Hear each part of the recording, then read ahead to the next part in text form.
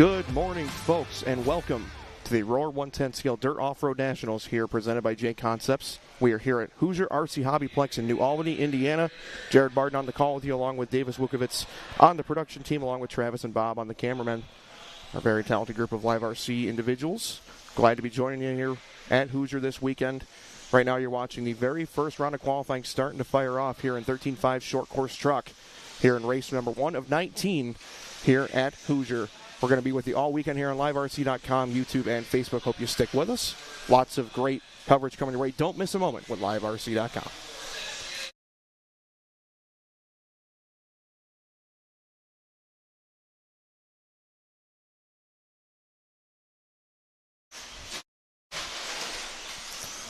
You guys can see the first lap getting underway here.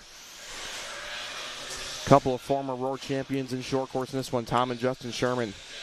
Both starting off very strong. Both have one apiece.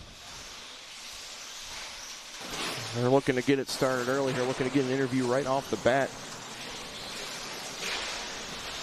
Looking awesome are these guys. Right now we're following Justin, the one car. White, gold, and purple. Working his way to this tricky triple. These guys have been going double single with everything less four-wheel drive modified buggy. And Justin is your current leader by about 0.3 of a second. Tom right there behind him. Andrew is in that 3 spot, 0-4. Josh Reinerson 5. Eric and Gregory, exactly how they started is how they're running. Down the straightaway comes your leader. Through the sweeper, this time by going to put up a 27.1. Quick lap so far is going to go to Tom with a Justin now with a 26.7. Andrew Roach is going to move to that second spot. Him and Tom handing it back and forth now, 0.3 apart. Still following Justin as our leader. And there is going to be Tom in the 2 spot. Sweet looking paint job there from that white, blue, and yellow car. Keep an eye on the scoring here as these guys make their way. Justin puts up a 26.7. See what Tom's going to have this time around. He's now going to be trailing by about 5 seconds, a 27.9. So Justin winning out in that brotherly battle thus far. Andrew going to move into that second spot by about 0.1 of a second over Tom. Owen still in that 4. He's about 4 seconds back at Tom. And Eric, Gregory, it looks like Josh having trouble on lap 1. No return from Reinerson, the 5 car.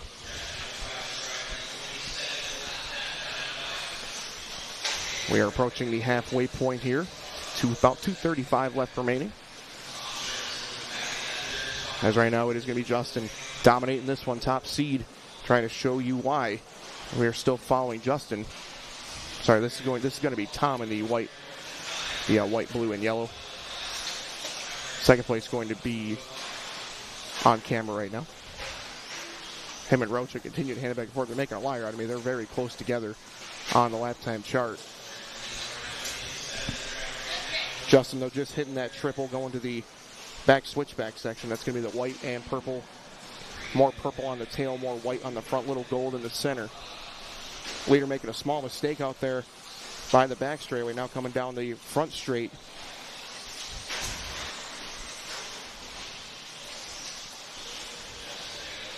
Justin just crossed the start-finish line with a 29.5. Still watching Tom Sherman here. Tom is currently 3rd on the race clock.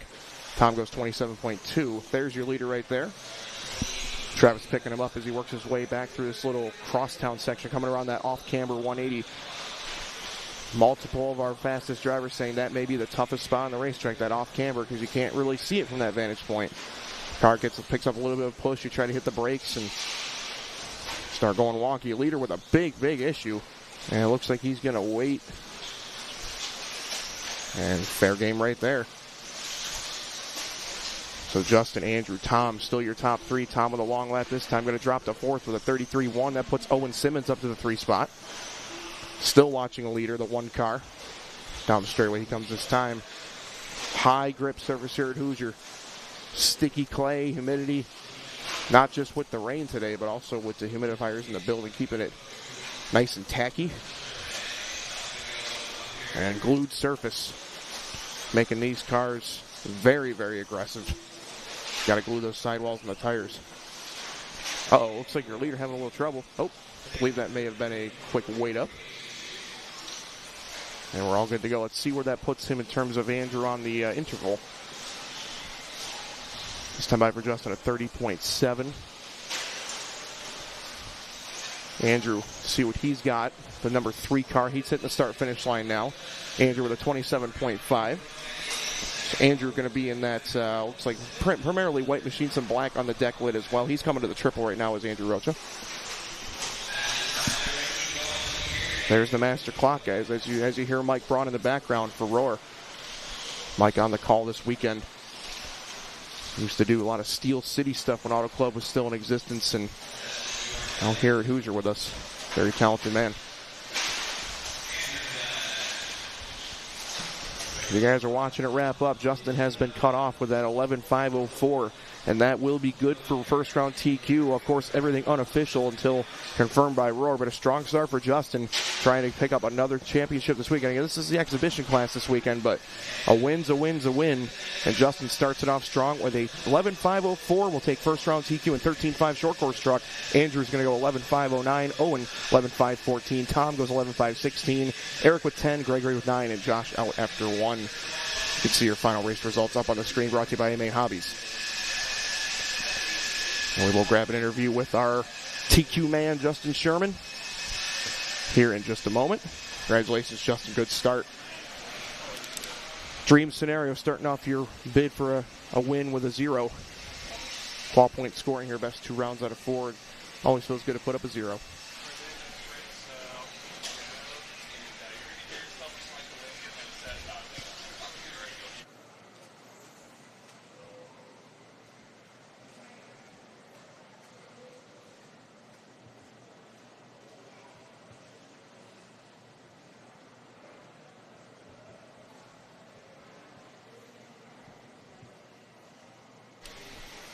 All right, we're here with Justin Sherman. Justin, this is Jared Barton on the call. Congratulations on a great TQ run. We were watching you most of the way, and a couple little bobbles, but man, strong start. I was just mentioned on the broadcast. Can't start off a weekend any better for another bid for a short course win with a 0. How you feeling?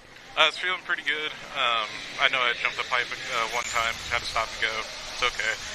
A couple little bobbles here and there, clean it up for the next run, hopefully do a little bit better. That's awesome, man. Obviously, you show great sportsmanship as always. We wish you best of luck all weekend, and can't wait to watch you and Tom battle that once again. Good luck the rest of the way. Thank you, sir. Thank you.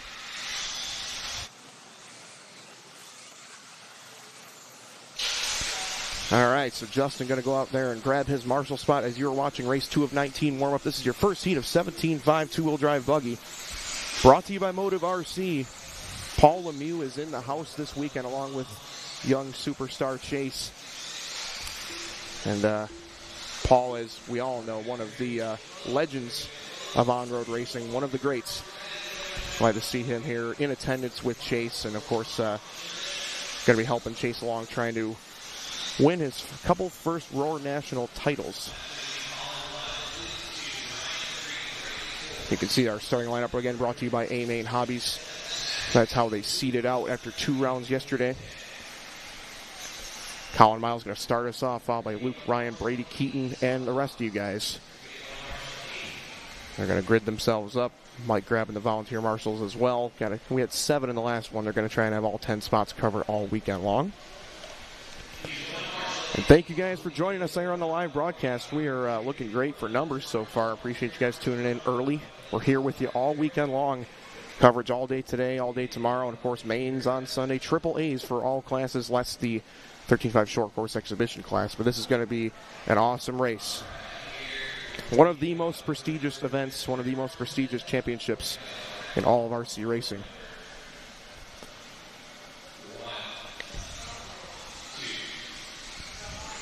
And Mike is firing them off. Always want to start off your weekend strong. Just put in a good, solid first run. With 12-point scoring, it changes the game just a little bit for you carpet racing. With carpet racing, you guys are familiar with the rocket round style, where it's your best run out of however many rounds there are. This is 12 points. It makes you earn it every time by. It takes the track out of the equation because it basically wipes the slate clean every round.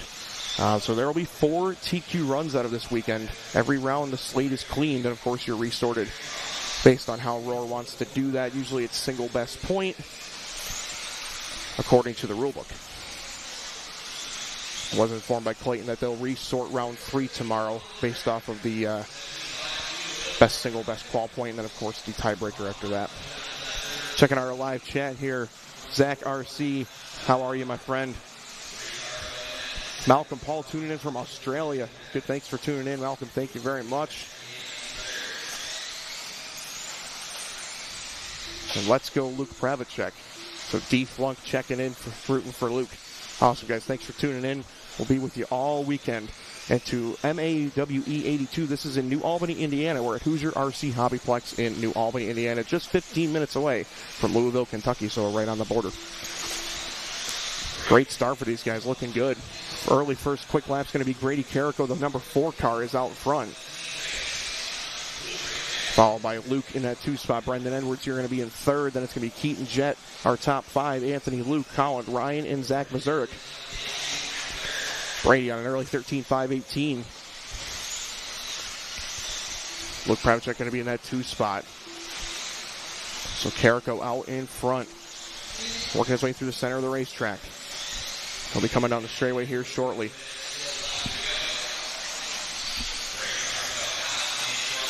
Here comes your leader, that orange and white. A little bit of traffic out in front of your leader. Of course, Mike doing an awesome job letting these guys know where they're at. Mike is in a very established race announcer. Steel City RC, that 8-scale on-road track out at Auto Club Speedway in Fontana, California. Very well-known, very well-decorated announcer and race director. Roar bringing out all the stops this weekend here to bring you the best action on the track and on the broadcast here. We're so thrilled to be with you here at Live RC all weekend long. Luke, Brady, Colin, your top 3 right now. We got Luke on a 13.520. 3/10 behind is Brady. So again, very close. 24 flats, both out of Colin and Brady as your quick ones. 24-1 out of Ryan Moore, but he's down in 7th. So we are looking good here with 3 minutes down and 2 to go. 13.520 is a solid opening run time here in 17.5 two-wheel drive buggy presented by Motive RC.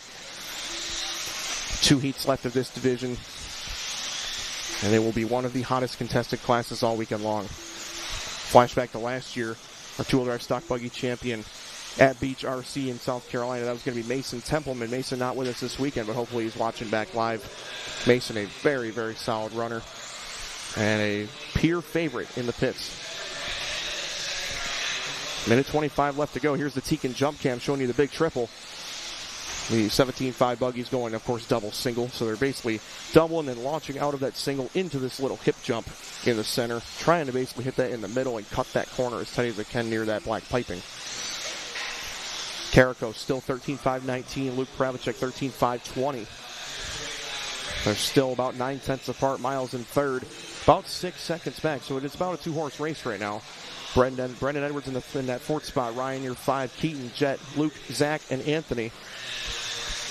There are no slouches in this race. This whole event has the best in the country here in 10-scale dirt off-road racing.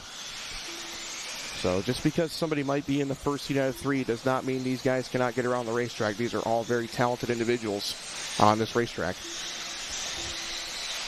30 seconds left. Little trouble there in the center hip jump. Following Luke right now in that 2nd spot.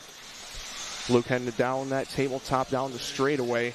Not his best lap. Probably going to drop him back a few seconds, but should still hold 2nd.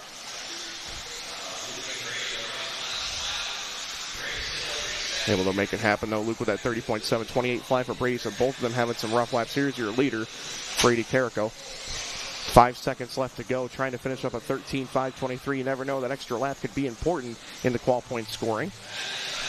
Time has expired. These guys are going to be racing all the way till Mike calls them done. Brady will go the extra one that time. Oh, maybe not. Watching the scoring. No, he doesn't. He actually is going to lose it on the last lap. Colin Miles going to steal it there late by a couple tenths of a second. So 12.502s for all of your top 3. Colin, Brady, and Luke. Wow, how about that? Close finish here in 17.5 two-wheel drive buggy. And these guys are still running all the way to the finish line. Drivers quickly getting off the stand to check out that big screen down there. Right here over by us in the Live RC booth. Couple cars left. Just waiting for Woodruff, the 10 car. And we are all done. So that's going to put Colin Miles up on early TQ 12.502. Did it with consistency. And he threw about 23.7 on lap number 11. So Colin Miles will be your early TQ here in 17.5 two-wheel drive buggy presented by Motive. We do have 2 heats left that'll try and knock him back down a notch. But a good start for Colin early. And look at that. Same 3 drivers in the same second. Brady and Luke all finishing with an 0.8 of a second of your TQ man. Colin, we will grab an interview with your early TQ man.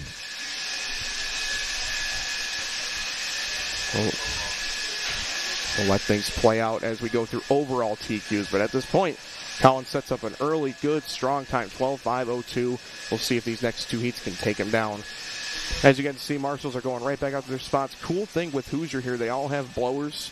So the marshals from the previous race, before they leave their spots, will blow off the track and make sure it's clean as a whistle.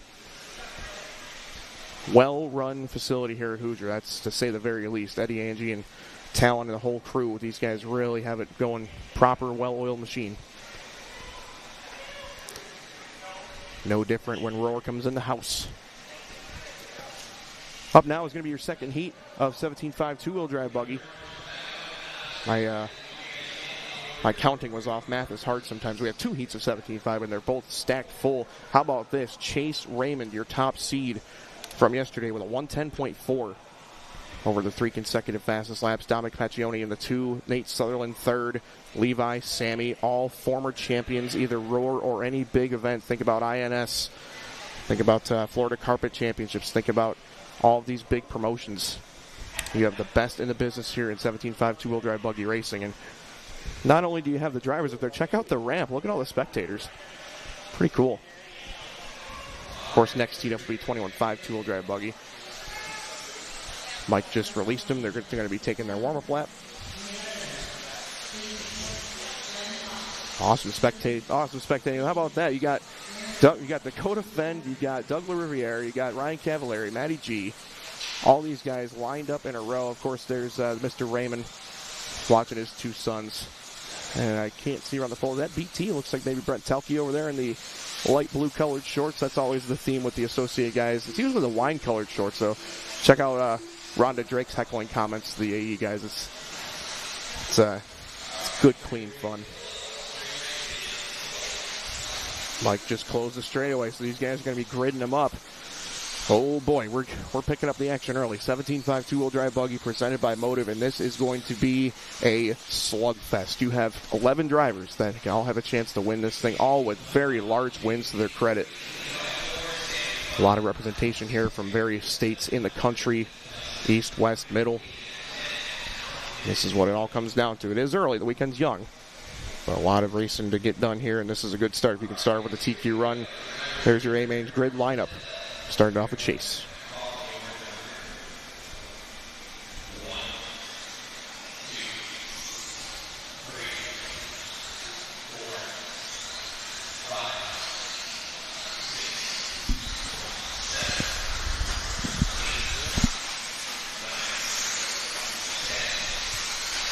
All right, all 10 cars have been released. Of course, Mike doing a wonderful job spacing them out.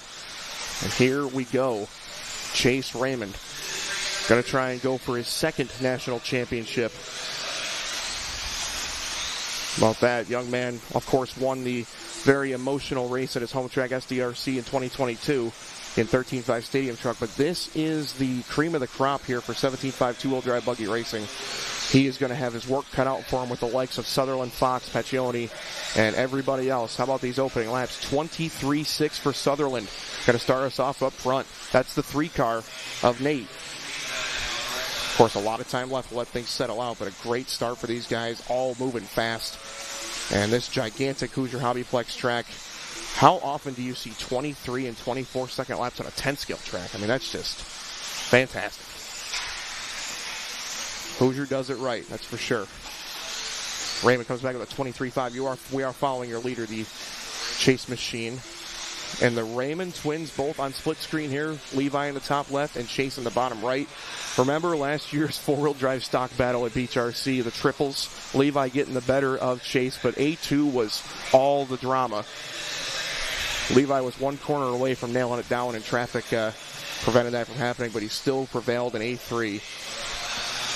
Sutherland is out front, though, 0.3 of a second. Dominic Paccioni, the 2 seed, is running second, followed by Dustin Fox up to third. I'm telling you what, guys, if Fox figures it out, he is one of the baddest boys in the industry in stock racing. Talon Henley going to be in the 4, Levi in the 5. Looks like we picked up a mistake out of Chase, so that should put Sutherland back in the lead here. Chase going to fall down the leaderboard. One mistake will take you from first to worst. Sutherland, 2:15 down and 2:45 left to go. Sutherland, Paccioni, Fox, Henley, Mitchell, your top 5. How about Aaron Mitchell from Iowa getting up there in that 5 spot? He's not normally a dirt clay guy, but I'm telling you what, some of these guys, you put the radio in their hands and you let them do the rest, and Aaron definitely falls into that crop. Levi in the 6, Hunter King in the 7 from Florida, Sammy Moran, Kyle Go, Chase Raymond, Caden Meeks. You have 11 of the best stock racers in the country right here. Thank you guys for joining us here on Live RC, Facebook, and YouTube. Sutherland, 13.509 pace. He's crushing TQ pace right now, is Nate. Nate, of course, extremely talented in the off-road and on-road likes. 2024 was largely agreed upon as the year of Sutherland. Amazing campaign, multiple big wins. And also getting more established in the on-road industry. Telling you what, put the radio in his hands, let him go to work. And Sutherland now running for Schumacher. He's going to be a big-time threat. He's really bolstered that stock racing operation there. And you pair him up with Brock Champlin and Cole Tallard and that whole very talented group. They are going to be a force to be reckoned with. With a minute 30 left to go. Sutherland now Fox into the second spot, 0.8 of a second back. Dustin, our number 9 car, the orange and blue car. Dominic Paccioni in that 3 spot. Dustin working his way through the center of the racetrack. So again, Fox looking awesome in that 2 spot, trying to make up for a rough seating round. That's orange, white, and blue going down the straightaway through the sweeper is Fox. Paccioni and Fox are almost tied on the race clock. They're on the same 1/10 of a second with a minute to go, but it's all Nasty Nate right now. Only about 0.6 in front, though. It's going to be tight for these top 3. Talon Henley with an awesome run in that 4th spot so far, 13.511. Mitchell, Raymond, King, Moran, Go, Raymond, and Meeks. Again, it's Levi 6 and Chase in 10. 40 seconds left to go. Sutherland, Paccioni, and Fox all with a chance to win this one. Talon is a couple seconds back, but you never know. Never count anything out here, as this high grip surface will come up and bite you. There's the magic 12th driver on the racetrack. It is that racetrack. 20 seconds left to go. We are still following Levi here. But Sutherland is out front the whole way, 13.508. The number 3 car is Nate. Here comes Nate down the straightaway. That's going to be that red, gold, and white car, the Schumacher car. Picking him up here as he goes through that first little crosstown section. Coming to these tough, tricky 180s with just a couple seconds left to go.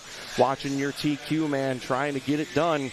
23.8 last time. He leads by about 0.3. He just has to finish a nice, clean circuit. It's going to be close, though, between Sutherland, Paccioni, and Fox. All have a chance here as they're coming to the end of the master clock. Of course, they're going to keep running hard, though. As we always say in the announcers booth, do not stop till we tell you that you're done, and they're going to keep on rocking and rolling.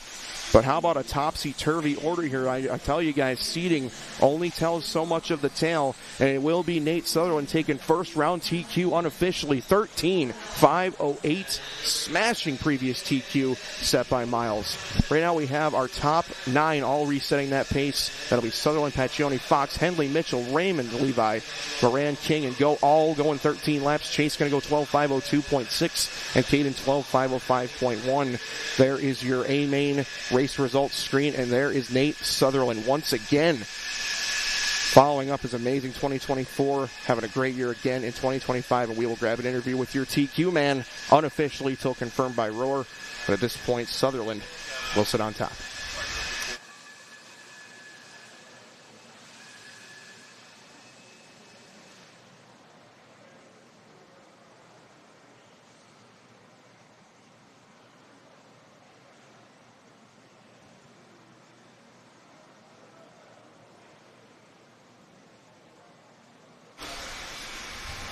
All right, Nasty Nate Sutherland. I figured I'd see you up here. I didn't know if it was going to be this early, but Mr. Sutherland, once again, following up your fantastic 2024 campaign as we talked about in the pits. Man, can never ask for a better way to start your weekend than with a 0. You had a fantastic run. I was watching the times. You were very consistent. Let me know how that Schumacher car felt with that R1 power. Yeah, honestly, came into the weekend. We've been here for a month and a half. Got the car pretty good. It felt really good in practice. I had the pace. I just knew I had to have a 5-minute run. That's awesome, man. Well, you had a great run. It was close the whole way. I mean, you guys were within tenths of a second. And as you know, this very talented side field, you have your work cut out for you. But anything you're looking to change going into the next round, or just kind of keep on keeping on? Honestly, I'm betting the track's going to lose a little bit of grip, so we might make a few changes.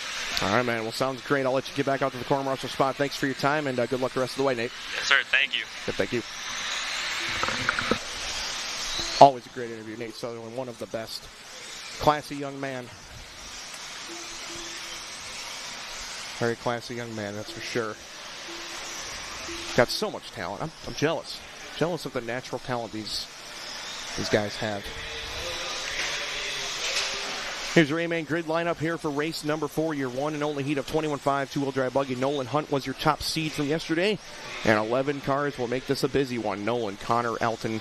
How about the young Elton Henley, part of that Henley family, as we talked about in the interview with Eddie. And this is going to be an awesome one. 11 cars on the grid. Once again, appreciate you guys for joining us here on Live RC, Facebook, and YouTube. This is going to be 21.5 two-wheel drive buggy presented by Coastal Printworks. Big thanks to Barry Schimmel and Chris Horn down there in Virginia for always supporting the Roar events. Coastal RC, one of the nicest racetracks in the country down there in Chesapeake, Virginia. I've been there myself, and it is wonderful. You guys are watching the 21.5 two-wheel drive buggy heat launch. Mike calling them off by number. That's one of the things with Roar. They go by car number.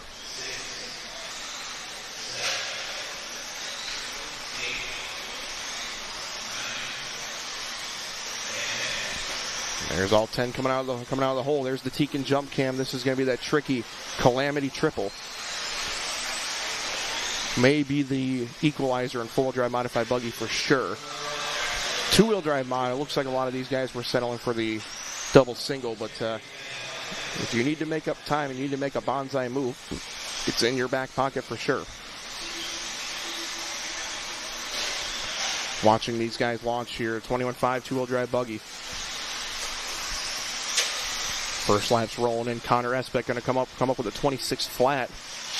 Nolan Hunt comes back with a 26 flat. Watching Hunt here go over that tricky triple. That is the one car, the blue and green. You guys can hear Mike in the background. Mike doing a wonderful job already. Cannot wait to see him step his game up as we get later into the rounds. We all try to step our game up. Rising tide raises all ships, as they say. And we're all dedicated to bringing you the best coverage possible here on Live RC for this weekend's Roar 110 Scale Dirt Off-Road Nationals presented by J Concepts. 1:30 and 3:30 left to go. Strong start for Hunt, 12.514, but only leading by about half a second. It's Connor, Bryson. Looks like Daniel was in that fourth spot, no longer going to be. So Alton Henley going to move in that fourth spot. Then Eric, Lane, Daniel, Cody, Gregory, and Jermaine. Looks like no return on Cody.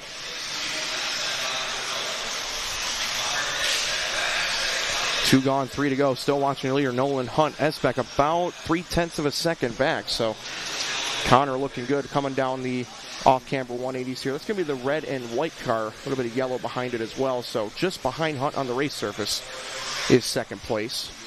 Hunt comes back this time with a 26.9 lead change. Esbeck to the front. If he's right behind the green and blue car there. That white and red and gold just behind.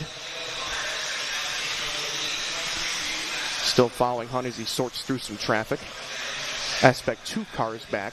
He's got 2 cars between him and the leader. He's going to have to get through a mess of traffic. We'll see if he can make it cleanly. Hunt this time by 26.6. And still got Esbeck with a 27.5, so we're going to switch it back and forth here. These guys continue to reverse the roles. Green and blue is your leader. Red and white is second. Bryson Furnish having a nice run here up to third from 5th seed. Alton Henley from 3rd down to 4th. Eric Yunt from 8th to 5th. Great drive for him so far. Then Lane, Daniel, Gregory, Cody, and Jermaine. Under 2 minutes left to go here in race number 4, your first and only heat of 21.5 two-wheel drive buggy. After this, we'll go into 3 heats of the Masters 40-plus two-wheel drive modified buggy. And that has always been one of the ones we like to watch. And just so fittingly, will basically be a rematch of the Vintage Clash of Champions held not too long ago here at Hoosier. That is Hoosier's flagship event, the Clash of Champions every year. And this year was extra special, memorializing Brian Dunbar, one of the greats in this industry. Not just a great racer, but a great human being. And we carry him with him everywhere we go, and especially here at Hoosier. Great friend of the Henley family, and for those that knew him, always had great things to say.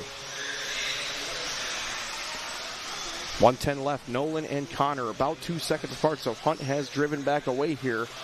I'm sure Connor had to take it easy negotiating traffic, and Nolan's got clean track here down the straightaway through the sweeper. Clean racetrack for your leader. He's just on a Friday cruise right now. That green and blue car around those tricky 180s, coming to do Calamity Triple. And working his way over that little hip jump we keep mentioning. That's going to be a very, very tough one. You have to really cut that one closer. You're going to go out in the rhubarb, and if these tires get some dust on them, it takes a couple laps to get it back off. You got to clean them back up. But Hunt is clean as he whistle right now. One more time, 25.9. That's his personal best and fast of the race. 25.91 on lap number 10 for Hunt. 25 seconds left. It's going to be Espic in 2, Henley in 3. So top 2 are on 12s. Then we have 3 through 8 on 11s. Gregory's on a 10, and Jermaine on a 9.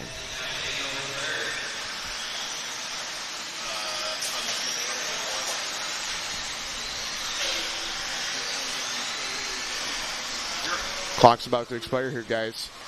Looking like Hunt, unless something disastrous happens, going to try and take this one home. But it's only 1 second back to Connor, so no one's got to be clean the whole way. Oh, we just missed an upside-down car right there.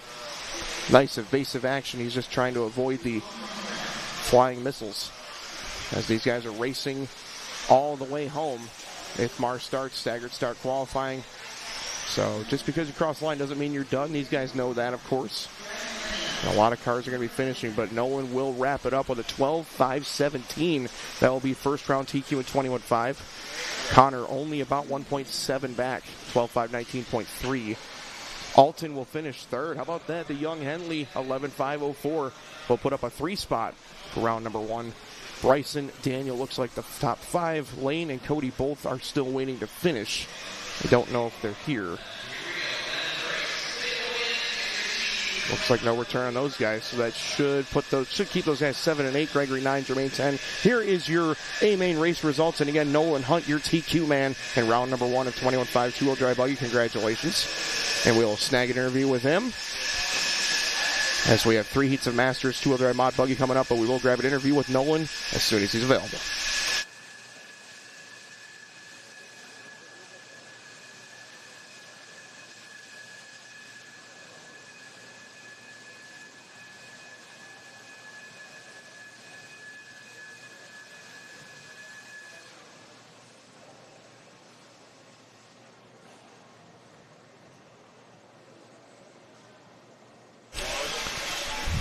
All right, we are here with Nolan Hunt, your first round TQ in 21.5 two-wheel drive buggy, brought to you by Coastal Printworks. Nolan, awesome run, dude. You had a little traffic to negotiate. Couple close calls there at the end. I want to ask you, young man, how does it feel to take down first round TQ and start off your bid for a championship in the best way you can? It feels pretty good. I got pretty nervous when I started getting into lap traffic.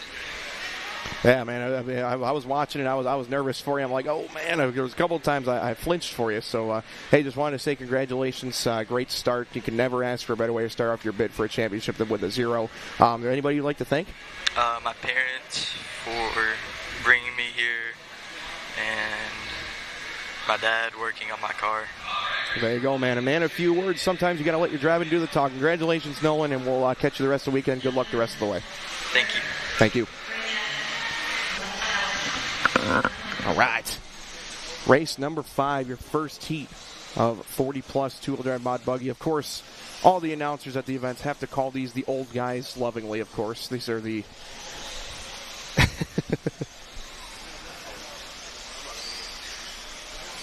40-plus two-wheel drive mod buggy. The old guys will say, but doesn't matter, man. Age is just a number. Just a number. These guys are very good at their craft, I'll tell you what.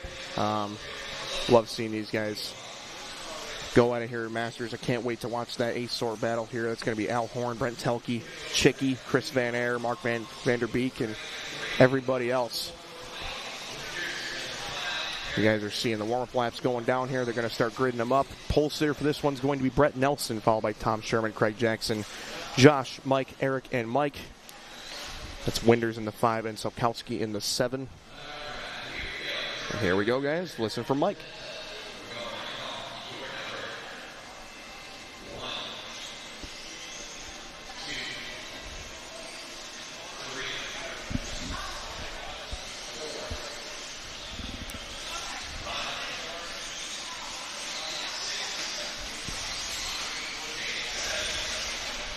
All right, so all 7 cars have been released. And here we go with the start of your first seat of 40-plus two-wheel drive mod buggy. Quick change of position right there. Tom Sherman in that white, blue, and orange and yellow. Awesome paint there from the Sherman boys. They always look good when they come out to the racetrack. Oh, Tom rolling it over.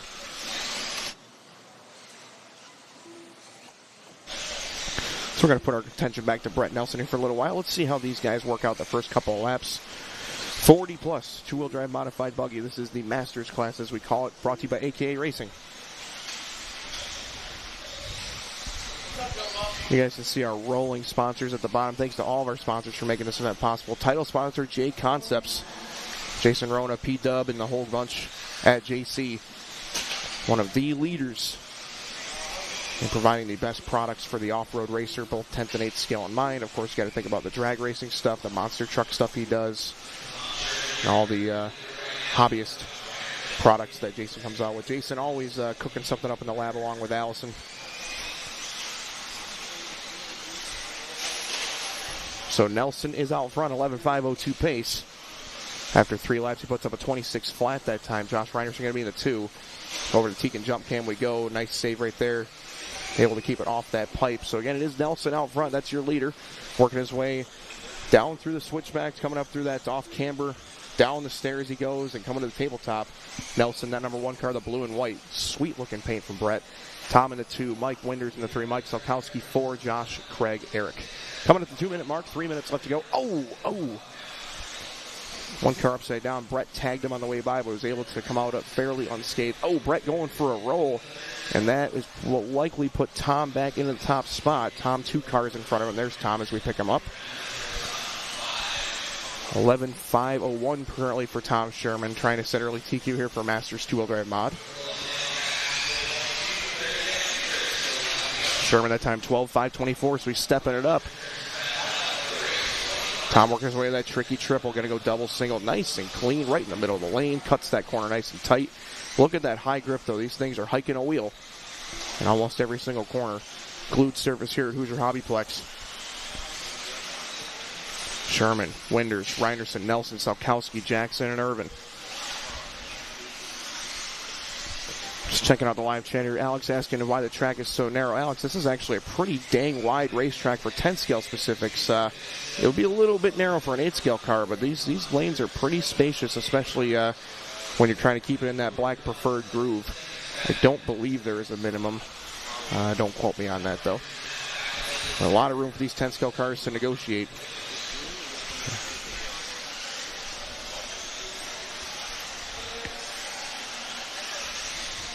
Minute 40 left to go. Still watching our man Sherman. Justin, the other Sherman, TQ in short course early on. Now Tom trying to get his shine. With 1:30 left to go, he leads Winders by about 8 seconds. So all Tom's got to do, again, easier said than done, but all he's got to do is keep it between those black lines and keep the car rubber side down. Looking great, though. That white, blue, and orange and yellow. White wheels, clear wing, of course. Clear wing's the standard here in the 10 scale off-road market. Winders in that 2 spot from 5th up to 2nd. So Winders looking really good. Watching White coming down the straightaway here, coming to the sweeper. Another awesome looking paint job for these guys. They really show out for the Nationals. Get some sweet paint. Reinerson 3, Nelson 4, Salkowski, Jackson, and Irvin. Your full rundown.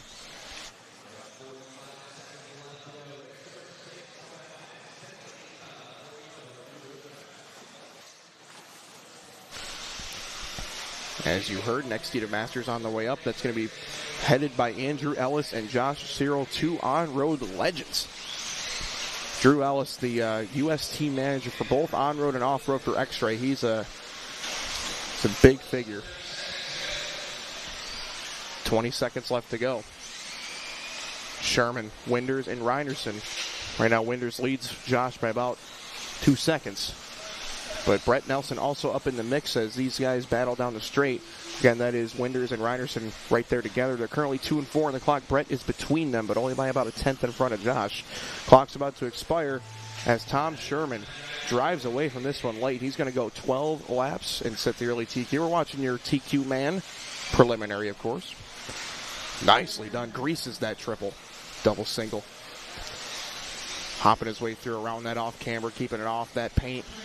And here he comes. This will be his final lap. Let's see what the number is going to be. It will be 12 laps at 5:19. He picks it up at the end with a 25.3. Fastest lap right there at the end. Might as well save it for the end, Tom. Nicely done. Winder's going to go second, 11.5.04. Reinerson, 05. Nelson, 06. Great battle between those three guys. Craig Jackson, 11.5.13. Salkowski, 19. And Eric Irvin, 10.5.18. As summarized by the A-Main race results on your screen. So congratulations to Tom Sherman. Great start for him in his Masters two-wheel drive modified buggy efforts. Early TQ with a 12.519. Race 6 is getting ready. Of course, as you hear in the background, the marshals are blowing the racetrack off from the previous race. And at that rate, Mr. Braun keeps the track closed till your marshals are done with their work. Safety first. And of course, keep your cars in one piece before the race even starts. Check this order out. Drew Ellis, Josh Cyril, couple on-road boys. Going to be heading this one, followed by Brandon Hester, as they call him, Killa B from Pennsylvania, hailing from G's, Shippensburg, Pennsylvania. Eddie Henley, Chris Dosick. How about Dosick, the 1990 IFMAR 12-scale world champion? Beats Masami in his prime. How many can say that? Maybe Tony Dysinger. That's about it. Owen Simmons will be 6, Jeff in 7, Greg will start 8th, and of course that'll be summarized by your A-Main grid lineup hopping up shortly.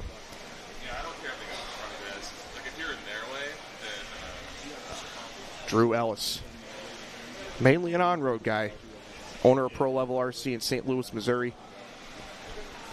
They're looking for a new location, but rest assured, if Drew can find a spot, it will be one of the most proper facilities in the country. Drew has always done it right. And his son Andrew here looking on just actually right across from his car. Andrew in the X-ray hoodie there, playing media man. And also Drew continued to recover from back surgery, extensive back surgery, and getting better every time I see him. There's your A-Main grid lineup, and we're about to fire this one off. Warm-up laps are beginning. Thank you, BJ, for answering that question. Good to see BJ coming up, our moderator. Always love talking to BJ. Hope he's enjoying the coverage.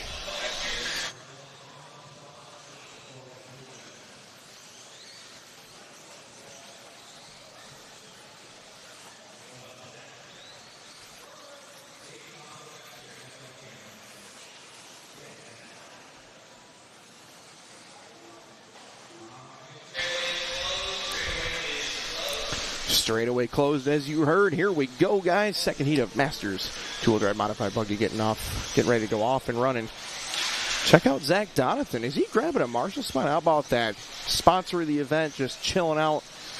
And Zach lending a hand on the corners. Thank you, Mr. Donathan. Donathan RC, one of our sponsors of the event, famous for his charge leads and all the various convenience products he makes. Check out Donathan RC for all of your charging and accessory needs. Here's the starting grid. You guys can see they're not exactly using the grid spots yet, but they're getting close. And here we go.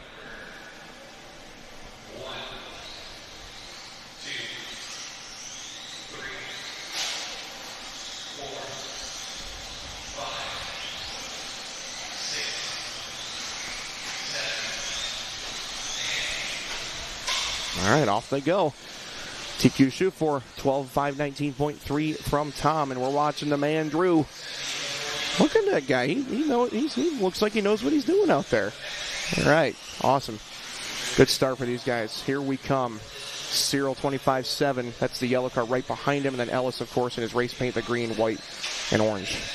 Coming to the Tekin jump cam over the big triple. How about Josh getting a little fancy with it? The wheel wiggle in the air. I thought that you couldn't do that if you were over 40. Apparently not. This is going to be a stacked field, though. Eddie Henley, the owner of this joint, out in this one, too. Good start for these guys. Eddie opened up with a 25-6. Eddie will come back with a 25-4. So Eddie Henley is our leader. The 4 car will pick him up here as he is that, awesome looking paint job. That's going to be that, looks like the white and dark red and darker on the back. A little bit of black on the back as well. So Henley is the number 4 car. Tracking him as he goes over that tricky tabletop and coming to the staircase. Coming to the start-finish line. Close start, though. Henley, Cyril, Ellis, Dosick, your top 4. Man, how about this? You got Henley in this one, the owner of this place. You got Cyril, a 43-time Roar National champion. Countless Cleveland and Snowbirds and IIC wins. You got Drew Ellis, the big boss, the big cheese at X-Ray in this one. Dosey, a former world champion. Killaby, Greg, Owen, and Jeff, your full run now with 3:10 to go. As Eddie Henley looks strong early, 12.507.2, but Cyril 1/10 of a second back, so keep your eye on that yellow car. He is 1/10 behind Henley on the race clock.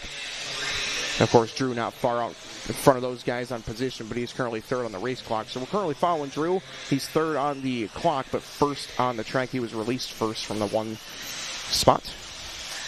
And these guys are all going fast. They're all about 2 seconds apart. Henley, Cyril, Ellis, Dosick not far back as well. Chris now with a 25-4 fast lap. He's only about 2 seconds back at Drew in that 4th spot. Hester in the 5, Simmons, Carrico, and Reedy. Halfway cross flags are up with 2:30 gone, 2:30 to go. Current pace 12.505 from Henley. New TQ pace for your top 5 drivers. That's going to be Henley, Cyril, Ellis, Dosick, and Killaby. All resetting. Simmons not far behind along with Carrico and Reedy. So still got Henley out in front. Again, you watch that red and white car just behind the Ellis and Cyril race. That is your leader. A little trouble coming up. That's that tabletop. They're going to work things out. Hopefully they're going to get a wave by from traffic. Again, that's Ellis and Cyril we're following. Currently 3rd and 2nd on the clock behind Henley. The red and white is my leader of Eddie. These guys are getting it done. Oh, Cyril, little misstep after the triple. Nice save, though. If you nose it into the pipe, it's game over because those are 8 scale-sized pipes with 10 scale-sized cars, and both guys doing a good job avoiding some traffic up top there. So let's see what Ellis has this time by 25.6. Cyril, 26 flat. Eddie Henley this time will put up a 26.2. Eddie leads by 1 second over Cyril. Red and white car still leads the neon yellow. Following 2nd place right now. With a minute 15 left to go here in race number 6 out of 19. 40-plus Masters 2-wheel drive modified buggy presented by AKA. Henley 12.506, Cyril 07, Ellis 09, Dosey on a 12.514, Hester on a 17. Those are your top 5 resetting right now with 1 minute to go, 4 down. You guys can see the general view of how it's looking. That's Cyril in the neon yellow car. Ellis 2 cars up ahead of him, and Henley 2 cars behind him. Again, they're negotiating traffic. 45 seconds left. Watching Cyril one more time. Cyril is the closest threat to Henley. 25.2 there for Josh. Here comes Eddie this time by 25.6. It's down to just 1.2 seconds. Eddie Henley still in that dark red. White and dark red is my leader. Couple cars behind Cyril. There he is right there as Travis picking him up. Watching Henley with 15 seconds left, but Cyril putting on the charge late. Cyril, one of the greatest on-road racers of all time. He will get his act together before this weekend's over. Don't you worry. He will be in the conversation to win this thing. 5 seconds left to go. Henley leads by 7/10 now as Cyril closes in at the end. Does he have time, though, is the question. Cyril will catch the line first, of course, and it looks like Ellis will be done as well. This will be a race to the line. Oh, and no. Henley gets caught by a back marker right there, and that should hand it over to Cyril. And it does. Cyril going to take it with a 12.505. So how about that? Ellis going to take second back by just about 7 thousandths of a second. there for Drew over Eddie. Then Dosey, 12.5.14. Hester, 12.5.16. Those will be all reset in TQ. So Tom will drop to 6th. Then Jeff, Greg, and Owen all going with the 11-lap runs. But Josh Sherrill, sometimes you need a little luck on your side. He had it right there. 12.5.05 will get it done for current TQ with 1 heat left to go in Masters 2-wheel drive mod. Ellis and Henley all within 2 seconds at the end. Dosick and Hester, your top 5. Sometimes you are the bug, sometimes you're the windshield. Unfortunately, Eddie was the bug that time.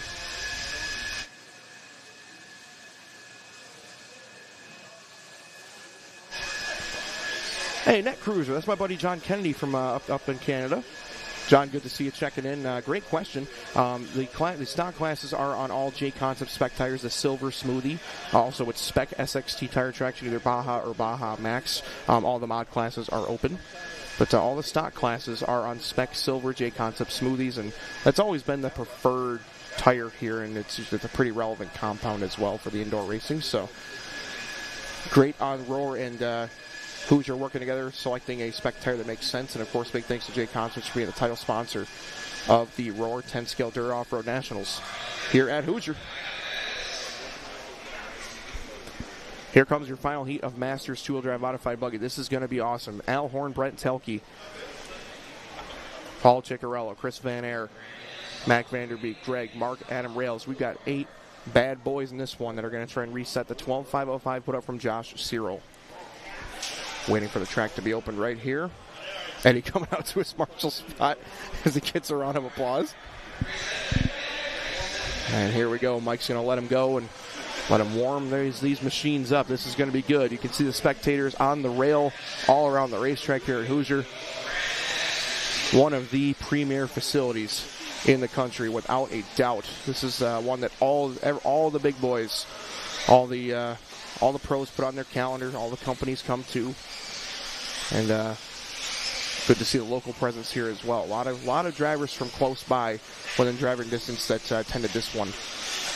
Remember the Clash of Champions, their flagship race, but multiple JCINS races held here, and just a lot of good, high-quality events being held at Hoosier. It's a good time to be a Hoosier right now. Got to think about not just this weekend, but next weekend, the 109th running of the Indianapolis 500. We are less than 2 hours away from Indy, and last year New Garden was your winner. And not only do you have that, but you have the eyes brought from both NASCAR and Sprint Car superstar Kyle Larson. That brings more eyes to the Indy 500. So I'm certain a lot of us here on the stream will be watching Indy next weekend. I got a few friends that are going out there, and I'm awfully jealous. You guys are looking at these guys gridding up. It'll be Al Horn starting us off, then Telke, Chicky, and company. Listen for Mike.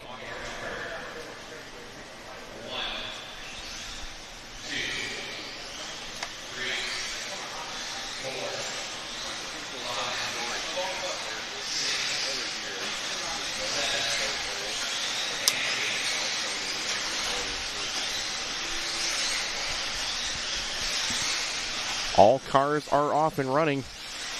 Al Horn trying to follow up his Clash of Champions vintage win.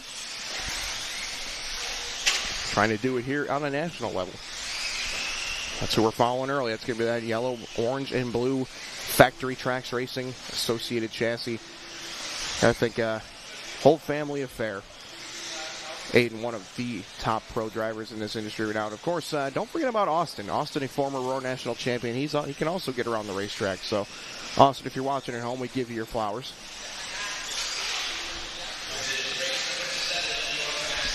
One minute down. Again, laps still coming in, but Al Horn starts off with a blistering 24 flat.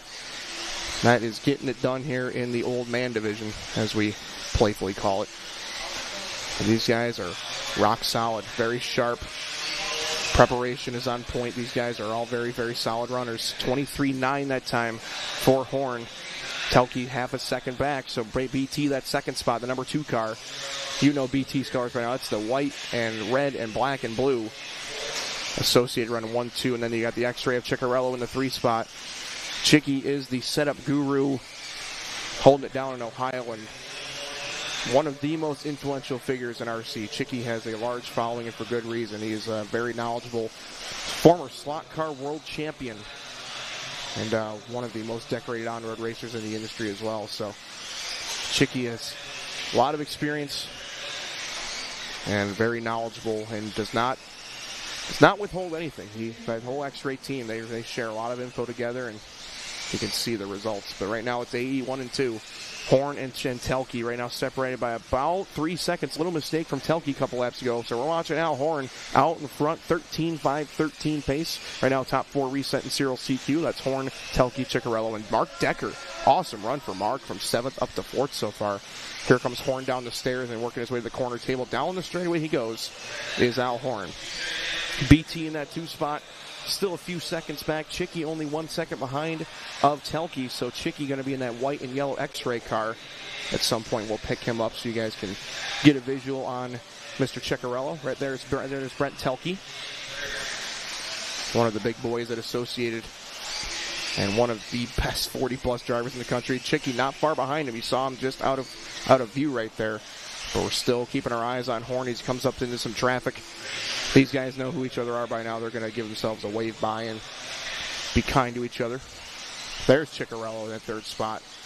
Chicky's car looking awesome with the Mach 1 products fully outfitted there. J Concepts tires, of course. Right now, Al Horn 13.5-13, Telke 13.5-19. He is 2 seconds back of Horn. Chicky is only 1 second behind Telke. Then it's Decker, Vanderbeek in that 5 spot. Rails in the 6, former national champion Adam, and Chris Van Air and Greg Nicholas. 1:30 left to go. Al Horn 13.5-13 following Chicky just behind BT there. They're still about 1 second apart. Horn has cleared that traffic though with 1:15 to go, and he is looking awesome. Feeling the flow, as they would say in motocross.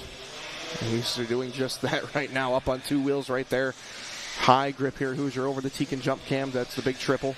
All these guys going double single, but Al Horn looking awesome. 2 second lead, actually about 1.5 now. So Telke is trimming it down a little bit. We're going to keep our eyes on that heads-up race, and still got Chicky 1.4 behind Telke. So these 3 all still have a shot. Decker about 7 seconds back at Chicky, so he's a bit long distance right now on 4th.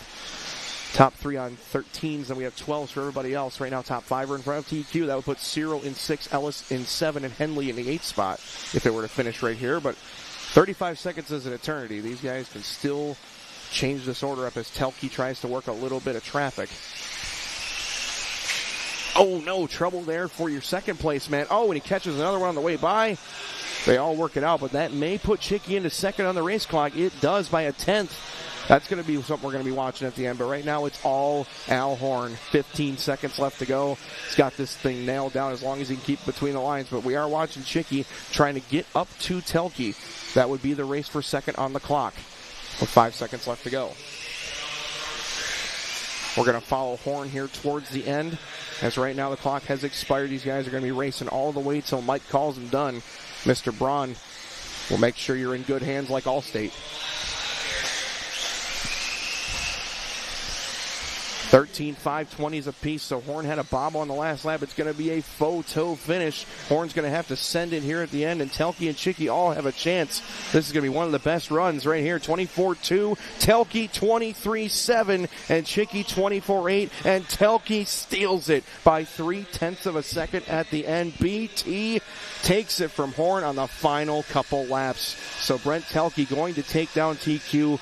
Of course, unofficial till confirmed by Tech, but Telke going to the top, 13.5-19 by 0.3 of a Horn.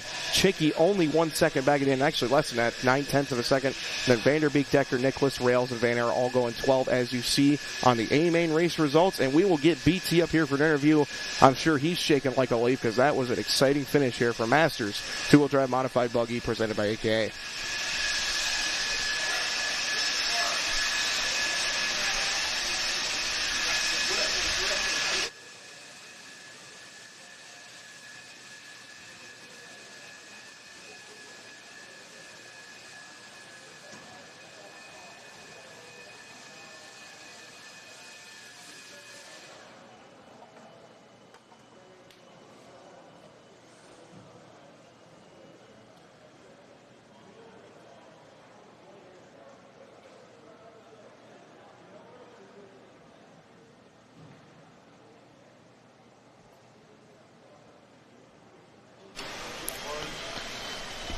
All right, we're here with Brent Helge. Brent, it's Jared on the call. Congratulations, awesome run. I knew that was going to be exactly what we expected was going to happen. You and Al Horn and Chicky all going after it. How do you feel?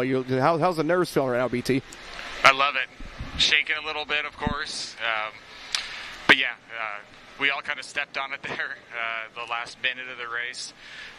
Obviously, when you're coming up on some traffic, it gets a little bit hairy. I know Al was kind of checking up a little bit there, but then he made his own mistakes. I made my own mistakes. I knew those last couple laps were really going to count. Kind of crashed coming onto the straightaway, got lucky. Unfortunately, I collected Chris Van Aert too, so I'm sorry about that. But yeah, just tried to really focus on the last lap. Wasn't really too concerned if it was second or third for that first round. I was really just going for the TQ, so I knew Al was as well, as was Chicky, so it was fun. Just missing my boy Dunbar out here, so want to dedicate that one to him. Was really looking forward to racing with him at his home track at the Nationals, but the universe had other plans, so yeah.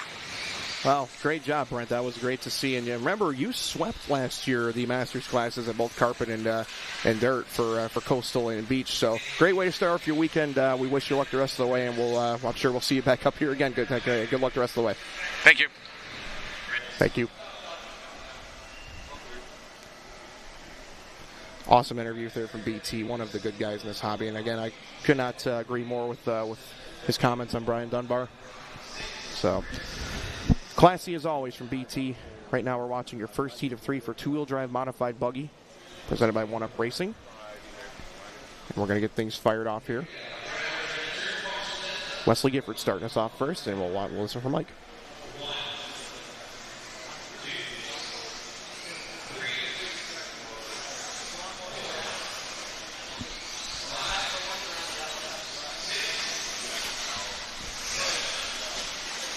All right. So here we go, drivers. First heat of 3 for two-wheel drive modified buggy. Wesley Gifford will start us off first. Awesome looking paint job there from Wesley. It's going to be that white, blue, and orange TLR car. We'll see what these guys got to put up an early time for two-wheel drive mod. Top seed yesterday was Davey Bada from the first round of seeding, a 108.2. Schimmel, Rivkin, Fend, Aiden Horn, Chase Lemieux, Brock Champlin, Tom Ritternecht was your top 8. You'll see those guys in a couple races. You're currently watching race number 8 of 19. Thanks to all of you guys for tuning in here on Live RC, Facebook, and YouTube for the Roar 1/10 scale Dirt Off-Road Nationals presented by J Concepts. You can see our full sponsor rundown rotating at the top on the overlay. Right now you're watching Wesley Gifford on a 13.509 start, so good start here for Wes. 23.5s back-to-back on lap 1 and 2. Here he comes this time by 23.8, so Wesley doing it with speed and consistency. Still got Jeff Stackowitz in that second spot, the Pennsylvania native. Oh, we got the blue car going for a roll right there. Looks like they're going to hold on to it, but that was a costly error right there, and it's not getting any better. Yeah, they're trying to make do, but it looks like everybody gets through clean. See who that was when they come back around. I couldn't see the number on the windshield because they were flipping at a rapid rate. The Electron Man, this is in actually New Albany, Indiana at Hoosier RC Hobbyplex. That's where we're located this weekend. So Gifford, Stackowitz, Vanderbeek, your top 3. Justin Green in the 4th spot, followed by Ben Decker, Brock Peterson, and Chris Matthews, your top 7. Got one stuck here coming onto that front straightaway table. That was your leader, Gifford, in trouble. Should hand it over to Stackowitz, and yes, it does. So Jeff Stack right there in front of him, actually. So Stack looking to be in that yellow and blue and white just in front. That's going to be Vanderbeek between them, I do believe. We'll keep an eye on that as we get the scoring reset here. I don't want to lead my camera guys astray. That wouldn't be very fair of me. Vanderbeek is the lead car, then it's going to be Stackowitz and Gifford. So Vanderbeek's the lead car. Stackowitz is just in front of Wesley. That was my mistake.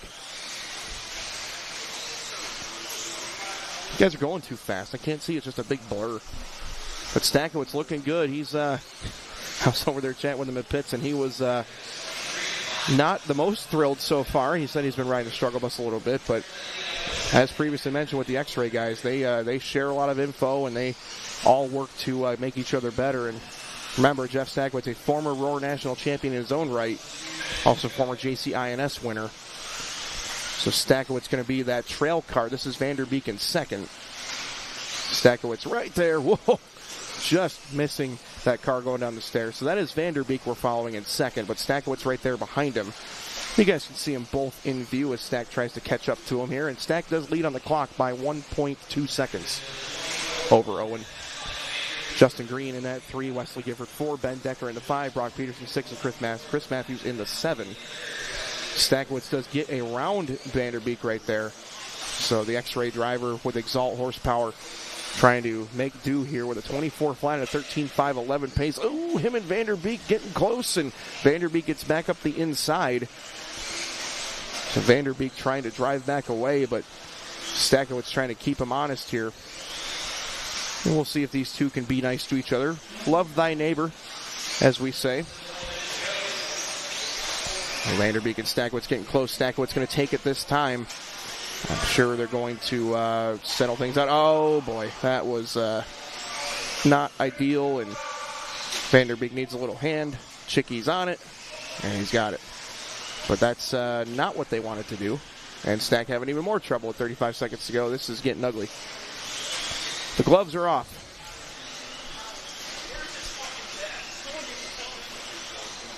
The gloves are off. 25 seconds left to go. Oh, that was going to be Gifford having trouble off the stairs. So this is going to change everything around. I believe the beneficiary may just be Justin Green at the end, the native Hoosier himself. We'll see how it all works out, but rough finish. That was Justin in trouble. That was the blue car that had the, looks like a breakage possibly. He's fallen down the board too. But nonetheless, a controversial finish there, to say the least. Vanderbeek going to try and take the heat race win as the clock expires.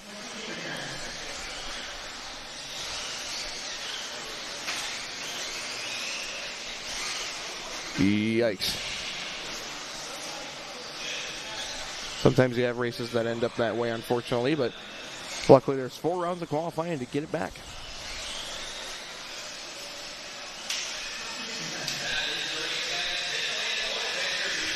And that's going to do it, guys. Vanderbeek going to take the win in this one. Only 4 cars finishing. So Vanderbeek, Gifford, Green all going to 12 laps there. Brock Peterson 11.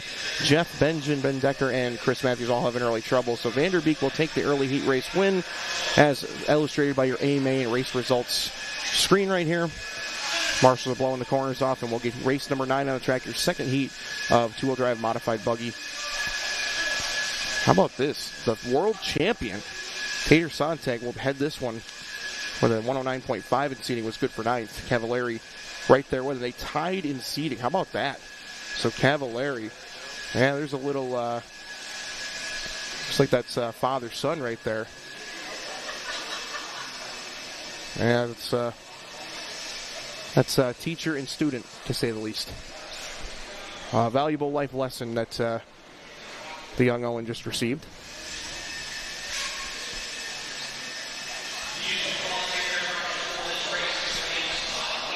Two weekends in a row having drama. Aiden and Tater, and now we got Jeff and Owen. Just seems to always have a couple, one or two of those moments every weekend. So getting it started early, guys.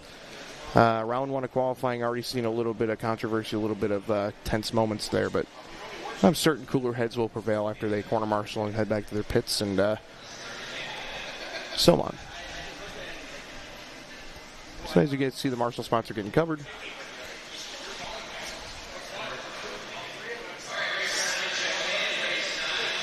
And here comes our warm-up lap. Race 9 of 19, approaching the halfway point of round number 1. The the defending IFMAR world champion, Tater Michael Sontag. Going to be starting us off with Ryan Cavallari, multiple world championships to his right, 30-time Roar National champion, followed by Alex, Cole, Doug, Nick, Gavin, and Ethan Mechanics. So a couple PA boys at the bottom there. Gary V, as we call him, Gavin Vecina, and Ethan Mechanic, both hailing from LCRC Raceway in Oakland Mills, Pennsylvania. Kevin and Krista run one of the nicest 8-scale off-road facilities in the entire world. I don't want to say country, I want to say world. They do it properly, and there's a reason that they sell that place out every time they hold an event. They do their once-a-month summer events, and routinely 300-plus entries, and this for good reason. Jared Barnes joining you here on the call all weekend here from Live RC. Big thanks to Davis and Travis and Bob here at the crew, all doing a wonderful job. You guys are watching the grid get set. Tater Soundtag will start us off, and we'll let Mike fire him off. We'll let you enjoy the sights and sounds.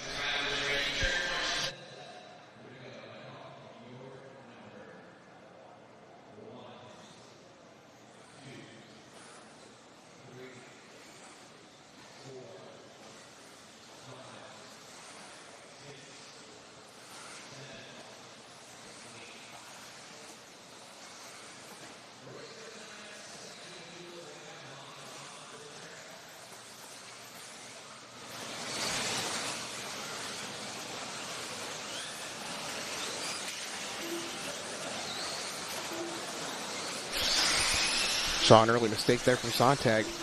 Let these guys come out of the gate. But right now it's going to be Cavallari putting the heat on Tater early. Think about the old guard versus the new guard. Cavallari, one of the most seasoned, decorated racers, and Tater's resume continues to grow. We'll see where the lap times work out, but looks like Vanderbeek looking strong early. How about Alex, the 3-car, going to be up front. He's going to be just behind Cav there. Catching up on him as he's coming to the triple. Oh, leader with some trouble. That was going to be the yellow car, so I can't speak too soon. These guys are working things out. These violently fast two-wheel drive modified buggies. See what the order looks like this time by. Vanderbeek likely took himself out of the lead. That might just put Nick Gibson up there in that top spot. Gibson comes across the line, just picking him up right here. Cole Toller to the front. Looks like trouble for Sontag, putting it up there in the off-camber corner. Something going wrong with Tater. There's Cavallari, who's currently third. He's only about 6/10 off the lead. So very close between these three drivers up front. Watching these guys, Cole, Doug, and Ryan all within a couple tenths of a second. Too close to call, if I do say so myself. Cavallari, one of the most recognizable paint jobs in the industry. There's Tollard. Cole looking awesome right here. Oh, nice job avoiding the flipping Vanderbeek, I do believe that was. All worked out cleanly, though. Here comes CFT working his way on that straightaway through the sweeper.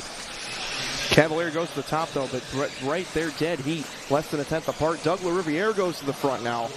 So Doug, the 3-time Roar National Champion of LaRiviere, now going to try and do it modified. All of his 3 championships are in stock. Doug's going to be the red and white car.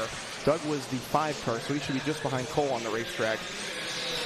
So that will be Doug just behind Cole. This is Cole right here, and then Doug right behind him. LaRiviere and Tollard right now separated by a tenth of a second. Give it to Cole now.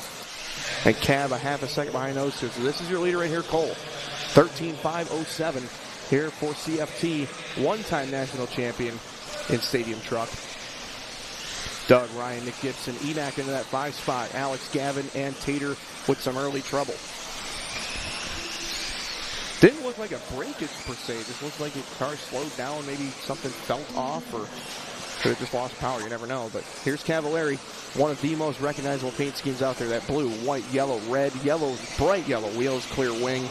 One-Up Racing back machine. Big thanks to Randy Castor and Eric Epp and Joe Pillars and a whole bunch of guys at One-Up for supporting the event and bringing Cav out here in full force, still competing after all these years. Cavallari still doing the job. Right now it's Tollard out front, LaRiviere in the second spot. Those guys are 4/10 apart. This is second place, Doug. Wow, Doug getting fancy over that triple. Doug always likes to throw the wheels in the air and make that car articulate. Tries to defy gravity. Oh, trouble for your leader and trouble for Tollard. So both having issues right there. And that should put Cavallari in the catbird seat. We'll pick up Cav over the triple. This should be your new leader as the scoring recycles. As Cavallari 13.508 is on top. We have our top 7 reset in TQ. So everybody's currently in front of Owen, less Tater. There's Cav down the straightaway through the sweeper. Again, as we mentioned, the One-Up back machine with the team associated chassis. And Cavallari is looking quick, and I've gotten to know Cav pretty well. He looked pretty tired yesterday. He was hustling. He was thrashing on those cars, and don't ever forget that Cavallari's work ethic has not faltered. He's always been one of the hardest workers, and right now he's doing that right now. And sometimes you just got to get in there and grit and grind and just find these spots on the grid. 12 points makes it more of a heads-up style race. And Cavalieri always has had good 5-minute pace, or if you want to talk nitro, good hour-long pace, good 45-minute pace. But either way, still got LaRiviere in that 2 spot. You're following him right now. Toller just in front with Gibson, 4, Vanderbeek, Vecina, Mechanic, and Sontag. Quick lap of this race. I'm going to go down the board real quick. Looks like a 23 flat out of Gavin Vecina. Gary V in the 6th spot, putting up hot lap of this race. As we mentioned, clock's about to expire, but sometimes you want to win that hot lap award. That's a moral victory. Right now, watching Cavalieri trying to wrap up a 13.508 and reset TQ and two-wheel drive mod. He'll come across the line. He will do it. 13.508. And everybody else is racing to the line. Mike will make sure these guys all finish up. Nobody misses laps. Doug will take second over Cole by about 2/10. They finish about 4 seconds back at Ryan. Gibson will grab that 4th spot. Vanderbeek 5, then Virginia and Mechanic not settled yet for 6th. 23.4 for Gavin and 23.6 for Ethan. So Gavin will take 6th and Ethan in 7th. All drivers going 13 in this one. As we'll watch our A-Main race results screen pop up on the board. Ryan Cavalieri resets TQ in second heat of 3 with a 13.508.8. Awesome run. Doug, Cole both having those troubles there late in the race, but they finished basically back-to-back. Gibson, Vanderbeek, Vecina, Mechanic, and Sontag. So right now, Cavalier throws up a great time for this final heat of two-wheel drive mod to try and take down. It'll be headed by Davey Bata from Coyote Hobbies. The Bata family owning that awesome facility out in California. Brennan Schimmel, Spencer Rivkin, Dakota Fend, Aiden Horn, Chase Lemieux, Brock Champlin, and Tom Rinderneck will be on the racetrack here and running momentarily.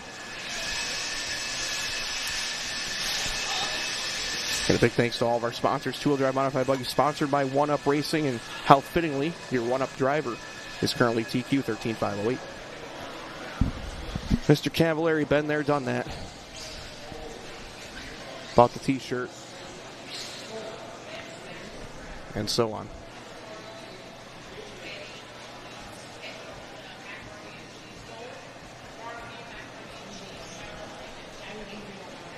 Gavin Gibler checking out in the live chat.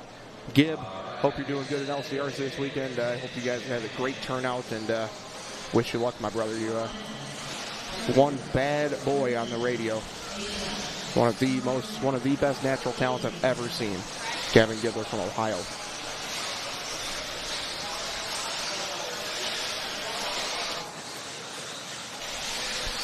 You guys can see the warm-up laps right here. This is about to be good, guys. Again, it's only round 1, but you can still get excited about a good race, no matter when it is in the weekend. Davey, Brennan, Spencer, Dakota, Aiden, Chase, Brock, Tom. Brought to you by A-Main Hobbies, your great lineup. Big thanks to you guys for joining us here on Live RC, Facebook, and YouTube. Jared Barton on the call with you. We'll be here with you all weekend. We'll have some guests in the booth here as the weekend progresses. Davis Wukovitz on the production team, doing a wonderful job. Also got Travis and Bob on the cameras. Right now we got Travis on the moving camera. We'll see Bob later on. So, two very talented individuals.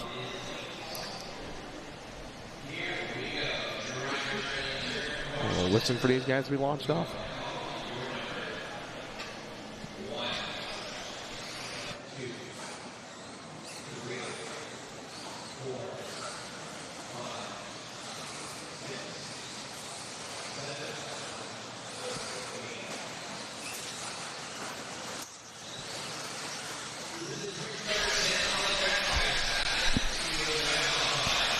Here we go, guys. This is going to be awesome.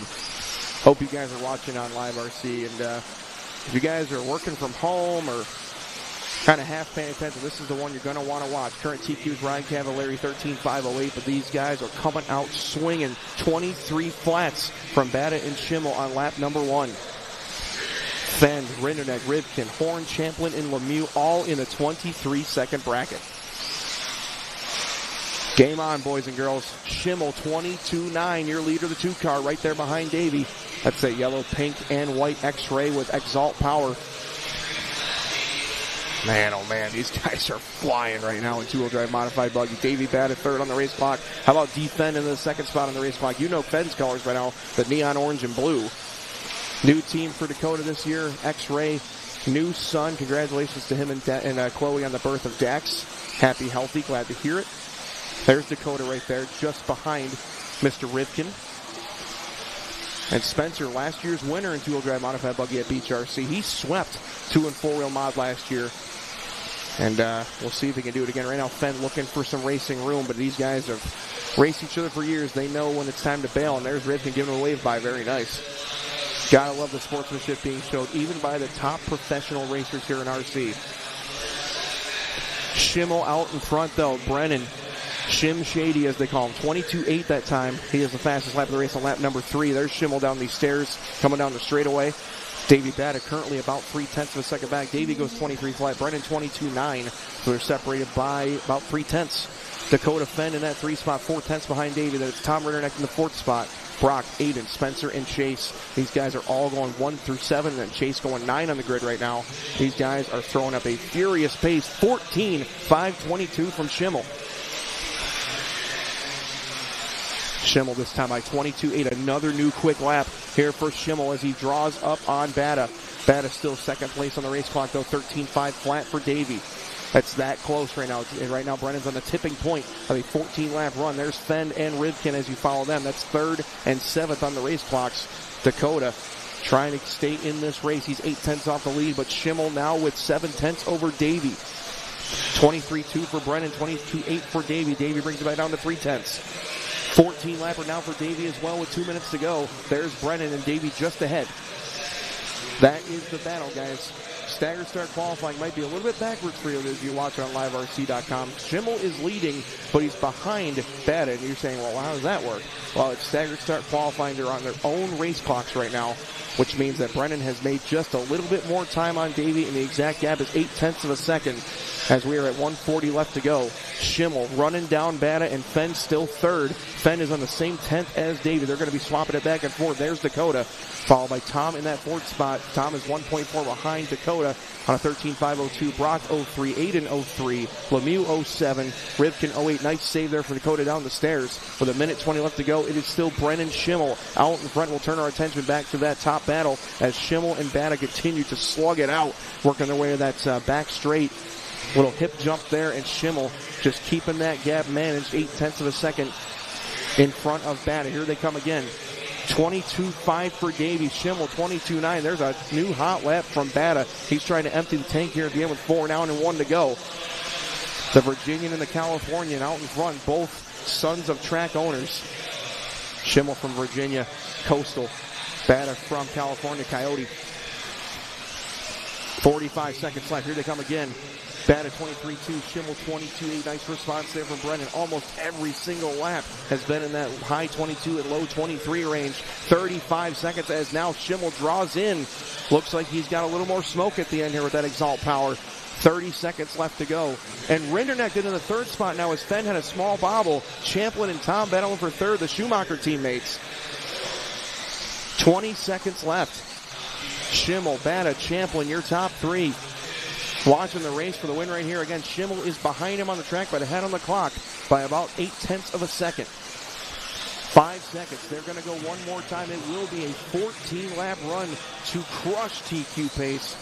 Not easy to crush Cavallari's run. That's a pretty big statement. Clock has run out. It's still Schimmel, Batta by 0.8. Schimmel just trying to keep the gap right here.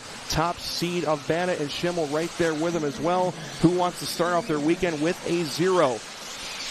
Batta looks like he's pulled a little bit of gap. I don't think it's going to be enough. Here they come to the line. This is for round number 1 TQ of two-wheel drive modified buggy. Watching all the way to the line.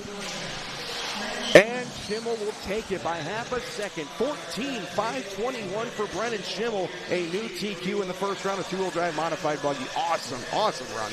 Davey Batta just half a second back. Brock Champlin will take 3rd, 13.502. And here's the rest of the race results brought to you by AMA. And how about the 13 lappers right there?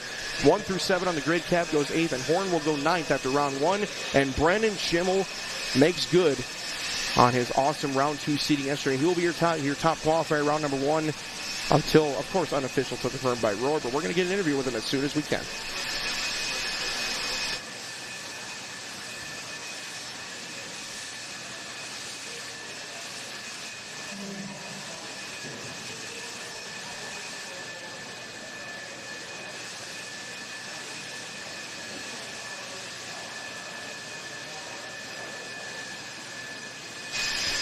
All right, we are with Brennan Schimmel. It's Jared here, brother. Great run, awesome stuff. I got to tell you, man, what a job from you being released by TLR.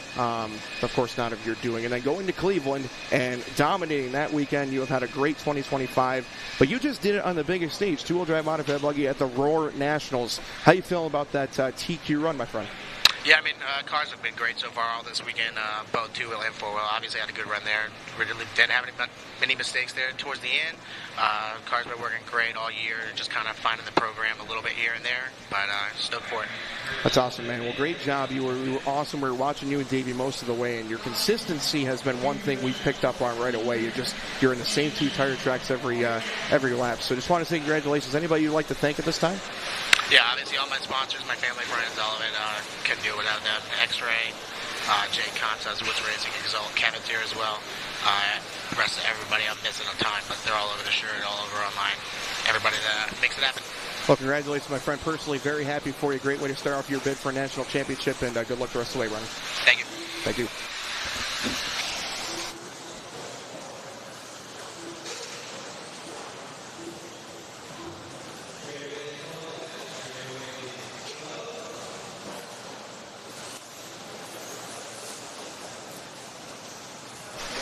All right, so how could these guys follow up an awesome sort of two-wheel drive mod buggy? This is your first heat of two for 13.5 Stadium Truck, presented by Proline Racing. This field will be headed by Anthony Woodruff, Andrew Rocha, Keaton Grant, Chris Van Air, Brock Peterson, Craig Jackson, Justin Sherman, Tom Sherman, and Cody Irvin.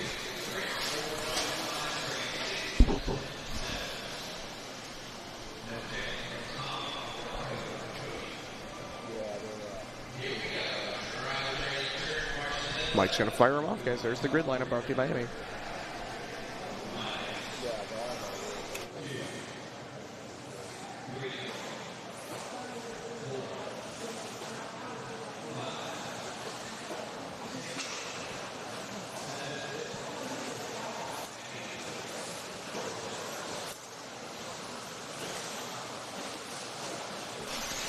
Off we go with our first seat of 13.5 Stadium Truck.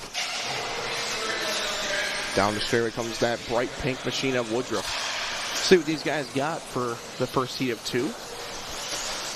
Glad to see 13.5 Stadium Truck making a nice, solid recovery here. Good couple full heats. 19 cars this weekend here in this division. Just letting you guys know the rest of the schedule. We're going to finish up this round about 1:30. Take about an hour lunch break. We have some great content for you. Don't turn off the stream when we go to the lunch break, because we have a lot of great content, a lot of good interviews coming your way. We scoured the pits yesterday, and we found a lot of great conversation to have, and hope you guys stick around for the bonus content we have for you on LiveRC.com. A lot of great interviews and much more coming your way on LiveRC. And we'll restart about 2:30. Round two will restart about 2:30 p.m. You guys are watching the start here of 13.5 Stadium Truck. Andrew Rocha is your current leader. He just comes back with a 25.7. That is that blue and white car that is being followed by Sir Travis. Chris Van Air, the other blue and white car just behind. You can see him just going out of frame. The 4 car is your current leader. Chris Van Air had a little bit of a rough Masters run, but lest we forget Chris, one of the best from the Southeast. He is a great competitor and has been in it for a long time. Chris Van Air. Glad to see him out here, coming all the way up to Hoosier. Whoa, nice job there from Andrew. From Andrew to avoid the flipping Sherman. Andrew Rocha is going to be your leader, 12.507 early on. Keaton Grant second, Woodruff your third, Van Air, Jackson, Sherman, and Peterson. Looks like Tom having some early trouble, did not make it back, and same can be said for Cody.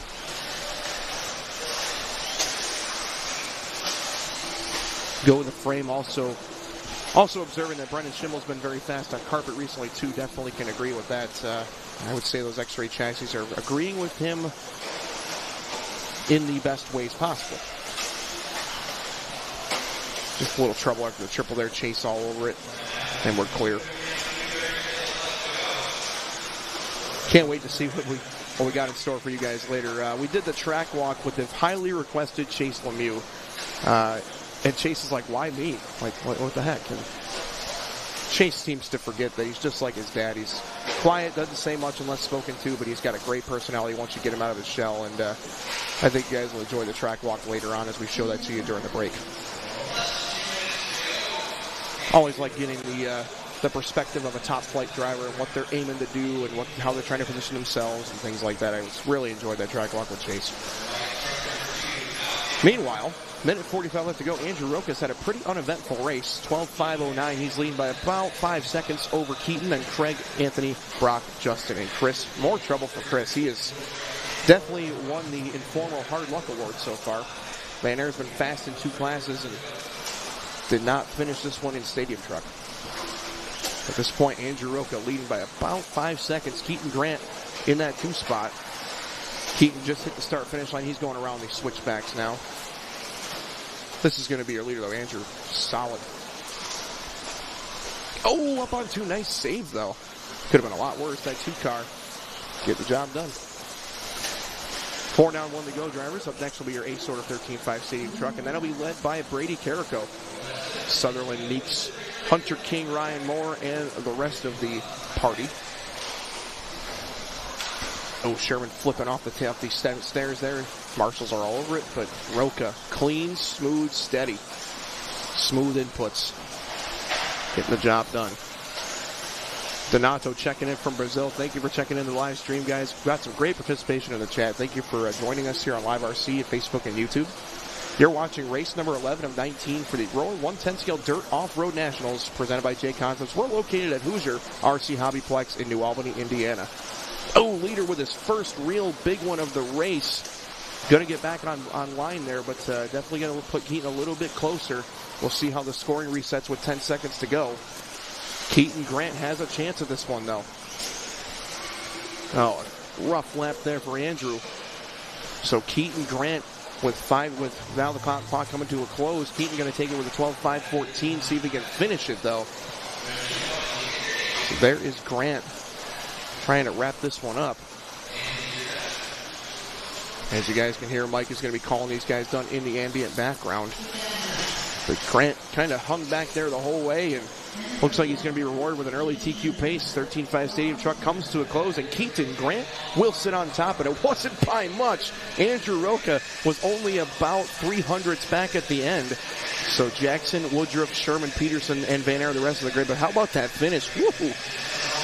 That was less than 400ths of a second, 38 thousandths for Keaton and Andrew. There's your finishing order presented by A-Main Hobbies. And race 11 was a good one. Keaton taking early TQ. Marshall's blowing their spots off, and we're going to get the A-Sort up and on the racetrack. This will be race 12 of 19 coming up right here.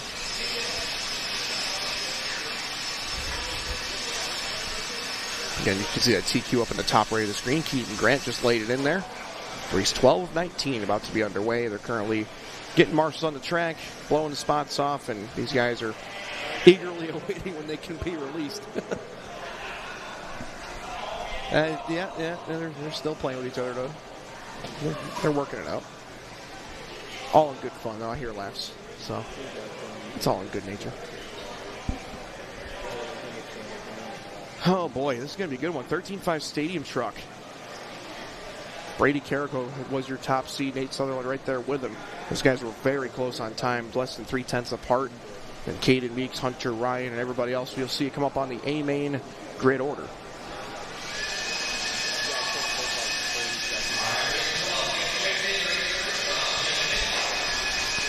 All right, so track is open. Guys are getting their laps in, and once again, Brady Carrico, that 112.8 was the shining top 3 consecutive. That was from the first seeding round. Usually you see a pretty definitive answer if round 1 or 2 was faster, but I see a lot of 1s and 2s. So some guys just had better moments, some guys had better cars, and the track was pretty consistent the whole way through. Good question here from Tim Miner. We actually run modified cars here too, so the fastest cars you'll see will likely be 4.5, 5.0 turns, something like that for a motor for the four-wheel drive division. Usually two-wheel drive ends up around a 6.0, 6.5, somewhere around there. And then, of course, the spec classes, as mentioned, 13.5, 17.5, and 21.5.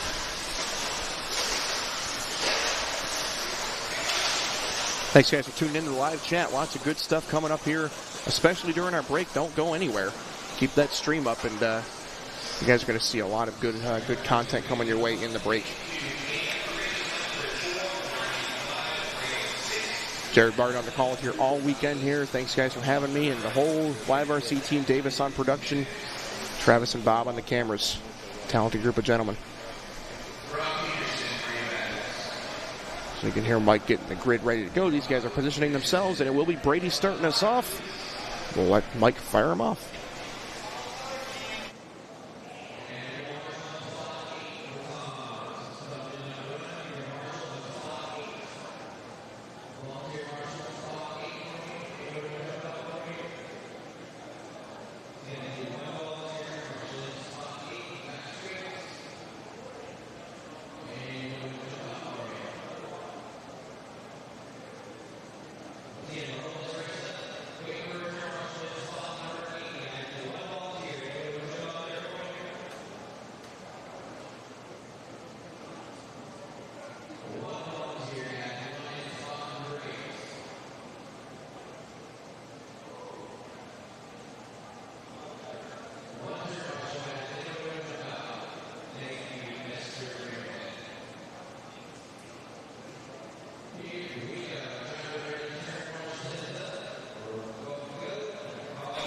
Here we go, guys.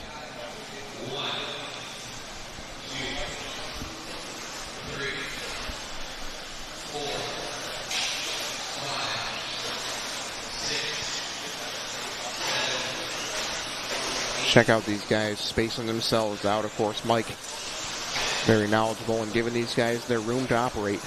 That's an important thing. You got to be able to have a little space to work with and gauge yourself against your competition. Right now, oh, Brady going for a traction roll early, and a problem for Sutherland as well. So first lap, not going to be the prettiest for those guys. That's Caden in that blue and white car that we're following. That's the 3 car. This could be quite the change here. So wow, both your 1 and 2 cars having some trouble. Carrico actually traction rolled after the line, so he's going to have a rough second lap. See how these guys work out, but Caden Meeks looking pretty good early. That's going to be Caden coming across the line, 24-8. There's been about 4 different leaders in 1 minute. Caden Meeks is out front, though. We're following him right here. That's Caden, followed by Ryan Moore second. Josh Shiro in the 3rd spot. Edwards, Hunter King in that 5. Adam Rails, Greg Nicholas, Brady Carrico, Nate, and Zach. So, again, very uncharacteristic start. A lot of guys making some bobbles, but you got to think, stadium trucks with these big wide tires and short chassis, if anything's going to traction roll, it's probably these things, because they have tons of grip with all that surface area. That was my man Zach Mazurik giving a wave by to Caden. Zach the Ohioan. Zach looking pretty clean. Again, just because somebody is the 10 car, just so you guys are aware, that does not mean they're slow or that they're a pushover. These guys are all very talented in this field. This is the Roar Nationals. This is going to be the best of the best in 10-scale clay off-road racing. And just keep that in mind when you're seeing somebody in the bottom sort and thinking they may not know what they're doing. These guys are all very talented on the racetrack. A little trouble up there. It looks like that was going to be Carrico having bigger problems. So Brady from the 1 seed not having the run he would like. Sutherland also having some trouble. Looks like he is redlined right now. I don't know if that's a breakage or if it's a long lap. We're going to find out here as they come back. It looks like Nate is dropped out of this one. But, of course, we will make sure we get confirmation on that. Right now, Joe, it's going to be Caden Meeks out in front, 13.522. He's just been keeping it smooth and steady. Sometimes that's what gets it done. There's multiple ways to skin the cat, if you will. You can be super fast and afford yourself a couple mistakes, or you can do what Caden's doing right here and just smooth like butter. Cool like the other side of the pillow, as Stuart Scott would say. Rest in peace, Stuart.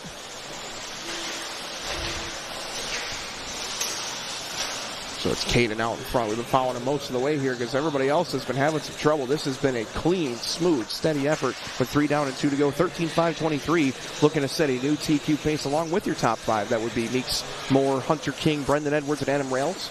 That would be your top 5 on the grid. That would put Keaton in 6th and Roca in 7th at the moment. That would put Carrico 8, Nicholas 9, Cyril 11, Mazurik 15, and Sutherland in 17. Okay, guys, same exact race order for the second round. The only thing that Roar does is they resort based on your finishing position in the heat race. So, luckily, guys like Sutherland and Missouri get a break. They'll just start by how they finish. So they'll be at the back of the next heat, but they're not out of it by any means. Makes 13.522. He's leading by 6.5 seconds over Brendan Edwards. So Edwards in that 2 spot. 8th to 2nd for Brendan. Awesome run here for Brendan Edwards. Meeks right there into your top spot, working his way around. We've got Brendan working his way, coming to the staircase right here. He's going to be that awesome looking white and a little bit of red and gray and a little bit of blue on the back. So second place working his way up the right side of the track, coming to the 180s right now. And now Edwards hits the triple. Right now it's all Meeks. How about this? Continuing to expand that lead out. It's going to be about 7 seconds now. Here for Caden with 35 seconds to go. Only driver on 13-lap pace. King into the second spot now on the clock. So the 4 car, Hunter, TLR in that 2 spot. Followed by Edwards, Moore, Rails, Carrico, Cyril, Nicholas, and Mazurek. 20 seconds left here in race number 12. After this, we'll go into 3 heats of 13.5 stock 4-wheel drive buggy. That's going to be another hotly contested class, the second of the stock classes, if you will. That's brought to you by Donovan RC. This class, 13.5 Stadium Truck, is brought to you by Proline Racing. Driver's clock is expired. They're going to keep on running. And right now, Caden Meeks going to be loving the consistency number when he looks at live RC later. It's going to be probably 98 plus. This was a very smooth run. There's Caden right there at the back end of that shot. Here coming down the line is going to be Mr. Moore. He's done. And watching Meeks coming to the line here down the left side and down the straightaway. All these guys running. A couple guys are left there at the tail end there. They're going to finish up. But Caden Meeks, a 13.522, a rock-solid run. TQ in round number 1 of 13.5 Stadium Truck. Of course, all TQs are preliminary, are unofficial, until confirmed by a post-tech official in Roar. But at this point, Caden Meeks, preliminary TQ, 13.522 here in 13.5 Stadium Truck. And there is your A-main race results on the screen. Meeks the only driver on 13. Moore, Edwards, Rails, King, Cyril, Carrico, Nicholas all going 12. Zach with 10 and Nate with 3. We'll grab Caden for an interview as soon as we can for our 13.5 Stadium Truck top qualifier. Congratulations to him. And at this point, they're blowing the corners off, getting race 13 staged and ready, and we'll grab Caden.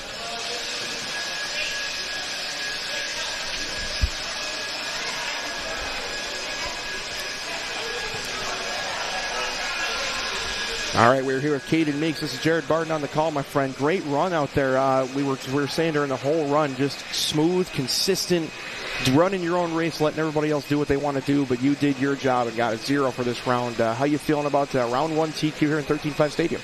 Yeah, thank you. It felt good. The truck was easy to drive, so it was easy to keep it consistent. Just got to do it again and hopefully put it in the 8. That's great, man. That was an awesome run. Your car looks very, like you said, very easy to drive. Wasn't leaning up on the sidewalls or anything. It looked like it was very flat, very predictable. Just wanted to let you give yourself a chance to thank anybody you'd like to thank. Yeah, it felt good. Thank you.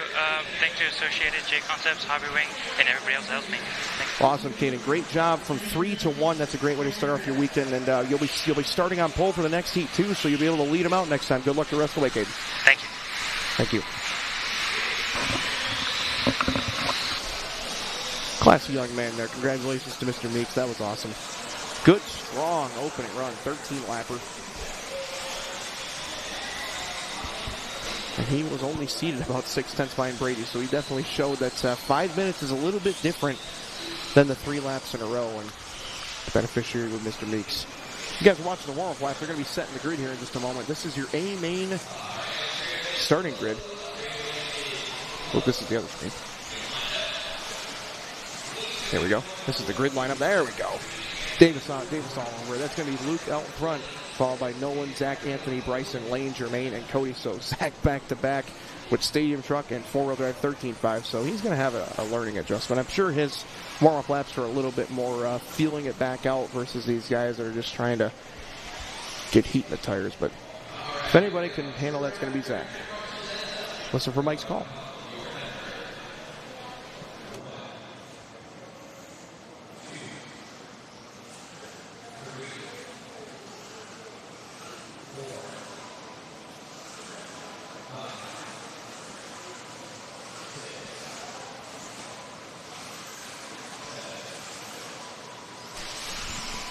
And here we go, boys and girls. Luke Ciel leading them out. That's that green machine. Some black and a little bit of gold accent on there as well. The other green and blue car was Nolan right there behind him. We'll see how these laps start rolling in.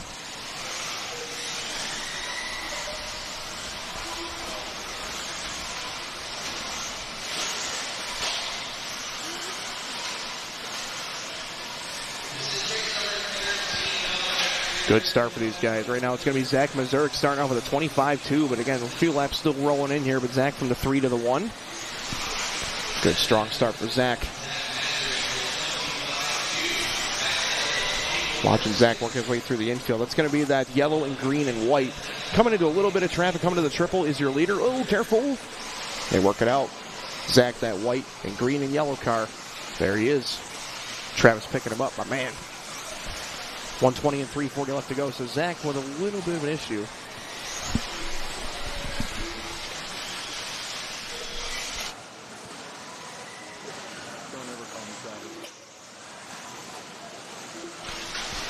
A good start here for Zach over the triple. Still leading despite that little check up there. Oh, nicely done. No one was giving him the lane, but that's a choke point right there. Very hard spot to sort things out, but they did very nicely.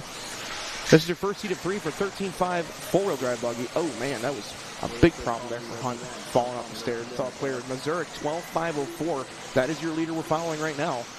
The associated driver, Tekin Horsepower. Also gets a lot of support from Fierce RC Solutions, Fierce RC Pete. Car looking awesome. Blue on the nose right there, a little bit of green and yellow and white. Anthony Woodruff going to be in that 2 spot. That's the number 4 car. He'll be a little bit behind Zach, the number 4 car. That's going to be Lane in 3rd, Nolan, Luke, Jermaine, and Bryson. Currently the separation between Zach and Anthony is going to be 1.7. So Mazurek over the triple. Nicely done right there. Lets himself gather it up. Nice and straight right there. Gets a little bit out high, but car looks good. Driving looks good. Zach, the Ohio native, tends to always frequent the Ohio circuit. A lot of 8 scale in Zach's program. Medina Raceway for sure. Race Inc. Also ventures to LCRC, as previously mentioned, out in Oakland Mills, PA. LCRC, definitely a center of interest for us Northeast racers, including this New Yorker on the microphone. 3 down and 2 to go. Zach Mazurek working his way down the straightaway right here through the sweeper. Fast lap 24.1, so Zach definitely has gone to work on that car. I went over and checked him in the pits yesterday, and he was looking worn out. But telling you what, work ethic will get you through a lot of things, and Zach is a grinder for sure. He does not stop until it's over. Right now doing his job out front, 13.524. So it's Mazurek, Woodruff on a 12.507, Luke Ciel 12.517, Lane 12.519, Hunt on 11, Jermaine on 9, and Bryson on 7. Watching that gap between Zach and Anthony, still holding about 5.5 seconds here. So Zach has definitely made good on this number 3 seed, and I think he'll definitely be happy with the qual point result at the end as long as he can finish out the next minute 10, because this is a stout run. 13.524. This time back comes back with a 24.5. Now jumps up to its 5:23, so he's on that tipping point of the extra lap. I'm sure he'd like to get it. Nicely done again, letting himself gather up. That triple kind of tosses you at the end, that single. If you don't hit it completely square, it can send you one way or another. This is super high grip here at Hoosier, here in New Albany, Indiana. 45 seconds left. Mazurek one more time. 13.522, picking it up. 24.3 that time, and he's the only driver in the 24th in this race on hot lap. Woodruff, Ciel are both separated by about 7 seconds. Really no battle there for second and third.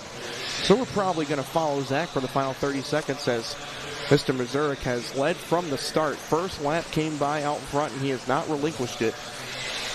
20 seconds left to go here in 13.5 Wheeler, as we lovingly call it.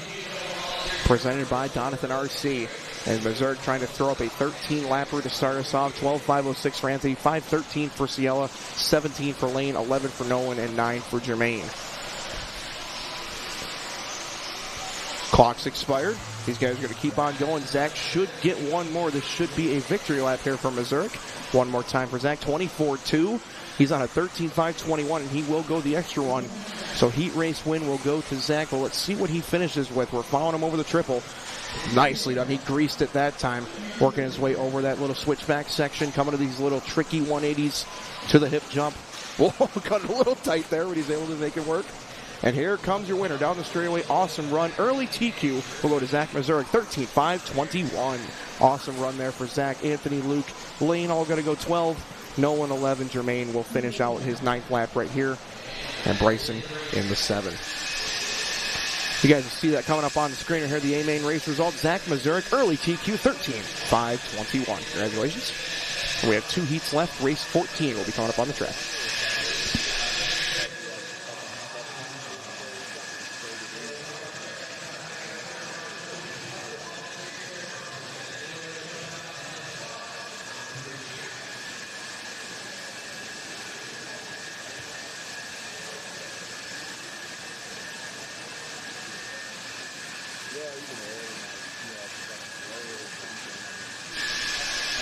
Coming up now, race number 14. This is your second heat of 3 for 13.5 four-wheel drive buggy. Wow, I look at my heat sheets every time and I get amazed. There are household names in this race already. We got Kyle Go out there on the pole spot. Brady Carrico, Caden Meeks again. Luke Pravacek, Ryan Moore, Dustin Fox, one of the best carpet racers in the industry. Remember, he has dominated Cleveland the last few years. The U.S. Carpet Off-Road Championships hosted by Scotty and crew out there in the Embassy Suites in Ohio. I always participate in the on-road portion, but one of these years they're going to drag me out to do Cleveland 2 weeks in a row because that is a wonderful event. Connor Esbeck, Keaton Grant, Brendan Edwards, all going to be on the track in this one. As you see, the marshals are scampering out there. The corner's getting blown off, and Mr. Braun will release these guys shortly. Once again, guys, stick with us during the break. There will be a break after round 22, but stick with us. Lots of content on the way. Davis and I were hounding the pits yesterday for interviews. We got a good chunk of interviews, got a lot of great high-profile drivers. We got that interview with Eddie Henley, the track owner, and we can't wait for you guys to see what they have to say. We want them to illustrate the Roarnets in their words, and we can't wait for you to hear that.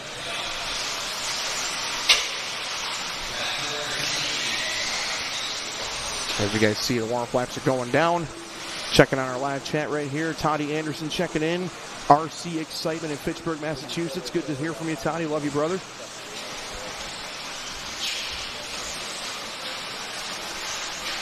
A little discussion about the Fly Sky Radio. That's been a topic of conversation the last couple of years. It's some of the guys signed some big pro drivers. Reinhard Mayfield, Jared Wiggins, and so on. And here comes our starting lineup. Kyle Go will be on the point, followed by Brady, Caden, Luke, Ryan, Dustin, Connor, Keaton, and Brendan. You will hear the numbers that Mike calls off, and we'll let him take the floor.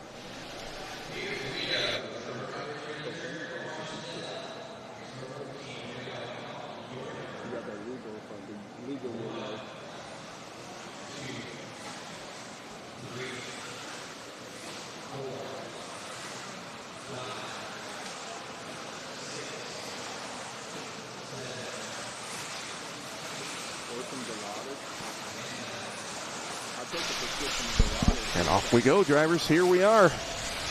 All you guys watching at home, trackside, live RC, Facebook, YouTube, you're in for a treat right here.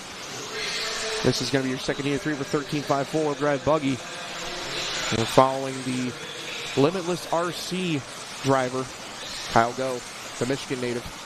A lot of Michigan here this weekend. That is a very competitive state. When you start thinking about states with most talent per capita, Michigan's got to be in your top 5. They have got a lot of fast drivers up there, including Dakota Tater, defending a Smart World champion. And don't ever sleep on Kyle Go, the X-Ray and Exalt driver. Tied for a Roar National Championship a couple years ago at Hobbytown. And he has every chance this weekend to make his bid. Because right now, because Kyle, lest we forget, is a 5-minute racer. He really just bangs out laps consistently, smooth. And he really knows how to control that race car. He makes that thing do what he wants to do on the racetrack. Even if it's not ideal, he's able to make it work. And work ethic and relentlessness and never quitting will get you a long way. As we say that, though, Dustin Fox with a 22.8 is your lead. That's the number 6 car for Fox. Again, we're going to follow Fox, that orange, blue, and white car. So Fox working his way through the left side of the racetrack. He's coming down the stairs into the start-finish line. That's the orange, white, and blue. Still following Go right here as he is in third. Ryan Moore in the second spot from 5-2. This is your third-place driver on the clock, Kyle Go. He was your pole sitter in this heat. Again, Fox going to be in that orange, blue, and white.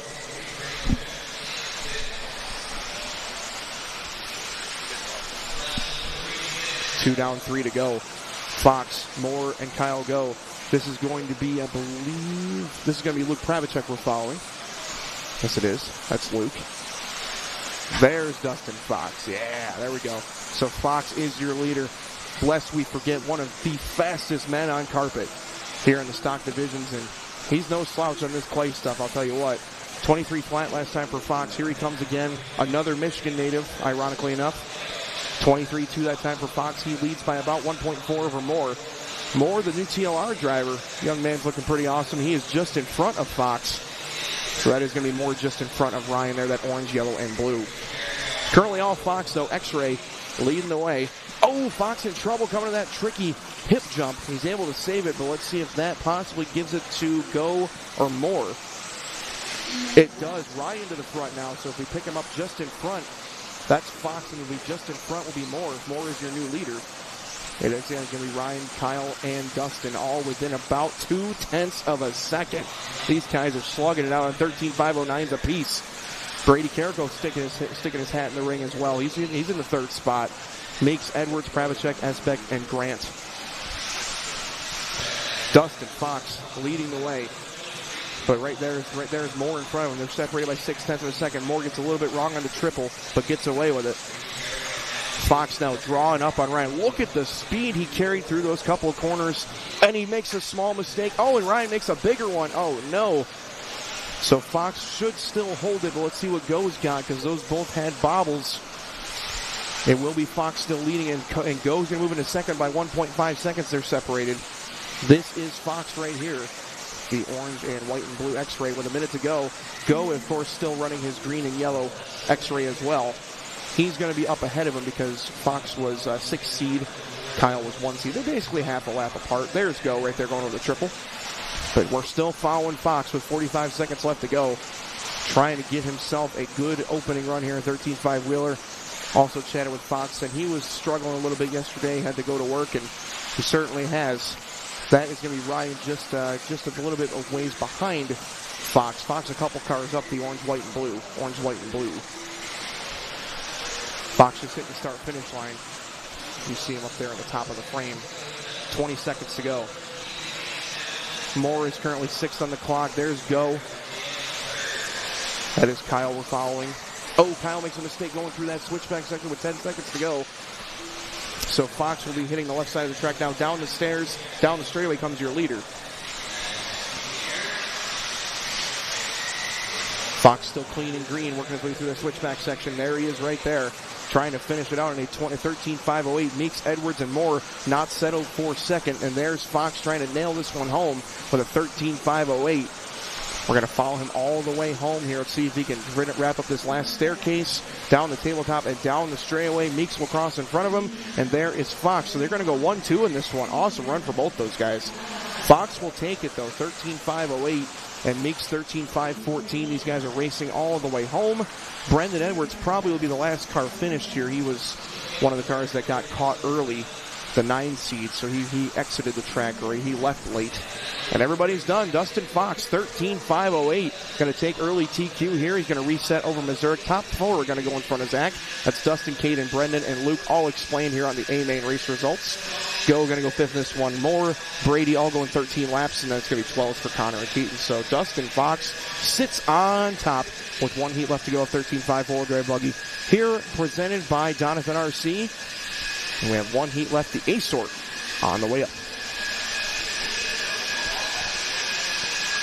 Strong run there from Fox. Top 4 reset in TQ. That'll put Missouri in the 5th spot going into this last heat. So a lot of topsy-turvy switching up on the grid. Like we mentioned, like we keep hammering through the broadcast, 3 laps is a lot different than 5 minutes.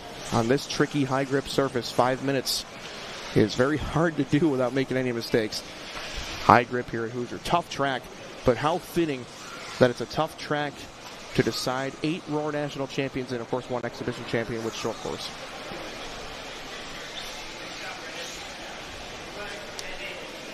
And this is going to be awesome. This is the ASOR 13.5 wheeler. This is going to be headed by Sammy Moran, followed by Henley, Dominic Peccioni, Nate Sutherland, Colin Miles, Chase Raymond, Levi Raymond. So the twins right there together, Hunter and Aaron. Sammy, the California native, multiple-time national champion, has won all the big JC races. Sammy is very quick, and he's looking dangerous this weekend. They call him the killer for a reason. Trying to go for the juggler here in round number 1.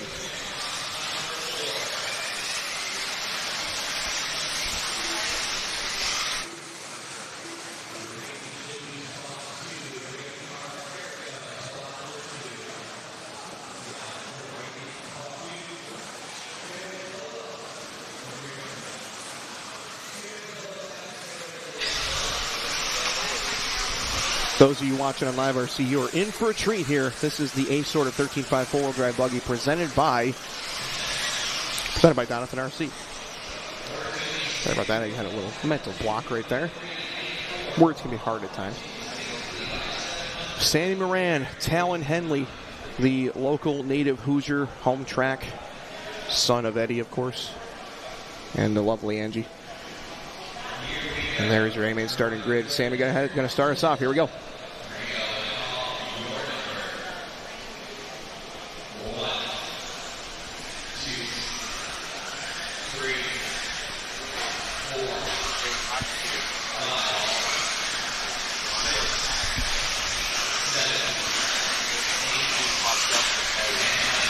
All cars have been released. There's Sammy. Red, white, and a little bit of, primarily red and white with some blue as well. Man, that's a sweet looking paint job.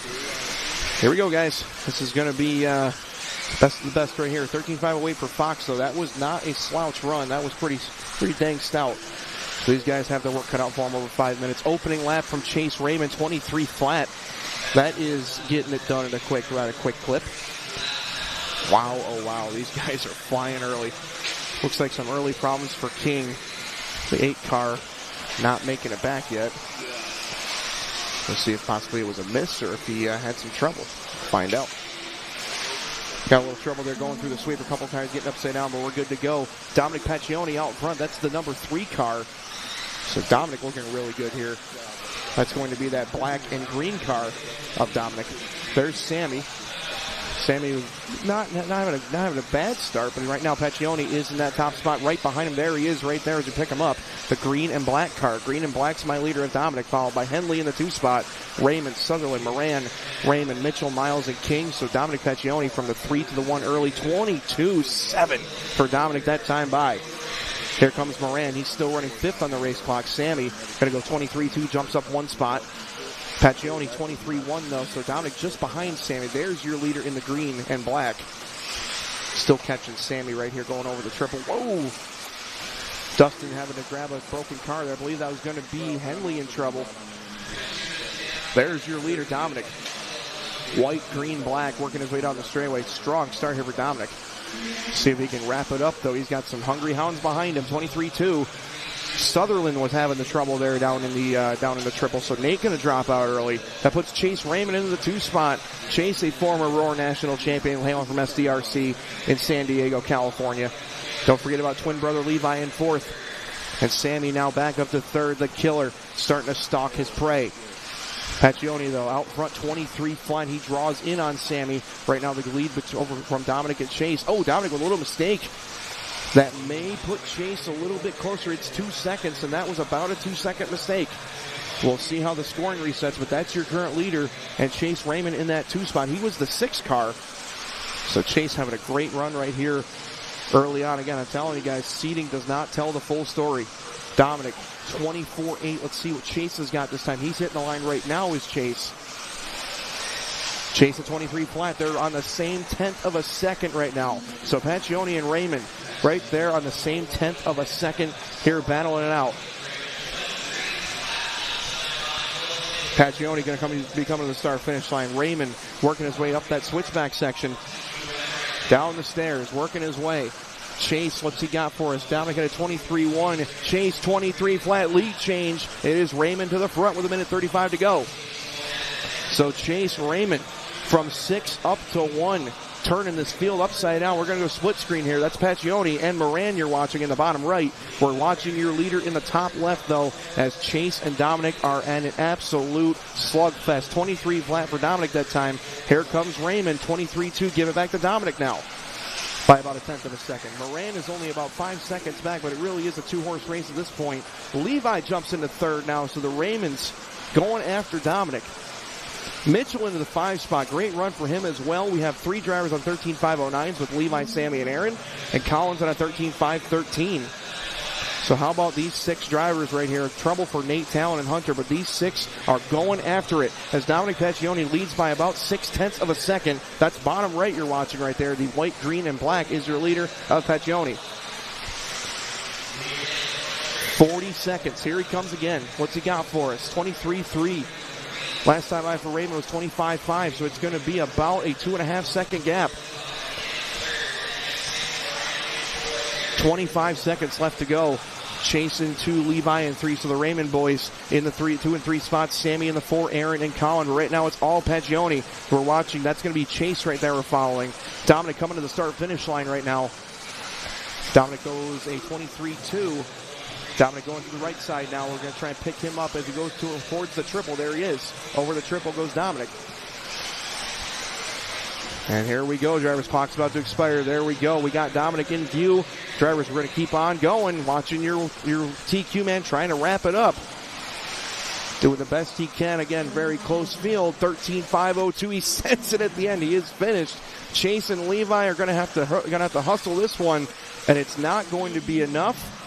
So Dominic Paccioni going to go in the top spot here. 13.502. Chase 04. Levi 07. Sammy 08. Here comes Aaron Mitchell for an 08. He's going to put up a 6th spot here in round number 1. Colin Miles, Nate Sutherland, Talon Henley, Hunter King, and Dominic Paccioni, a TQ run. 13.502 here in 13.5 four-wheel drive buggy. He does it from the 3 on the seating grid, and he's going to put up a 0 in round number 1 for qual points. An awesome run, and of course we'll steal him for an interview as soon as we can. An awesome run, and all these guys going 13 and then early trouble for Nate, Talon, and Hunter. That's your A-Main race results grid.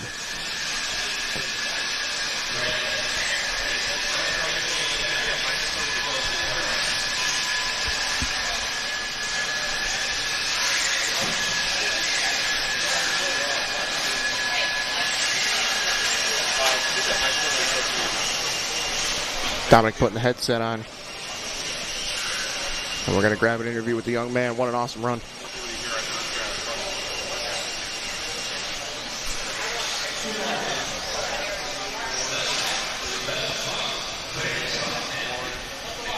And we are live here with the young Dominic Paccioni. This is Jared Barton up in the Live RC booth. Congratulations, my friend. What an awesome run. I was watching that intently the whole way with both the Raymond brothers chasing you. How are the nerves right now, my man? A 0 is got to feel good, but you got to be a little nervous. Yeah. That was honestly, the car was way better that run.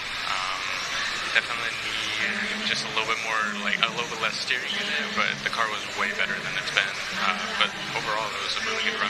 Well, fantastic, Dominic. You made it look very smooth. Your inputs were very crisp and very clean. So I just wanted to congratulate you on a great start. Can never ask for a better way to start off your bid than put up a TQ in round number 1. Anybody you'd like to thank at this time? R1 Works, TZO Tires, Hobbyplex.com, and Ian's IRC. All right, my friend. Well, good job. Get out to that corner marshal spot. Thanks for your time, and a good luck the rest of the weekend. No problem. Thanks. Thank you.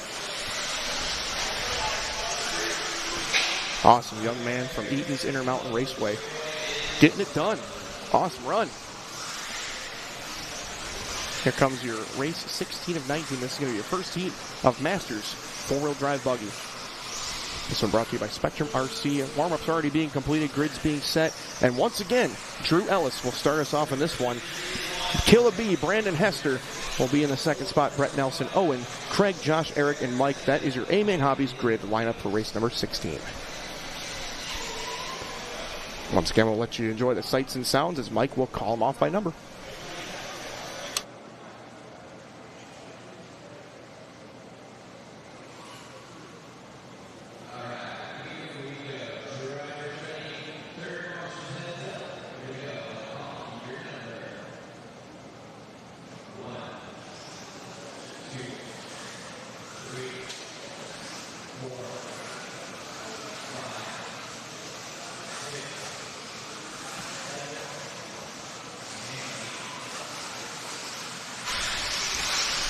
Here we go over the Keegan jump cam. Everybody has been released, and here we go with your first heat of Masters four-wheel drive bike.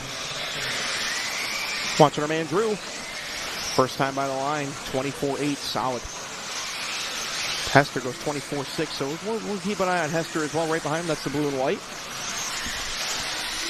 Just so you guys know, Brandon Hester has one functioning arm, and that man can get around a racetrack. You ever watch him race 8-scale buggy at G's Raceway in the Shippensburg, PA? It is awfully impressive. I can never do what he does, and I think that's worth being recognized. So Killa B, as we all call him back home, doing a good job so far. We're about 1 minute into this one. Drew Ellis going to start off up front with a 24.3 that time. Hester in the 2. 24.6 was his opening lap, followed by Brett Nelson, Josh, Owen, Mike, Eric, and Craig. Currently following your leader, Drew Ellis. That's going to be that green, white, and orange. He's run those colors forever. I hear there was a negotiation, a contract negotiation when Kevin Hebert first signed with X-Ray that Drew gets first priority on those race paint colors. Just a rumor, though. We have to confirm that. But Kevin Hebert, one of the best on-road racers in the world, runs for the X-Ray team, and they run identical race paint colors. It's awfully funny when I see those guys poking fun at each other. Ellis, 13.5.21, and negotiating a little bit of traffic. Gets a wave by. Hester not far behind. Again, that blue and white car just a couple cars back is in second, followed by Simmons in the 3, Reinerson 4, Irvin, Salkowski, Jackson, and Brett Nelson. Leader trying to be clean and smooth with traffic, trying to just be patient here around number 1. He's going to try and negotiate cleanly. Just past the 2-minute mark. 3 to go.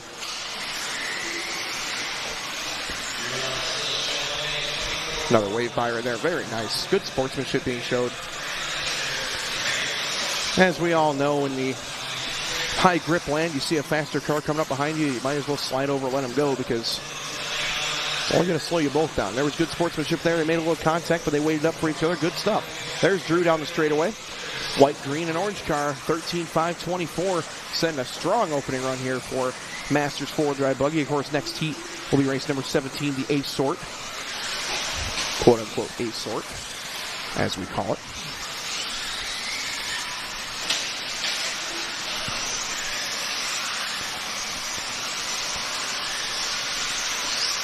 Coming up on the 73-minute mark, drivers in 2 to go. We've got Drew Ellis out in front, 25.4 that time, now 25.2. 13.5.24, Killa B's on a 12.5.08. Simmons, 12.5.20. Reinerson, Salkowski, Irvin, and Jackson all on 11s. And Brett out after 2 laps. But still your leader the whole way. Hester opened up with a little quicker lap, but Ellis has been just cranking them out. Consistent 24s and 25s, a 13.5.24, trying to set early TQ. There's a 25.3 down to a 12.5 flat. He's right now on the tipping edge of a 13-lapper. Next up going to be Chris Van Aer, top seed in the Masters 4 Drive Buggy class. Let's see if he can reverse his fortunes a little bit from round number 1 so far. Chicky, Mac Vanderbeek, Alan Horn, Greg Nicholas, Mark Decker, Josh Tyrrell, Eddie Henley, and Greg Carrico in the next race. That should be another fun one to watch. Right now, we are currently focusing on Drew Ellis, your leader. This time by goes 13.5.24, another 24.3, steps it back up to a 13-lapper. Through those tough little tricky 180s, coming to the triple of death. Nicely done right there. Able to land it as he got a little bit nose high.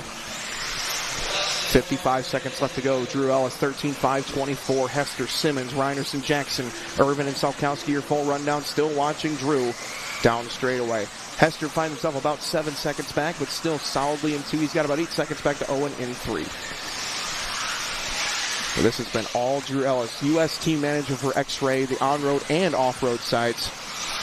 So a lot of things go through Drew owner of Pro Level RC in St. Louis, Missouri. He's done that for a better part of 15 years. I believe he's inception in 2012. And they're looking for a new location, but rest assured, if they're able to get a new location in St. Louis, it will be a proper racetrack. Carpet on-road and off-road for Ellis. 10 seconds left. You're watching Kill a Bee here for this last lap or two. That's second place, Brandon Hester. Solid run here for Brandon. Nothing to hang his head about at all. And the clock has expired. We're going to keep running until everybody is done. Drew Ellis going to be coming across for... No, he just got cut. 12.501. I was about to mention extra lap, but he gets cut at the line. Here comes Hester. Hester will finish about 8 seconds back here. 12.508, so he goes 7.5 back.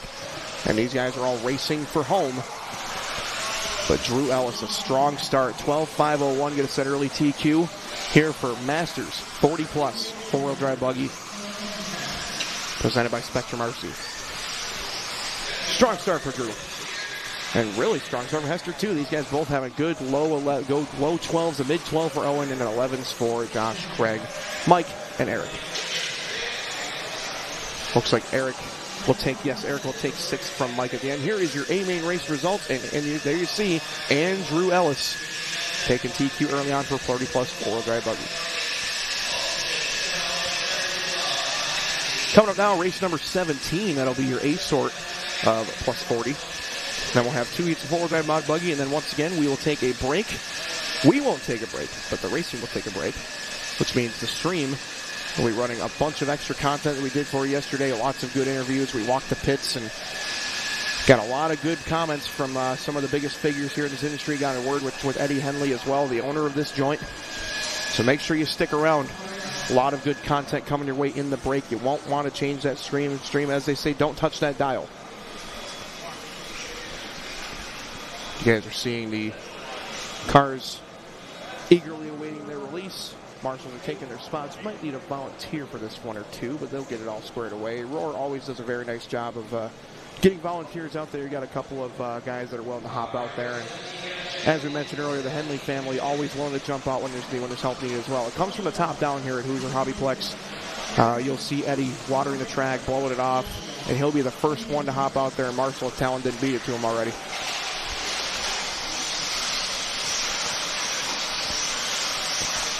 Lead by example, does Mr. Henley.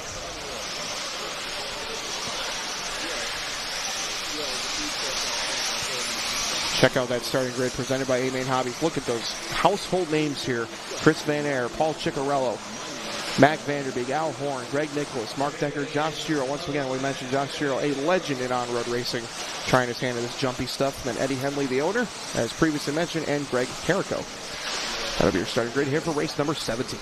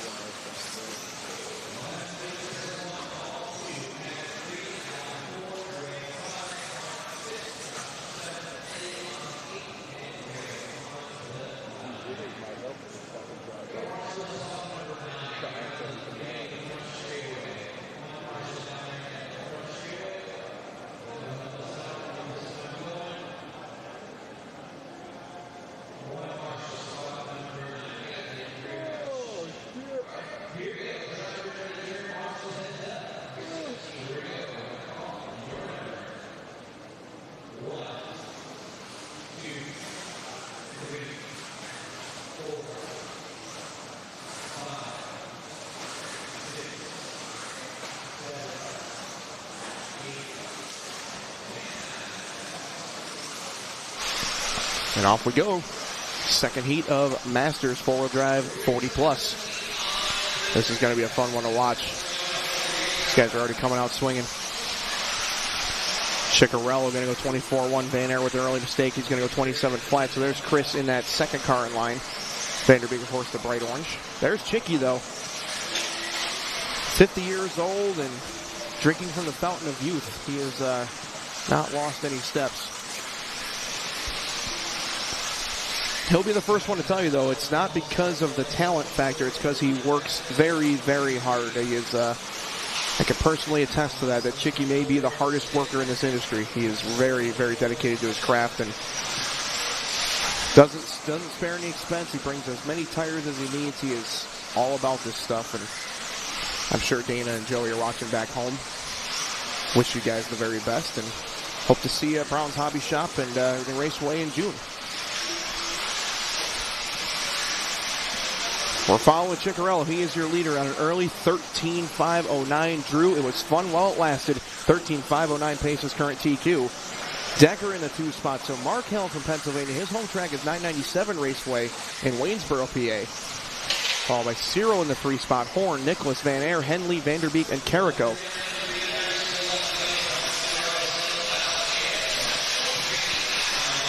Keeping an eye on our live chat. We got a radio debate going on right now. Not many comments rolling in, but once again, we're keeping an eye on the chat, guys. If you want to shout somebody out or just say hey, do whatever you want. We're here. And we love to shout you guys out. Thank you for tuning in to Live RC, Facebook, and YouTube. 2 down, 3 to go. We're watching Ciccarello on a 13.512. That's that white and orange and yellow. A little bit of black splatter in there. Easy Customs Paint, Eric Everett, located in Florida, one of the best in the business. You think about him, you think about Larry, think about Bradley Fineline. Those are some of the names you think of when you think of off-road paint jobs. Don't forget about Magoo Race Paint, Pro Lids, Brandon Swisher. Got to think about all those very talented individuals that paint bodies. And many, many more. But this is an Easy Custom scheme out in front. Chicky's run this scheme for a number of years now. It's Paul, Mark, Josh, Al, Greg, Nicholas after about 6 laps. Right now, top 4 are on 13-lap runs. Greg's on a 12.5 flat. Those are all TQ resets. That would put Ellis in the 6. Van Air would move into 7. Then Henley would be 10, Carrico 11, and Vanderbeek 12. Of course, lots of time left, 3 down, 2 to go, but Chicky is out front right now and looking pretty stout, looking pretty untouchable at the moment. 3.5 seconds is the separation. Give Mark some credit, though. He's a carpet guy. This clay stuff's a little bit different for him, but as we've previously mentioned, that X-Ray team does not withhold any information. They share everything, and as you can tell, a lot of X-Ray at the top. Cyril, Privateer, of course, for Accelerate. Accelerate making many new products in the on-road, oval, and now off-road markets, but right now Cyril running Associated Cars as Privateer. There's Ciccarello as we catch him going down the stairs and down the straightaway. This time by for Chicky, 23.7. Ooh, that's a fast one. Right now, quick lap does go to Paul, 23.3. He did that on lap number 2. Right now, Mark's got a 24.1, Al 24.6, Josh 24.3, Greg 24.2.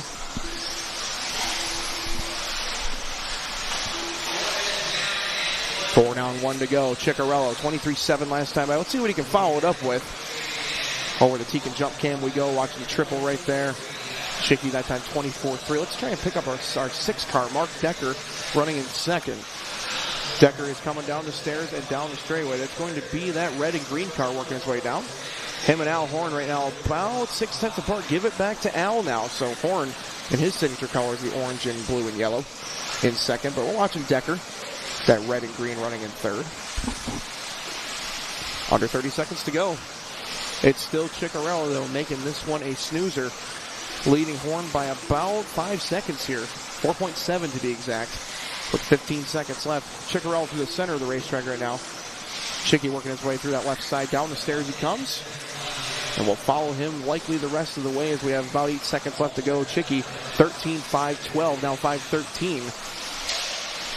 And we have the clock coming to a close. This is for TQ here in 40 plus. 4-wheel drive buggy. We might need to lower the camera because Chicky's only about 4'10". Ciccarello trying to take TQ here in 40 plus 4-wheel drive buggy. I say that with love and respect, of course.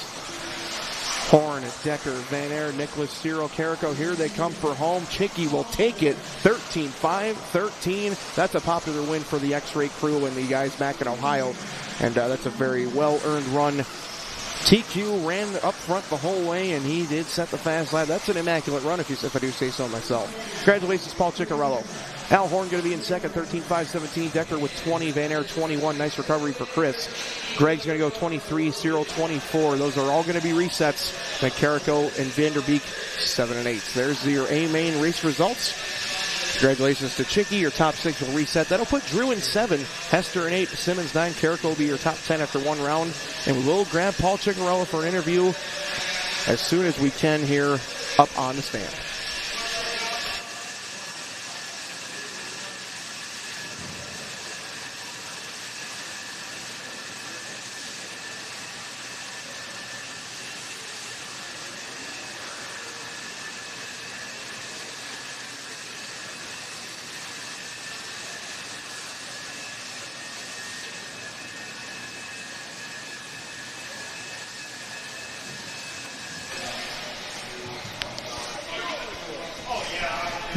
right, here we are with Chicky. Familiar voice on the call. It's Jared up in the booth. Paul, congratulations. Awesome job. Your car looked just picture perfect. We were watching it most of the way, and just want to get your thoughts on a round 1 TQ here in Masters. It went pretty good. I didn't have to get marshaled, so that was good. I made some changes for that run, and the car was super easy to drive. Yeah, it's the best it's been so far, so it was good. Well, that's great, Paul. We've been mentioning all throughout the stream how the X-Ray team works so cohesively together. Just tell me about how well your team works and how you share info and make everybody better. Yeah, basically that's a story. We just share a lot of information. If someone finds something, we relay it and just kind of go back and forth and come up with a good plan. Well, my friend, congratulations again. Awesome run. You put in some great work, and good way to start off your bid for a championship with a 0, and good luck the rest of the way, Paul. Thank you. Thank you.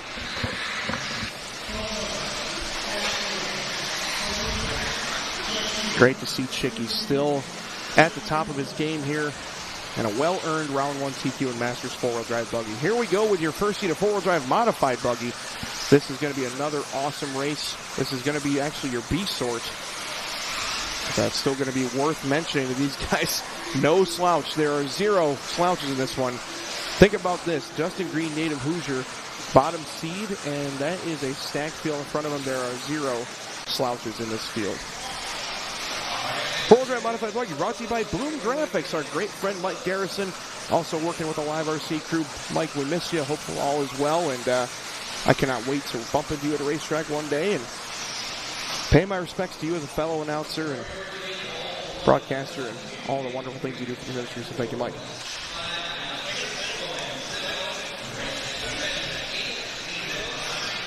You guys are watching the grid getting set. This is your A-Main grid lineup for the first seat of 4-wheel drive mod buggy presented by Boom Graphics. Cole Tower, followed by everybody else. Listen for Mike's call.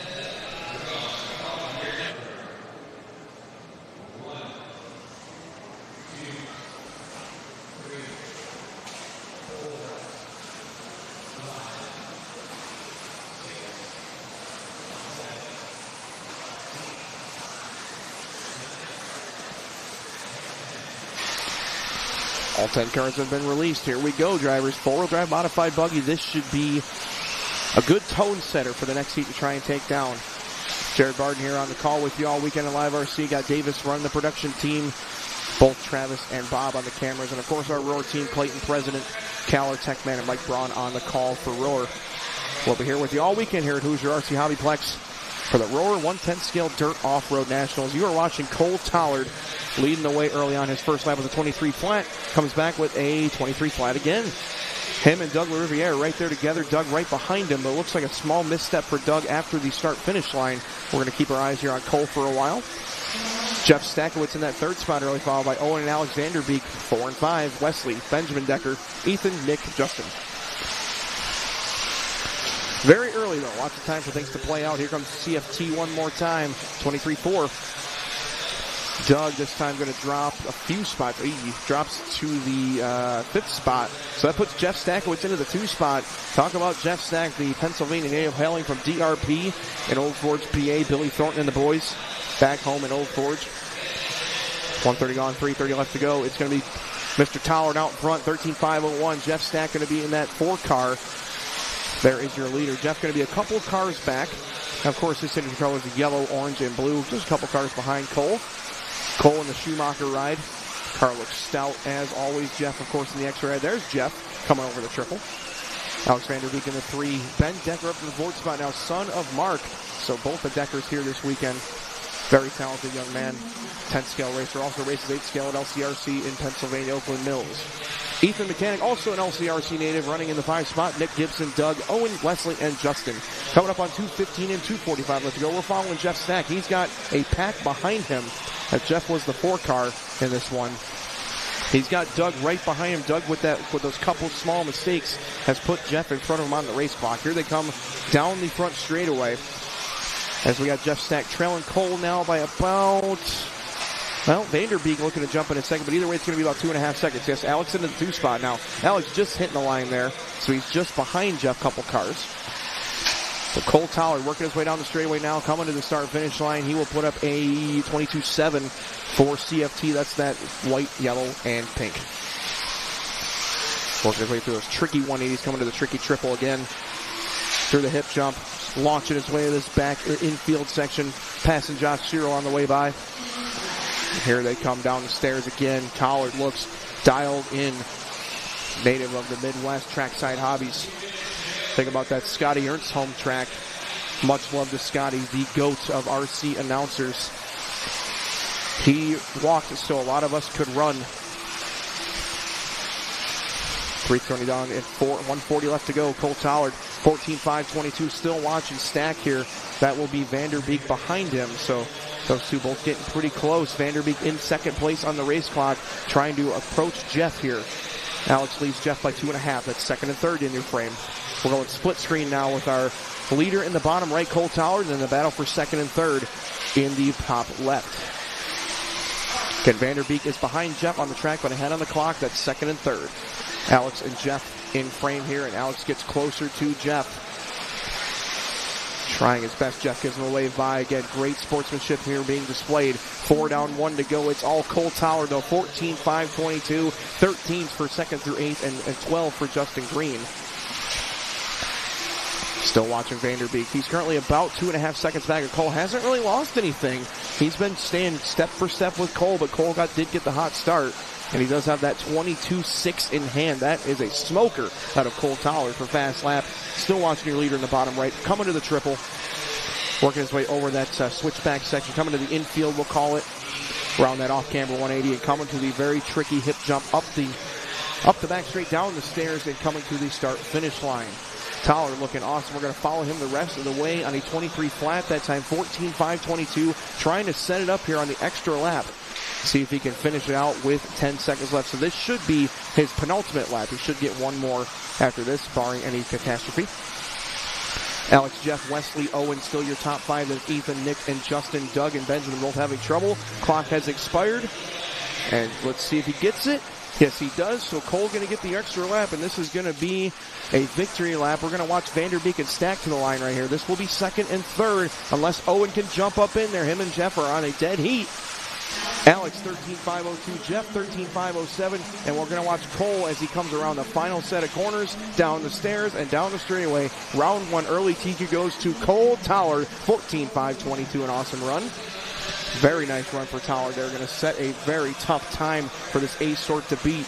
1C goes to 1 on the grid for the moment.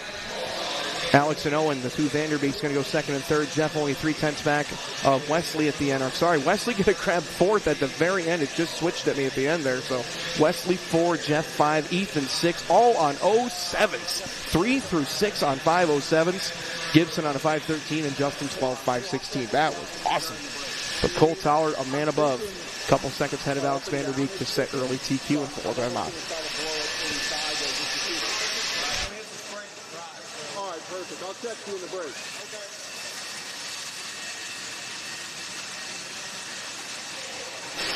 Okay. And ladies and gentlemen watching at home, do not go anywhere. You guys can get up and get a drink later. This is going to be race number 19, our final heat of round number 1. 4-wheel-drive modified buggy. This is going to be one you want to watch, presented by Boom Graphics. In this race, current and former world champions and national champions. Any sort of championship. If it exists, they have won it in some form. Spencer Riskin was your top seed for round number 2 of seeding. He got Schimmel by 1/10 of a second. Brock Champlin, Dakota Fenn, Davey Batta, Tater Sontag, Tom Brennerneck, Chase Lemieux, Ryan Cavallari, and Aiden Horn, your 10 drivers in this one. Can Schimmel double up, or will somebody have a say in this one? Schimmel already your 2-wheel drive mod top qualifier from round 1, if you guys do not remember. We'll listen for Mike's call. Here we go, guys.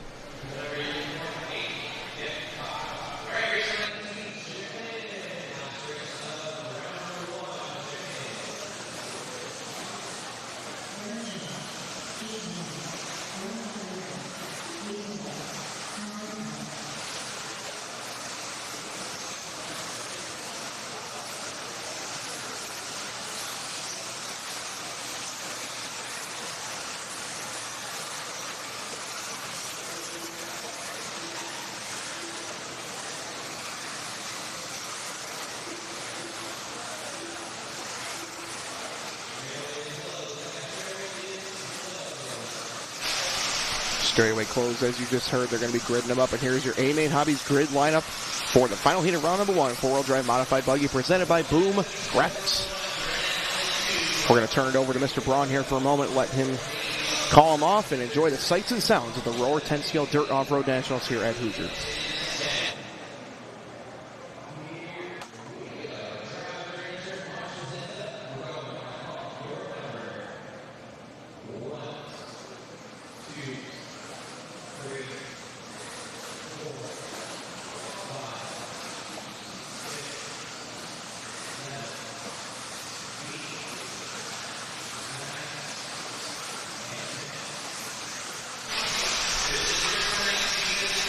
All right, I know it's only round 1, but the tension in the building can be cut with a knife. Here we go with your final heat of round number 1, four-wheel drive modified buggy. Who is going to TQ? Oh my goodness, 22-1 opening lap from Brennan Schimmel. That is a burning hot lap right now. He will be your fastest after 1. That's pretty definitive. He's 4/10 in front of Fenn. That was awesome. So Schimmel giving Rivkin something to run for early. That's your 1 and 2 right there. Rivkin currently 3rd on the clock, but Schimmel is absolutely lighting it up. Sometimes, Schimmel, a little mistake. So Schimmel pops out into the pipe right there. It's going to let Rivkin kind of take a breather and get back on it. That was going to be Sontag in trouble coming on the front. Trouble on the triple. That's going to be, I believe, Bata. It's clear. Big trouble there for Davey, though. He was running 5th, and now we have a couple cars having trouble, and Sontag in trouble, going to pull it off to the infield. Possible mechanical or something going on there. Rivkin just smooth over that triple, but it is defend out front by 7/10 of a second. Couple cars back will be Fenn in that orange and blue. You know that was those colors by now. 31-time Roar National Champion, IFMAR World Championship finalist, of course. Fenn is getting tired of being asked, when are you going to win one of these things? Trust me, folks, it's a matter of time. Not a matter if, it's a matter of when for Fenn to win his first World Championship. Trouble there for Rivkin. We just caught it at the end, making a mistake off the triple, and Fenn going to get around him on the track as well. So Dakota Fenn, 5 minutes. I'm telling you, folks, 5 minutes is a lot different than 3 fast laps in a row. Dakota not only has violently fast speed, but he can do this all day long and twice on a Sunday. Fenn, Schimmel, Champlin out to the 3rd spot. Tom Rinderneck to 4th, Chase 5, Cavallari into the 6th now. So Ryan from 9 to 6. Rivkin, Horn, Bata, and Sontag. That's how they're running with 2:45 left to go. Here is your leader down the straightaway, Dakota. He's going to be leading by 1.2, 1.1 now, as Schimmel tries to get back to him. 22-1 to a 22 flat. Schimmel now with a 21.8 fastest lap on lap number 4. That has to be fastest lap of the weekend so far. That is just moving it. So X-Ray teammates 1 and 2, Schumacher in 3, X-Ray in 4, Schumacher, Rinderneck in 5, but he's having a long lap. This may drop him down a bit. That'll put Rivkin in the AE down up to the 5 spot now. So it's going to put Cavallari, Horn, Bata, and we'll see where Rinderneck shakes out, but he's not coming back. Red line is never good news. Dakota Fenn leading the way. There's Schimmel. We're picking up him down these stairs and coming to the start-finish line. Schimmel now going to be trailing by... he's getting closer, 21-9. All of a sudden, Fenn in trouble here. 0.2 of a second, the separation between Fenn and Schimmel. Schimmel hits the triple this time. So Schimmel going to try and claim double TQ honors here. He already TQ'd 2-wheel, and he is flying right now in 4-wheel. Fenn with a 22-3. Here comes Schimmel. 22 flat lead change. Schimmel to the front of the clock with 1:30 to go. That's that pink, yellow, and white X-Ray machine, Exalt Power.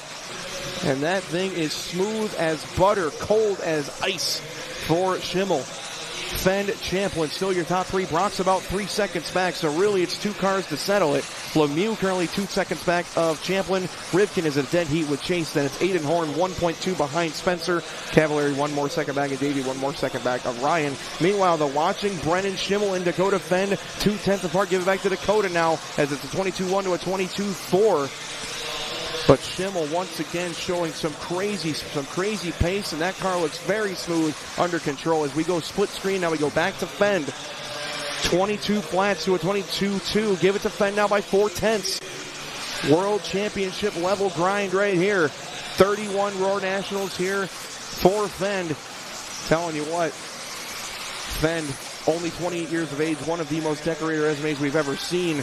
trying to take down another Roar championship. He's trying to make it 32 or 33-time champion this weekend. Fend and Schimmel separated by a tenth of a second. It's still got Brennan pushing hard. Over the triple goes Brennan. Coming into a little bit of traffic. He's going to be seeing Cavalieri with 15 seconds left to go.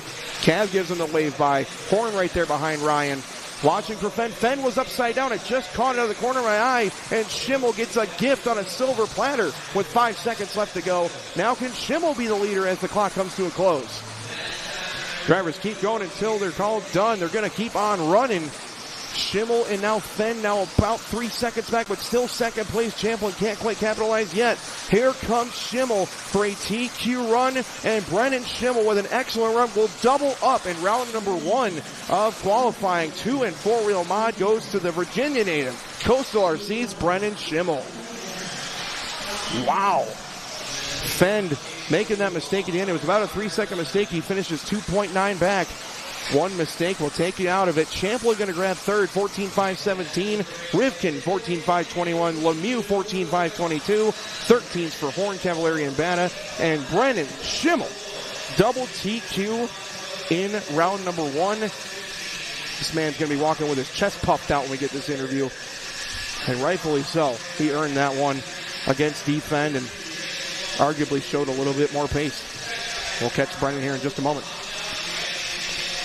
Guys, don't go anywhere. We're going to play a bunch of extra content for you, a lot of bonus content we got yesterday. Do not go anywhere. Don't turn that stream off. Don't even turn the volume down. Keep it here on Live RC, Facebook, and YouTube.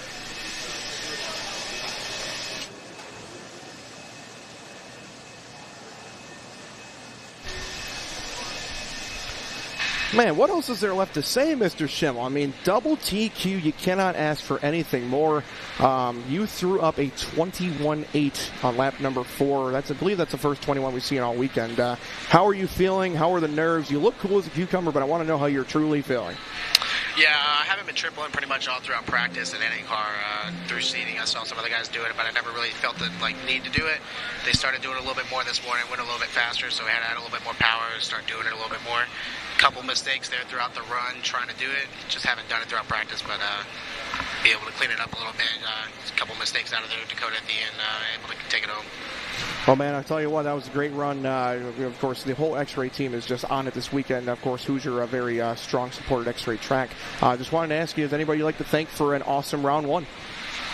Yeah, I mean, I would say everyone I said before, X-Ray, RC America, Drew's here, Kevin's here with Exalt as well, Wits Racing, J Concepts, Jason and Paul been a huge help this weekend as well. Everyone back home, family, friends, can't do it without them. Well, Brennan, congratulations, my friend. Very happy for you. You have started off your bid as well as you possibly could have with a couple TQs, and you will start on pole for round number 2. Do you have any strategy going into the next round starting on pole? Keep it clean. Let's try not to hit the pipe there on lap 2. Hey, man, hammer down, right? So great job for you. Congratulations, and good luck the rest of the way. Thank you. All right, guys, once again, we will go into a quick intermission here. We'll allow for track prep, a little meal break, but do not go anywhere. We have plenty of Live RC coverage headed your way. We did a lot of interviews yesterday and much more coming your way. So keep it here on Facebook, Live RC, and YouTube. Plenty more coming your way. We will come back at 2:30 for round number 2.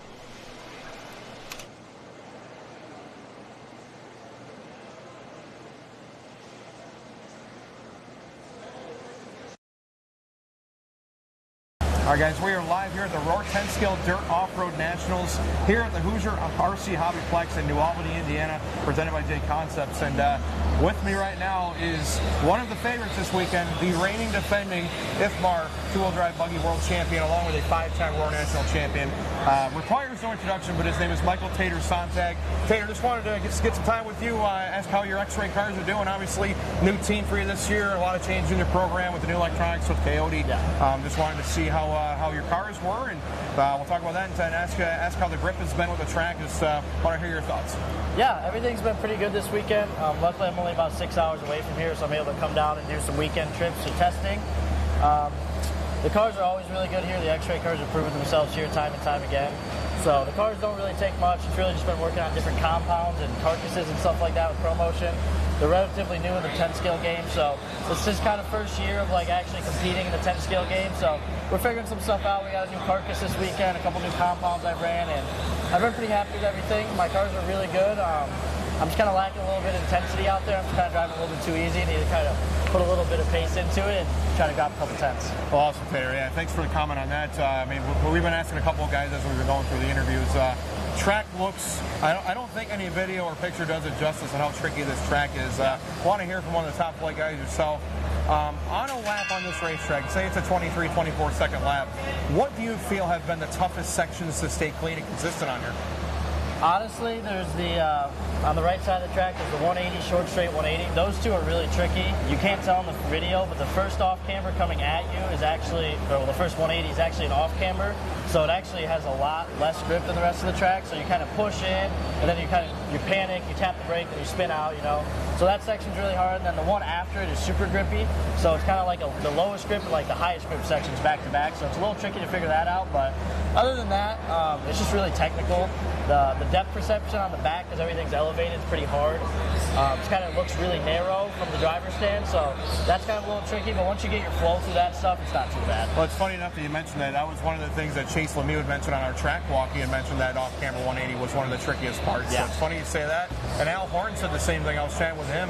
He said that this track doesn't look that intimidating and that technical, but when you drive it, it's very tough to stay consistent. So, yeah, for sure. Hey, one of the best in the world like yourself, I have no doubt you're gonna be in the hunt this weekend. Just wanted to basically talk about your home track, Limitless RC, and I'm telling you, man, Michigan is a hotbed for fast, really well-seasoned racers. I mean, you get to race guys like Kyle Go and Aiden and all these guys every single week. I mean, how do you feel, I mean, of course, with your teammate Dakota sitting right next to you, how helpful do you feel it is being able to race guys like that? And like you said, come down here this way just to prepare yourself and always keep yourself sharp. How important do you feel that is? Yeah, it's for sure important. It's definitely a big help to be able to race. Like me and Aiden Club race a lot together. And it helps to race somebody that's at the race pace at the big races too. So you kind of can base yourself off of each other, you know. Because when you're there by yourself, you know, everybody's the fastest guy when you're there by yourself, you know. You can be going second off race pace and think you're going fast. For sure. It helps a lot to have a lot of other guys pushing you and, you know, seeing where you are when you stack up and stuff. But yeah, it's been really good. Michigan, the Midwest has definitely got a lot of talent, so it's been pretty good growing up. I've always had people to race, and it's never really been an issue with that. Well, that's awesome, man. Well, thanks again for your time. Guys, you're going to want to keep an eye on Tater. Of course, defending world champion two-wheel, but he has a great chance to make himself 6- or 7-time Roar National champion this weekend. Make sure you stick with us. Tater, good luck. Guys, we have much more coming your way here from the Roar 10 Scale Dirt Off-Road Nationals here at the Hoosier RC Hobbyplex. My name's Jared Barton. This is Tater Sontag, and we'll catch you guys later. We are here at the Roar 10 Scale Dirt Off-Road Nationals here at Hoosier RC Hobbyplex in New Albany, Indiana. My name is Jared Barton. I'm here with the best interview in RC, Aiden Horn, the Michigan native from RC1 Raceway. Aiden, great to have you as always. Pleasure to meet up with you every time we catch you at the races. Want to get some of your thoughts on how your cars are, how the track feels to you, and we'll just let the conversation flow. So how's everything going so far?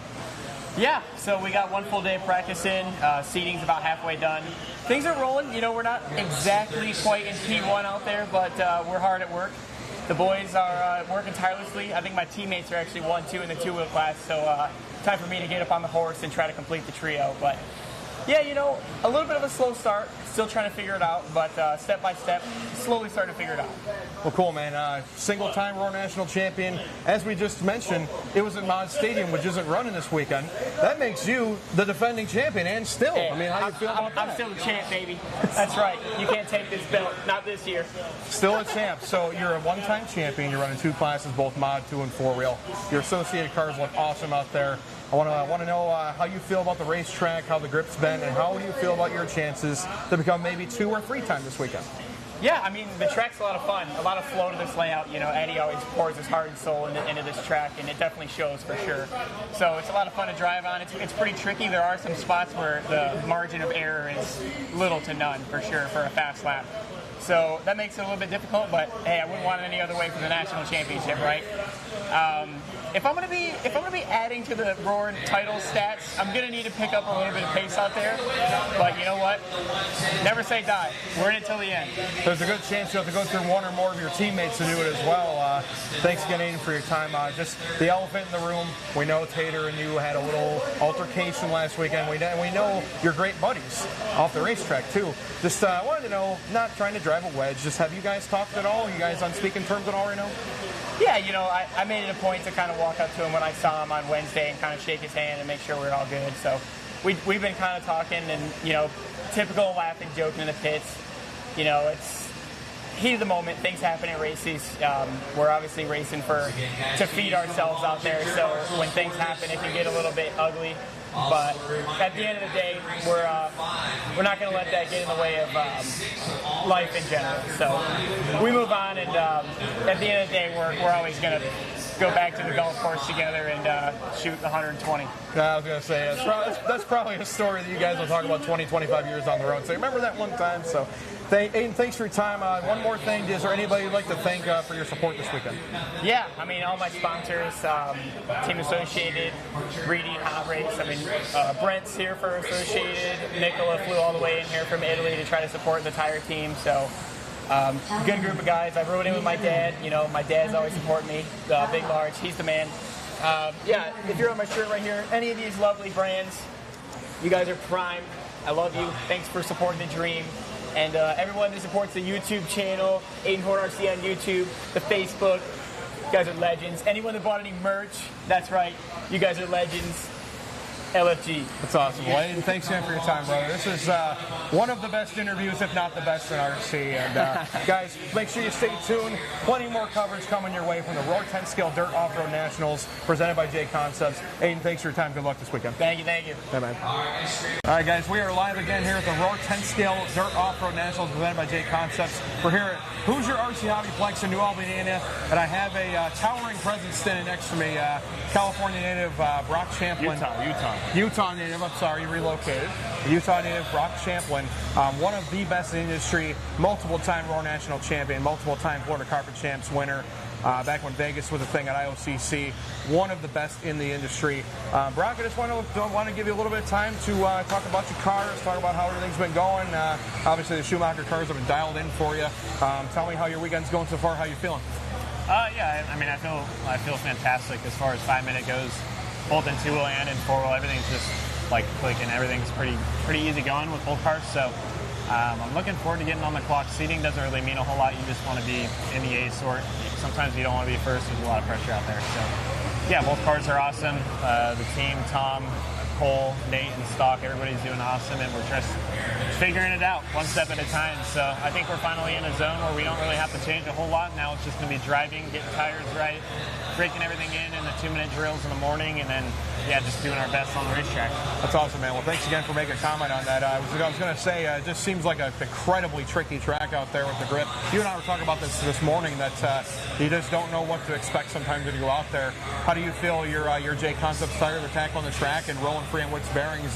How's everything working for you, and are you pretty confident in your choices? Anything you're looking to change going into the next seating round, or just kind of sticking with what you got and making small adjustments? Yeah, obviously Paul and Jason have been super helpful from J Concepts here this weekend. It's a tough task every Nationals. It's always different. You're always running a different tire. Just trying to find the best out of the best. So, the tires are working. I'm using the stiff sidewall tires. That's been kind of my choice, and I've never ran them before this weekend. I've played around with them on two-wheel, but I've never in four-wheel have even touched a Carmine. So I'm enjoying that so far. Obviously, the Witt's package is great. The Hobbyman guys have been super helpful. We found a couple boogers from the last four-wheel drive seating round. Everything's fantastic. I'm not really going to change a whole lot. Just work on my lines, work on driving better. There's a couple areas I have to clean up, especially the first part of the track after cross the loop. So, it'll be good. That's awesome, man. Well, thank you again for making comment on that. It's great to talk to one of the top flight drivers and get their vantage point on this. I wanted to ask you, of course, you're a well-established racer. You're here to, of course, win races. Are you having fun on that track? It looks so much fun to drive on. Yeah, the track's pretty up and down for sure throughout the day. Every run, it's kind of getting a little bit more dry, and then we'll re-prep the track so it's better. Then it's a little bit, has a lot more moisture in it. So every run's just slightly different as far as, the track conditions go. But as far as driving around the track, there's a couple of spots that'll get you, but for the most part, it's just you're just connecting the dots. This is something I was taught really young, just piecing together one line after the next, and if you can get them all in a row and keep doing them, the track's really fun. So, it's a technical track to go fast, but it's not a track that is super detrimental if you do blow a corner here, you can kind of just clean it out on the exit. And yeah, but it's fun out there. It's definitely changing a lot. As far as like tire program goes, we're not really changing anything from run to run. We're just kind of rolling with the track, and just everybody's got to deal with when the track fades away or when it speeds up. So it's all even. Safe to say Eddie Talon and the whole Henley family and all their volunteers build an awesome layout here in Indiana. I want to thank you for your time, Brock, and wish you luck this weekend. And guys, make sure you stay tuned. Plenty of coverage coming your way from the Roar 10 Scale Dirt Off-Road Nationals presented by J Concepts. My name is Jared Barton. This is Brock Champlin. He'll be bidding for 2 national championships this weekend, trying up his count to 5. And stick with us. We've got plenty more coming your way. All right, guys, we are live once again here at the Roar 10 Scale Dirt Off-Road Nationals. We are here at Hoosier RC Hobbyplex in New Albany, Indiana. And with me now, the former 1990 IFMAR 12 Scale World Champion, Chris Dosick. Great to have you on, my friend. And I just want to ask, how's everything been going, and how are you enjoying your time this weekend? Man, I just got here today. It was a last-minute decision to come. I'm doing great now. My health's back to 100%. It's been about 6 months since I've got to race, so I just wanted to come down, participate, be a part of the Nats, and not fall any further behind than I already do. So, but yeah, I'm having a great time so far. Eddie builds an awesome track. I wouldn't miss Hoosier, the facility. It's kind of my local track, even though it's about 3 hours away, but it is my local place. So yeah, man, I'm really enjoying it. I'm glad I made it down, and looking forward to some good racing tomorrow. Well, that's great, my friend. You know, this Hoosier is known for their Clash of Champions race. Obviously, this past year, the vintage edition to that as well. Memorializing our fallen friend Brian Dunbar. You weren't able to attend, but how are you feeling about how to process all that? And do you feel like you're carrying Brian with you this weekend? Oh, definitely. Brian really got me up to speed, and he encouraged me to come down, offered all his help and support. I was going through the health issues for the Clash, and I wasn't able to make it. And then it had been 6 months since I ran, and the guys talked me into coming to the vintage race, and I wanted to come and pay my tribute to Brian. And it was kind of a surprise. I had been talking to Brian about some real life stuff about us trying to find jobs. He was looking for a new career, and so was I. And we were looking forward to seeing each other and kind of catching up, and then I wasn't able to do that. But man, I think about him all the time, and his racing spirit, and his motivation, and the way he was at the track. It motivated me to get back into it. It's kept me going in the off-road scene, and I'm looking forward to racing heavy again this year. And hopefully this year I can make him proud at INS and really get up there and compete and get some new cars. I'm running the B64 this weekend, which it's a little outdated, but I just come to have fun and enjoy the competition and try and stay up to speed and keep up with what everybody's doing. You know what I mean? If you don't come to the track, you don't really know what's going on. So sometimes you got to pay your dues, and look ahead and hopefully be able to compete for the win down the road. So, but yeah, I think about Brian a lot. And I miss him, man. He was a great guy. He really was. He was an incredible human. He really was. There was nobody like him. His work ethic was a lot like mine. And I don't know. That's why I kind of felt a connection with him, because when I was into RC like that, man, I was really working hard. I mean, always changing setups. And if you were ever here, man, and witnessed Brian racing, he was always trying something. He was always doing the work. So. That's cool. That's very cool. He was a heck of a guy, man. Well, that's great, Chris. And I think I speak for both of us and everybody here when we say that Brian's gone but never forgotten. And as it says on Eddie's poster up in the shop, forever a legend. He's was one of the good guys. And great to see you back running. Really, of course, a little older Clinton, but I feel like an old dog can always learn some new tricks. And every race is better with you at it, my friend. We're glad you're here. And, I appreciate it. Just wanted to take a little time. Do you have anybody you'd like to thank for this weekend? Oh yeah, I'd like to thank all my sponsors and my friends, all the associated guys that helped me out. My local buddies, John Lawson, Greg Nicholas, the J Concepts guys. They've really been here for me, even though I haven't been able to reach my peak. I told Jason at the last carpet race, I'm hoping to shine one more time before I die. So I'm not going to quit. I'm going to stick with it. And one more special shout out to Paul Lemieux and Motive Motors for helping me out and taking me on. And my good buddy Mike Winders from Schumacher, he's always there for me and helped me out with a lot of information with the off-road cars. And he's always got my back, and I appreciate Mike a lot. So. Well, that's great. Thanks, Chris, for your time. Make sure you guys stay tuned. Plenty of coverage coming your way from the Roar 10 Scale Off-Road Dirt Nationals presented by J Concepts. This is Chris Dosick. My name is Jared Barton. We'll be with you all weekend here on Live Race Media. Thanks for tuning in. Thanks, man. All right, guys, we are back live again at the Roar 10-Scale Dirt Off-Road Nationals. This man requires no introduction, a 31-time Roar National champion hailing from Michigan and Indiana now, relocating from there. And I'll tell you what, Dakota Defend, the Phenom, however anybody goes by your name. A lot of changes for you this last year. You were with TLR forever, and now, of course, with the new chassis, new electronics, a lot of new stuff for you. Wanted to ask you first off how you've adjusted to the new role on the new team, and how your cars feel here at Hoosier. Yeah, it's been a big life change. A lot of stuff on the work front and personal life as well. So yeah, it's been a lot this year, but we started out the year good, and we've been trying to continue it on. I've had a little bit of time now. We've been really busy racing, so I've had a ton of time to kind of tinker and mess around a lot. But we have a really good team behind us, supporting us, and kind of knowing what we need to do and making changes and stuff. So yeah, we made some changes for that last round tool drive, picked up a lot of pace and comfort, and had a good seat time and a good overall run. So pumped on that, and we're going to make some more changes in full drive here and trying to find a little bit more speed. But yeah, the whole program's working great.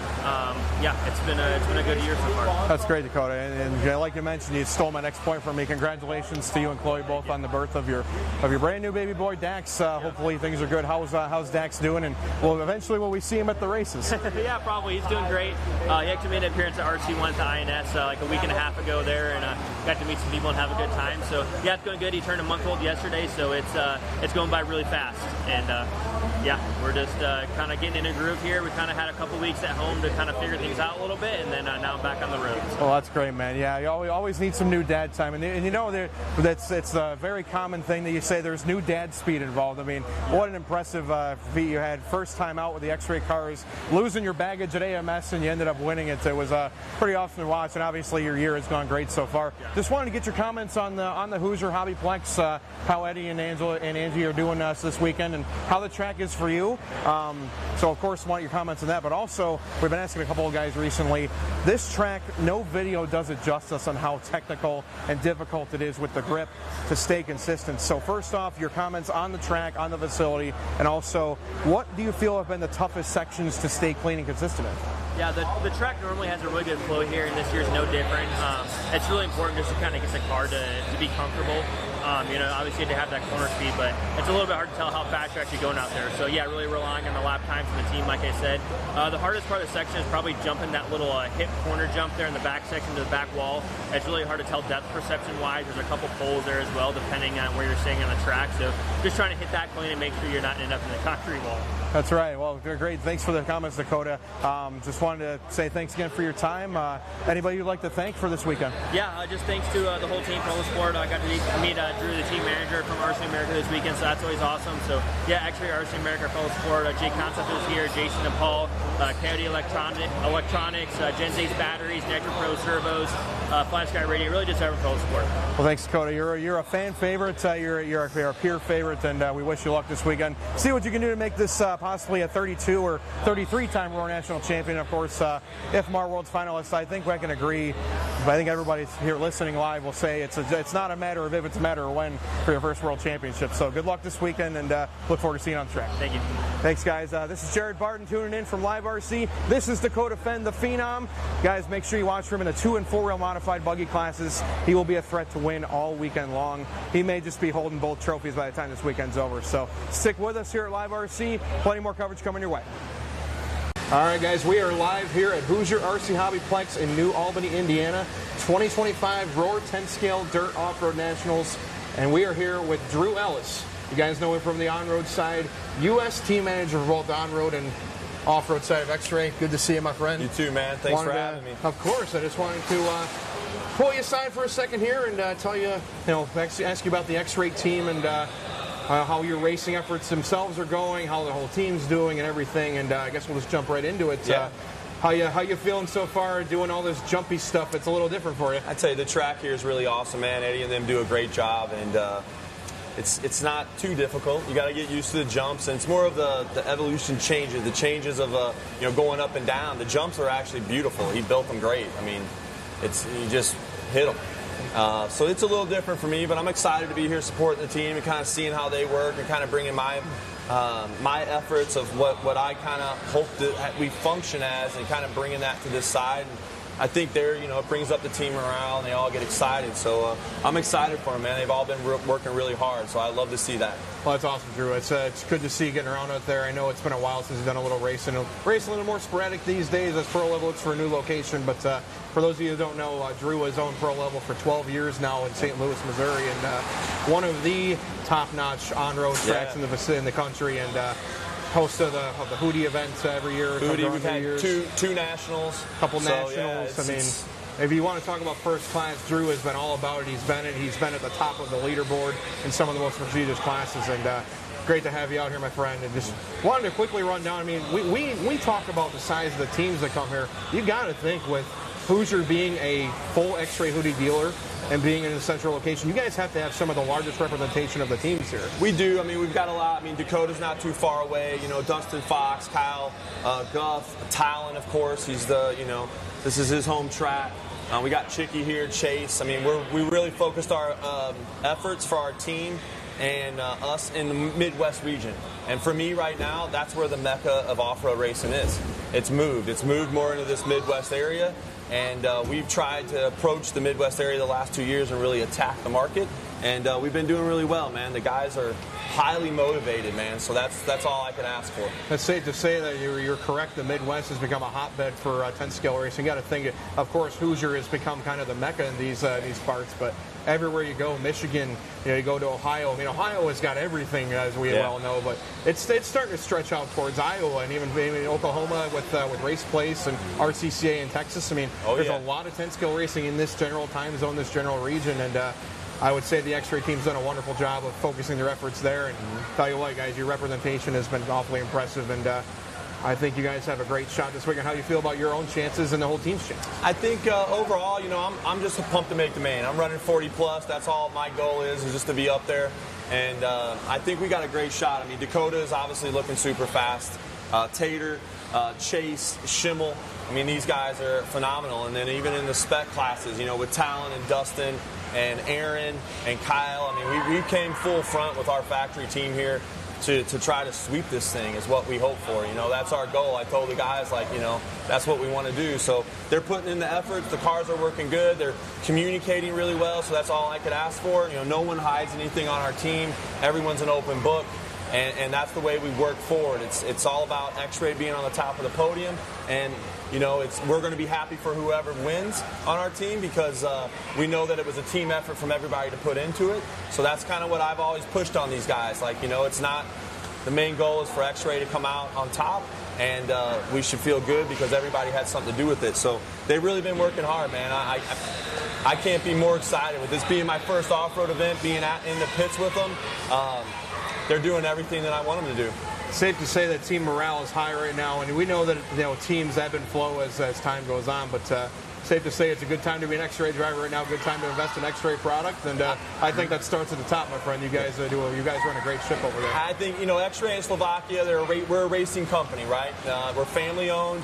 Hirai, Mario, Martin, they're very strong about this. It's a racing background. We want to race, so we sell cars to go racing. This is our goal. So, they really work around that, and that's the mentality. The people that we have on our team are racers, so they want to be involved with a racing team, and that's how we work. So we're hoping that goes through. Angie and Eddie have done a great job here with carrying the product and selling it, and it's really growing really well for us on the off-road side. That's awesome, man. Well, I wish you well in your continued recovery from back surgery. Thank you for your time. Thanks, man. Guys, make sure you stick with us. Plenty more coverage coming your way from the 2025 Roar 10-Scale Off-Road Dirt Nationals here at Hoosier RC Hobbyplex in Indiana. We'll see you later on. Live RC is the world's leading platform for all things RC, offering the most thrilling live RC racing coverage, breaking news, exclusive content, and much more. LiveRC.com lets you stay ahead with the latest RC news and articles, along with our industry-leading live racing results page that provides up-to-the-minute race results, lap times, stats, graphs, and race lineups. Unlock the full RC experience with our bonus lap membership. Enjoy live video streams from tracks around the globe, bringing the action right to your screen. Dive into our YouTube channel for live broadcasts from the world's biggest RC races, plus highlights and more. Follow us on Facebook for the latest news, announcements, photos, videos, and racing coverage from around the globe. Don't miss a moment of the excitement. Visit liverc.com today and fuel your passion for RC racing. Alrighty guys, we're back here live at the Roar 10 Scale Dirt Off-Road Nationals, and I am here with the man of the hour, as many would agree, owner-operator of Hoosier RC Hobbyplex here in New Albany, Indiana. This is Eddie Henley. Eddie, thank you so much for providing a great facility for us. Host of the Roar Nationals this year, of course, you have the Clash every year, which is just a gigantic event, brings the best in the country from all over. Got to ask you, you've been in business for a few years now. First of all, I want to ask you, track owners, I feel, never get their due credit. They work long hours. They do a lot for the racers, and it's all for the love of this hobby. What possessed you to open a business back in 2019? You were established, and then you had to deal with COVID, came back. What possessed you to open a track like this? And let's just give me your thoughts on what went into buying this place and getting it going. Just a true passion for the hobby. I've been in RC since I was 13 years old, off and on, raced. I was never one of the fast guys that traveled around. Names like Brian Dunbar, I was racing him when he was 15 years old, and I was 17 years old. Then life happened, start having kids, kind of got out of it for a while, then had the kids, and I had my oldest at 8 years old running nitro truggy. So got back into it, got the bug, and just the bug wouldn't go away after that. And that was probably 15 years ago when I got into the nitro with my son. And I don't know, I saw an opportunity. There was one track that has been around for years. It was one of the oldest tracks, P&T, and they had some issues with their building, and not too long after we opened, they had a snowstorm that actually shut their building down. And this area was left without a racetrack, which was rich with racetracks. At one point in time in the early 90s, when I was really running around racing, there was a half a dozen tracks within 45 minutes. And when they closed down, we were left with zero without driving 3 to 4 hours. So I started tracking my backyard, and it kind of grew into this. Well, that's great, Eddie. I mean, that's a great story, first of all. I mean, you hear that story a lot. Is it was a track that existed before, and for your case, a lot of tracks in this area. For those that aren't familiar with Hoosier's location, we are less than 15 minutes from Louisville, Kentucky, and about 2 hours south of Indianapolis. So very popular area at one time, and you hear that story a lot, where there were tracks around, and there's the next guy. It's the kind of the next guy in line mentality. Is to step up to provide a track, and obviously the overused cliched phrase, if you build it, they'll come. And I mean, just a gorgeous facility you have right here. Thank you. And I remember our talk when we talked this morning. You guys started out with half of the space that you do now. I mean, you were at 16,000 square feet. The oval was up there, and everything was condensed, and now you have one of the largest, not the largest, 10-scale indoor facility in the country. I mean, what was your thought process when you build the track, people start coming, and it starts expanding at this incredible rate? I mean, what goes through your mind? Like what's the expansion process look like to you? Well, COVID was a curse and a blessing. So the first 6 months or so of COVID, when it was really rough, when they were trying to shut everybody's businesses down, that was the part that almost killed us. But of course, we kind of snuck by it like all the other small business. And while we were doing that, that's actually where the race, the Apocalypse race, the name of that race came from the COVID. If you look at the first one, it's all biohazard stuff, and we were basically just thumbing the middle finger to the county and the government, like, unless you're going to pay our bills, come do something about it. We're not shutting down. Everybody's fine. The blessing of that was nobody had anything to do, because you couldn't go out to eat, you couldn't go to the amusement parks, you couldn't do anything.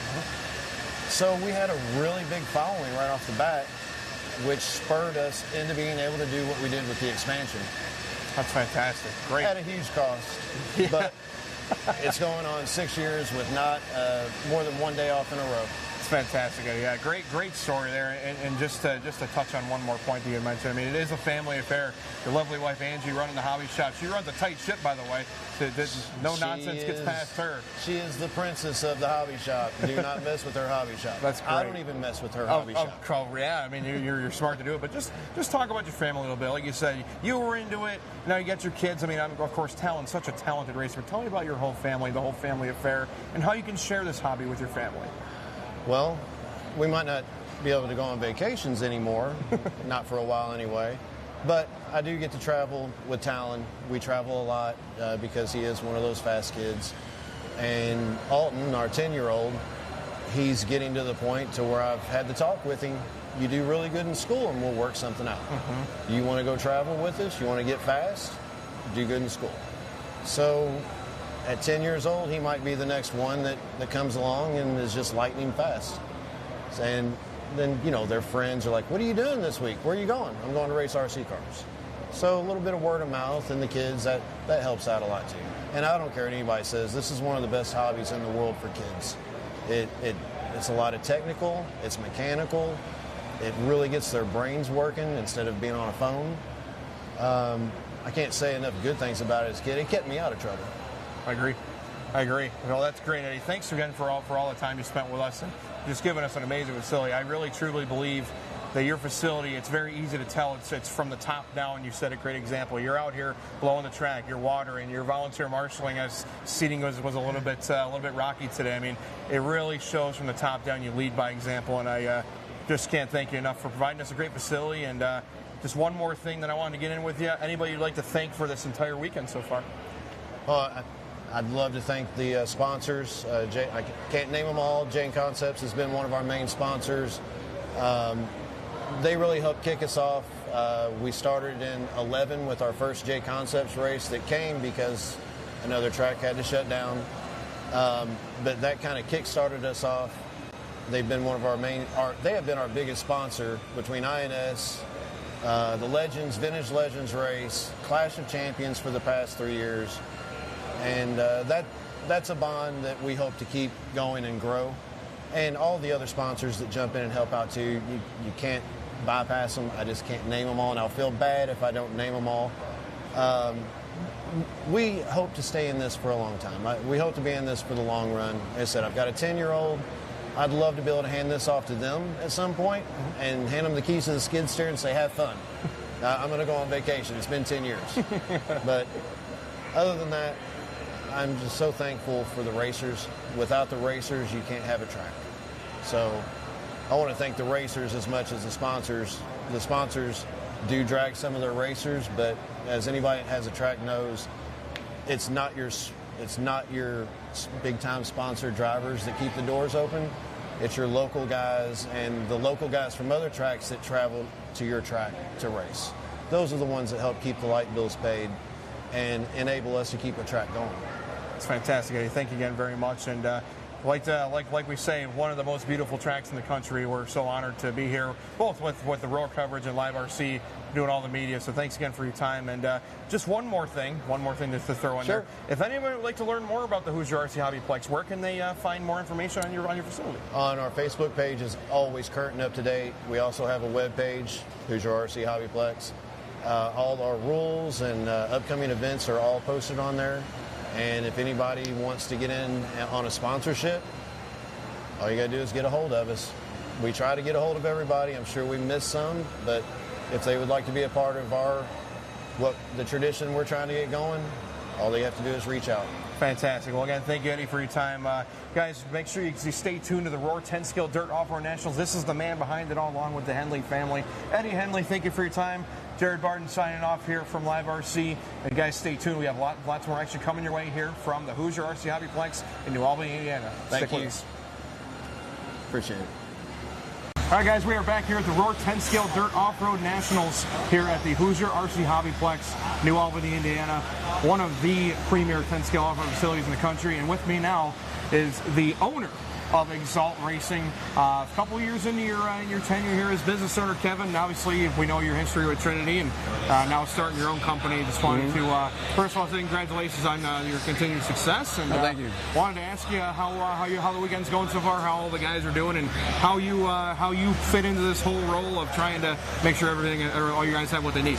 I mean, this week so far is going great.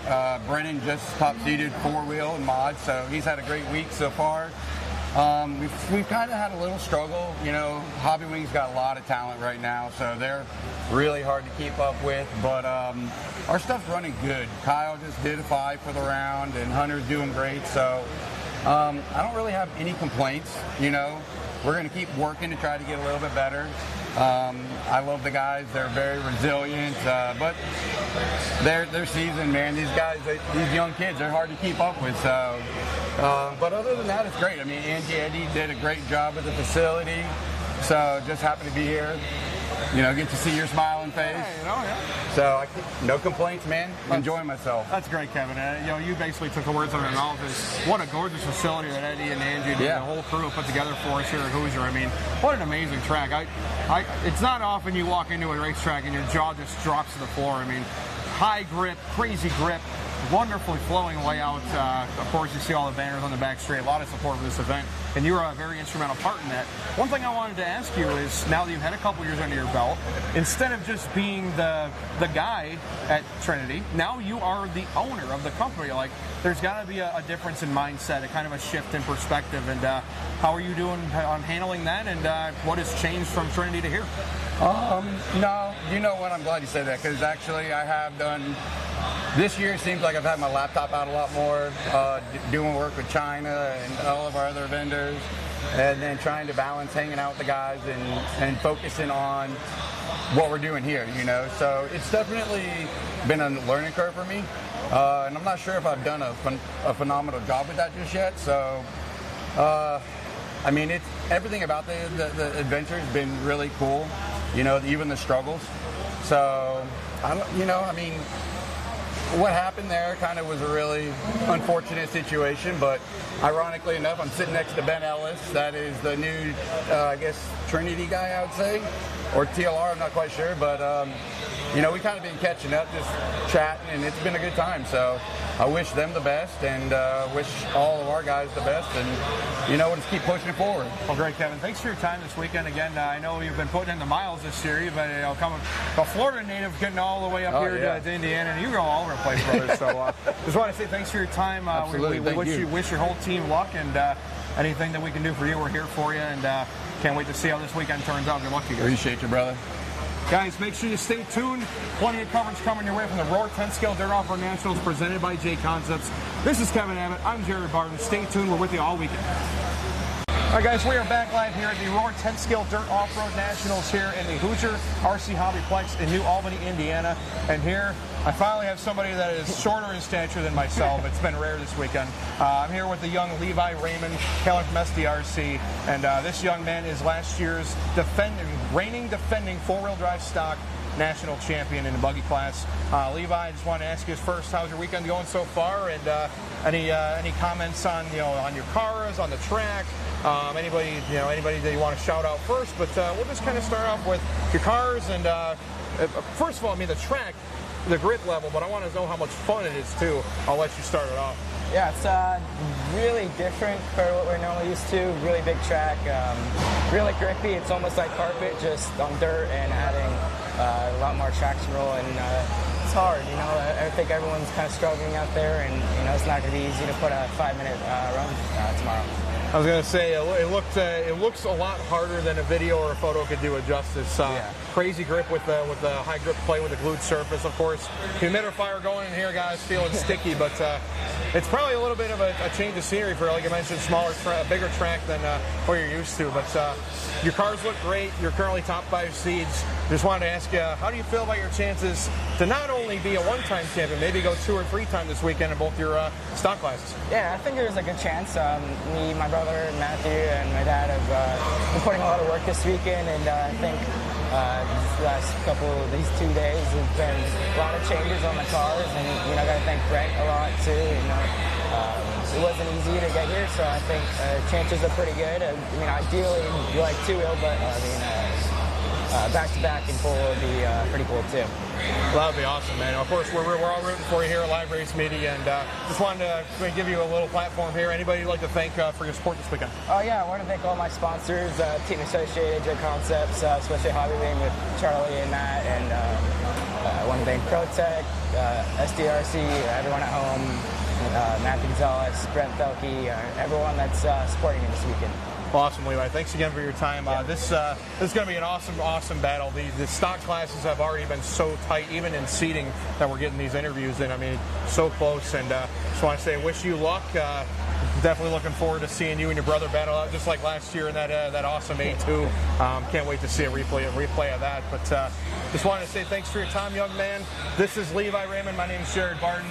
Plenty of coverage coming your way from the Roar 10 Scale Dirt Off-Road Nationals here at the Hoosier Hobbyplex, brought to you by J Concepts. And make sure you watch for this kid this weekend. Levi Raymond has a great chance to sweep stock classes. We'll be keeping our eye on him, and hope you stick with us.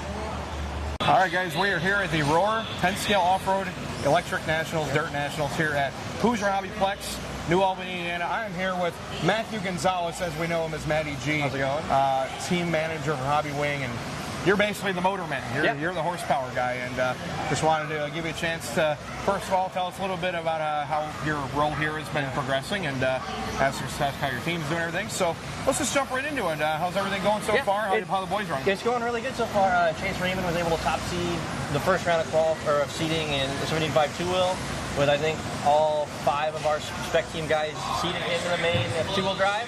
In the four-wheel drive, we struggled a little bit with Talon Henley getting 2. So we're right there, and I think the majority of our spec guys are in the main.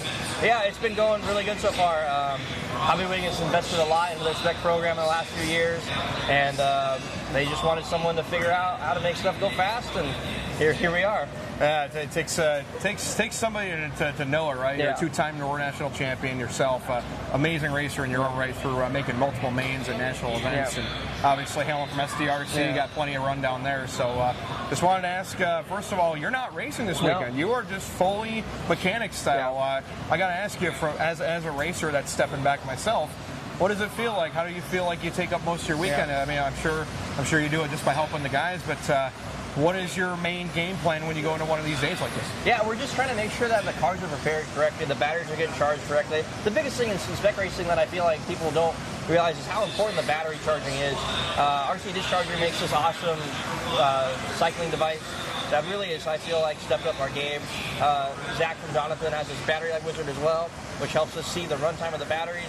A lot of the one cell, like oval guys, are always testing the runtime on batteries. The same thing with the 12 scale guys running modified. So I just kind of, from the last 2 years of going to the Snowbirds, kind of seeing what those guys are doing to make power in modified and in modified oval, and trying to translate it over to what we see in stock. And our stuff is not slow at all. We've worked really hard to make sure that our stuff is fast, and everyone can buy the same off-the-shelf stuff. And there is no T-motor. It's just everyone getting stuff off the shelf, and we're putting option rotors in them and seeing how it is. That's great, Matt. Well, thanks again for your time. Any new products we should be looking for down the pipeline? Anything you want to shout out about your products? I wish there was something new coming out, but I think everything's standard. I'm sure Hobbywing's working pretty hard on some new spec motors for the Roar rules changes. I don't have any updates on that, but I'm sure there's stuff in the works. And shout out to Charlie, the Raymond twins, and all the rest of our awesome spec team. Without you guys, we wouldn't be here, and all of our awesome customers. So, I appreciate it, Jared. Thank you. Awesome, man. Thanks for your time. Of course, wish you guys all your whole team luck. Thank you. In 1967, I met a fellow by the name of Norb Meyer who developed a radio-controlled car, and I saw so much future in that I started the Radio Operated Auto Racing Association, which is called Roar. Overshot. Oh, no! He gives it back. Oh, what sportsmanship there from Ty Tessman. Mayfield push it back. They are hooked up. Gives them both a push. It is Ty Tessman, your national champion. Winning isn't everything. That sportsmanship is key. It's still a hobby that we can share with our kids, and you are a perfect example of what a family can do, and sportsmanship pays off. It's all about family here at RC. You know, RC's for everybody. Yeah, it is. It is for everybody. I mean, I'm an old man out here running with the kids, and I love it. national champion. How's that feel? Oh man, if you would have asked me 10 minutes ago, I would have told you that I thought I would never get one of these things. It's been a long time. Roar. Become a member today at roarracing.com.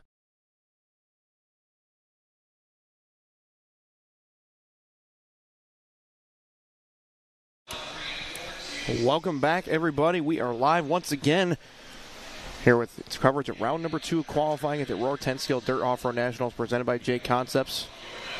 Getting race 1 fired back off here. This is 13.5 short course truck. Justin Sherman was your first round TQ, of course, top seed. Put it at the top and trying to go 2 for 2. Let's see if anybody else has a say about it. Hope you guys got a little bit of lunch and grabbed a drink, and hope you didn't touch that dial. Lots of great interviews that aren't over yet. We still have much more on the way for you. So make sure you stay tuned with us all weekend long. Keep that stream up. Keep your iPad. Keep your phone. Play picture-in-picture. Do whatever you got to do, but stick with us. Lots of great coverage coming for you here. This is Jared Barton on the call here for Live RC. Got to give a big thanks to Davis here for being our production manager, and our cameramen, Travis and Bob, doing a heck of a job. You're watching your leader right here, Justin Sherman. On the Roar side, Clayton is your president, acting race director, Cal Southworth on the tech, and Mike Braun on the announcing call here at the racetrack. We're broadcasting to you live on liverc.com, Facebook, and YouTube. Hopefully all you guys watching in the country and around the world are enjoying the coverage here from the Hoosier RC Hobbyplex in New Albany, Indiana. Currently starting round number 2 of qualifying here on the weekend. We're starting off with our exhibition class, 13.5 short course, and Justin Sherman trying to go 2 for 2, but Tom not far behind along with Owen, Andrew, Josh, and Eric.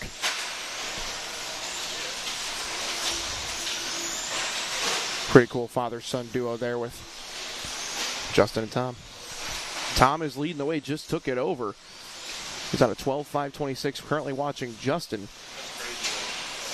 Keeping our eyes out here for Tom. He should be a couple cars back.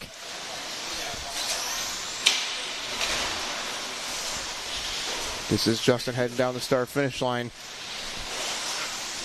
Eyes are out for Tom. He's coming down the straightaway now. He's just behind. There's Tom hitting the line, so once again, Justin and Tom, 0.2 of a second apart. It's going to be Justin back out front. So the flyaway out there on the left says Sherman, but it's currently Justin and Tom. This is your leader right here in the white, purple, and a little bit of gold as well. 1 car running in the 1. 2 car running in the 2 with Tom, and then Andrew Roca in the 3. Owen, Josh, Eric, and Gregory. Exactly how they started is how they're running.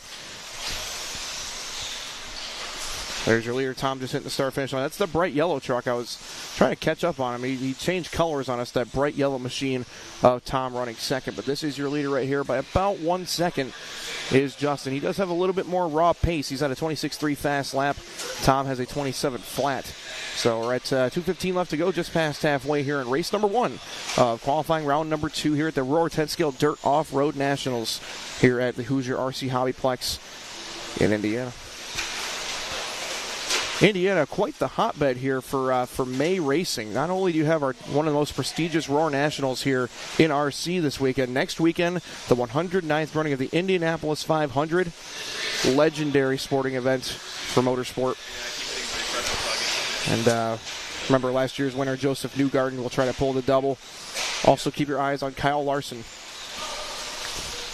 Trouble there for Justin. I heard something off the stand, but it looks like he's okay. But that should put Tom back in front.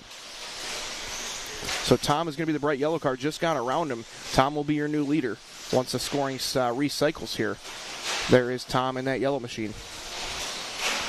And there's the 2 Shermans in the same frame right here. Tom first, Justin 2. Here they come down the straightaway. Tom going to hit the line this time with a 27.1. Justin with a 32.6. Couple back-to-back rough laps in a row here for Justin. So Tom going to try and match the young Sherman, the younger of the 2, over the Tekin jump cam. Hitting the triple very clean right there. But Tom currently has about an 8-second lead. Oh, Tom upside down, and he's in trouble. Marshals converge on it. Tom and Chase, 2 of the youngsters, able to sort that out after Tom took a couple hits right there.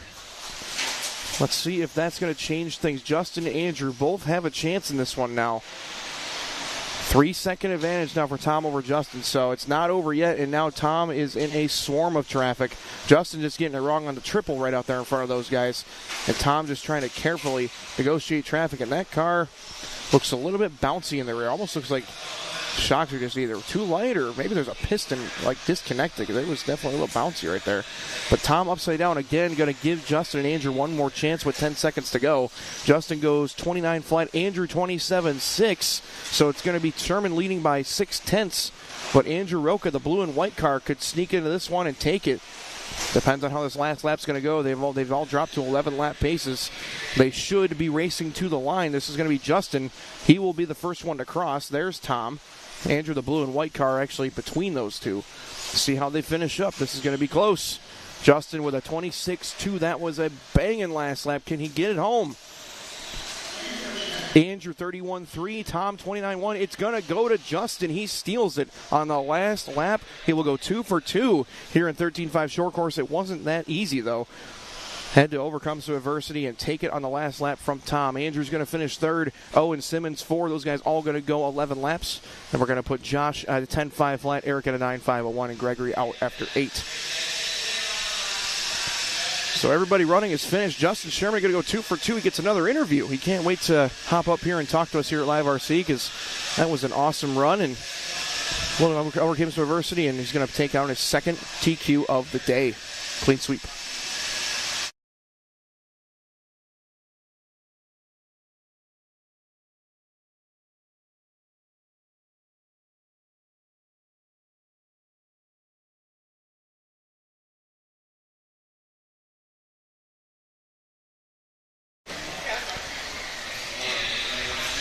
All right, second time today, Justin. I just said on the stream, another TQ run, but it wasn't that easy. Had to overcome some adversity, had some rough patches in there, but guess what?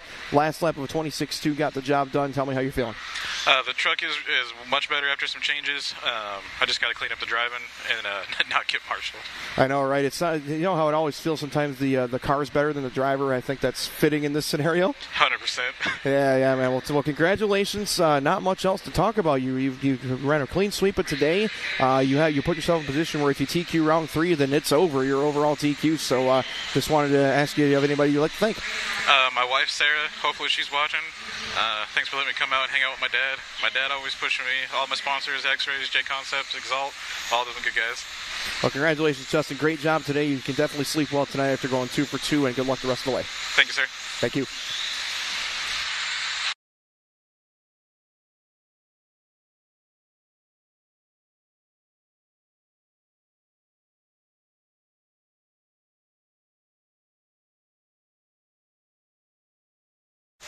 All right, so you just heard from Justin Sherman. Taking down our first TQ of round number 2. And tell you what, awesome dude, him and Tom, like we said, father-son duo. And he puts himself in prime position tomorrow to possibly wrap it up in 3 rounds. Because as we mentioned, it's qual point scoring best 2 out of 4 rounds count. So if you TQ 3, then nobody else can get few enough points to do it.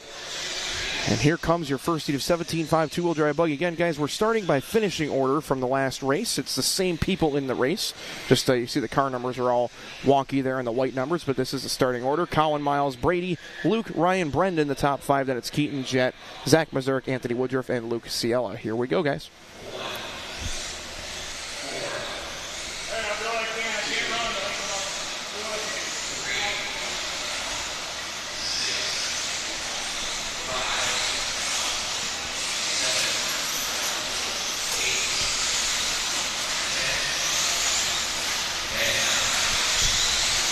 Mike doing a great job calling him off, as always. Mike Braun, very talented announcer. For those of you who don't know Mike, think about Steel City Raceway, that awesome 8-scale on-road nitro and electric track at the Auto Club Speedway in Fontana. Unfortunately, no longer in existence, but glad to see Mike still continuing his announcing efforts. He is a very talented gentleman. And it's, I can speak from experience, it gets a little tricky when you're trying to call off the car numbers and they don't go exactly 1 through 10. You have to not trip over your words, so respect given there from Mr. Braun. 1 minute down and 4 to go. Again, it's still early. Couple laps coming in, but Colin Miles starts off strong. 1 car is out front. That is the orange and white that we're following up here to the back straight. Whoa, just about caught a Marshall's foot. but able to get out of harm's way there. Here he comes down the straightaway. 24 flat, comes back with a 23.8, so Miles is looking awesome early on. 13.5.11. Brady in the 2 spot, followed by Luke, Ryan, Brendan, Zach, Anthony, Luke, Keaton, and Jet. So not a whole lot of turnover. These guys are doing what they got to do out here, and Colin looking awesome, proving why he was the 1 seed for this first heat of 17.5 two-wheel drive buggy. These guys are getting it done. Colin gets a wave by right there. Good stuff from our back markers, of course, showing great sportsmanship as always. 17.5 two-wheel drive buggy is brought to you by Motive RC. Big thanks to Paul Lemieux for his continued support, and glad to see him in the house this weekend with his son Chase. And Chase is looking tough as nails, trying to bid for a couple mod wins.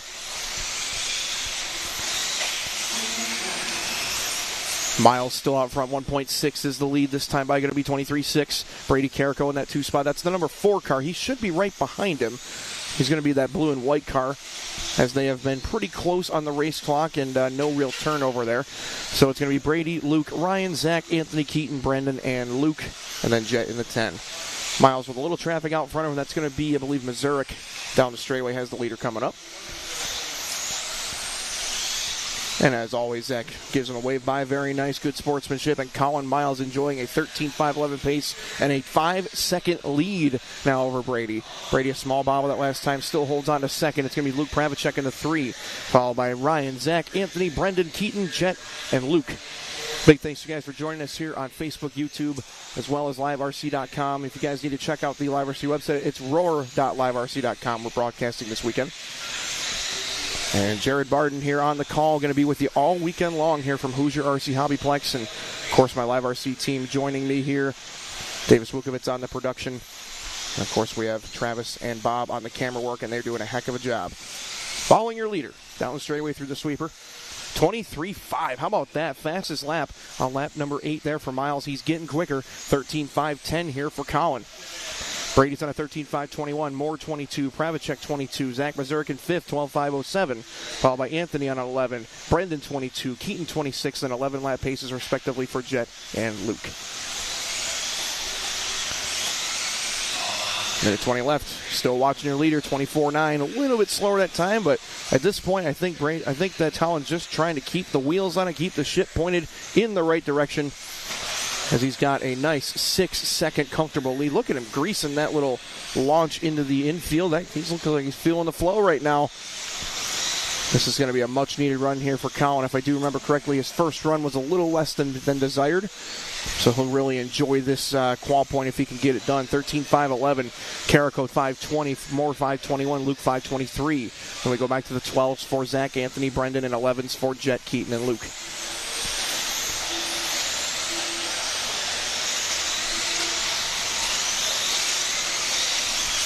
Colin Miles leading the way, 23.7 last time by. Going to go with the 23.5 this time by, so 13.5.11. Miles, Carrico, Moore, Pravacek, Mazurek, your top 5.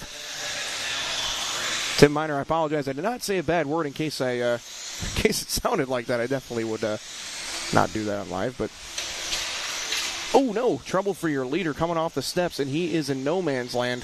Oh, and he was on the other side. Oh, that's going to be rough.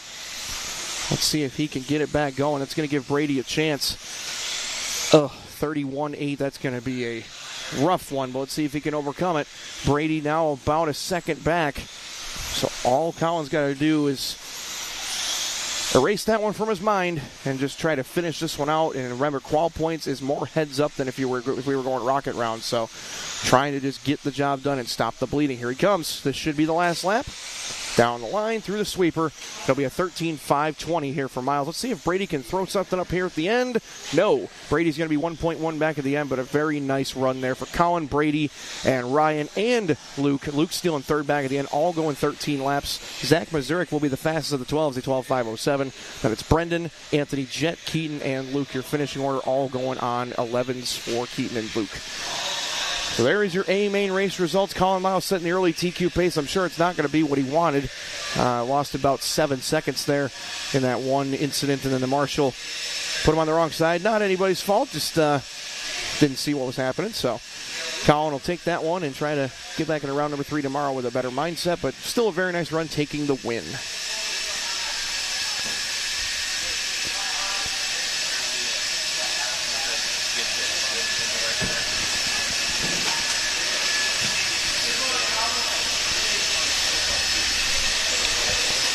All right, guys, here comes your second heat. 17.5 two-wheel drive buggy. Nate Sutherland with an awesome first round.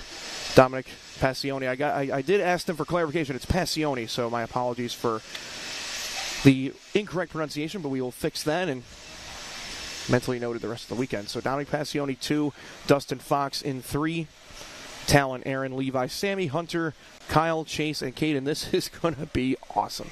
These guys have been throwing down all weekend. And it's just going to get better as we get later through qualifying. Sutherland now going to try and position himself with 2 zeros.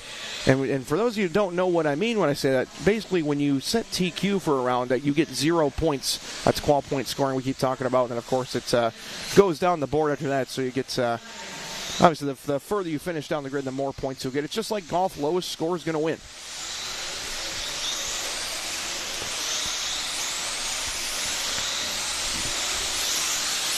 You guys can see the warm-up laps going down as Sutherland, Passione, Fox, Henley, Mitchell, your top 5.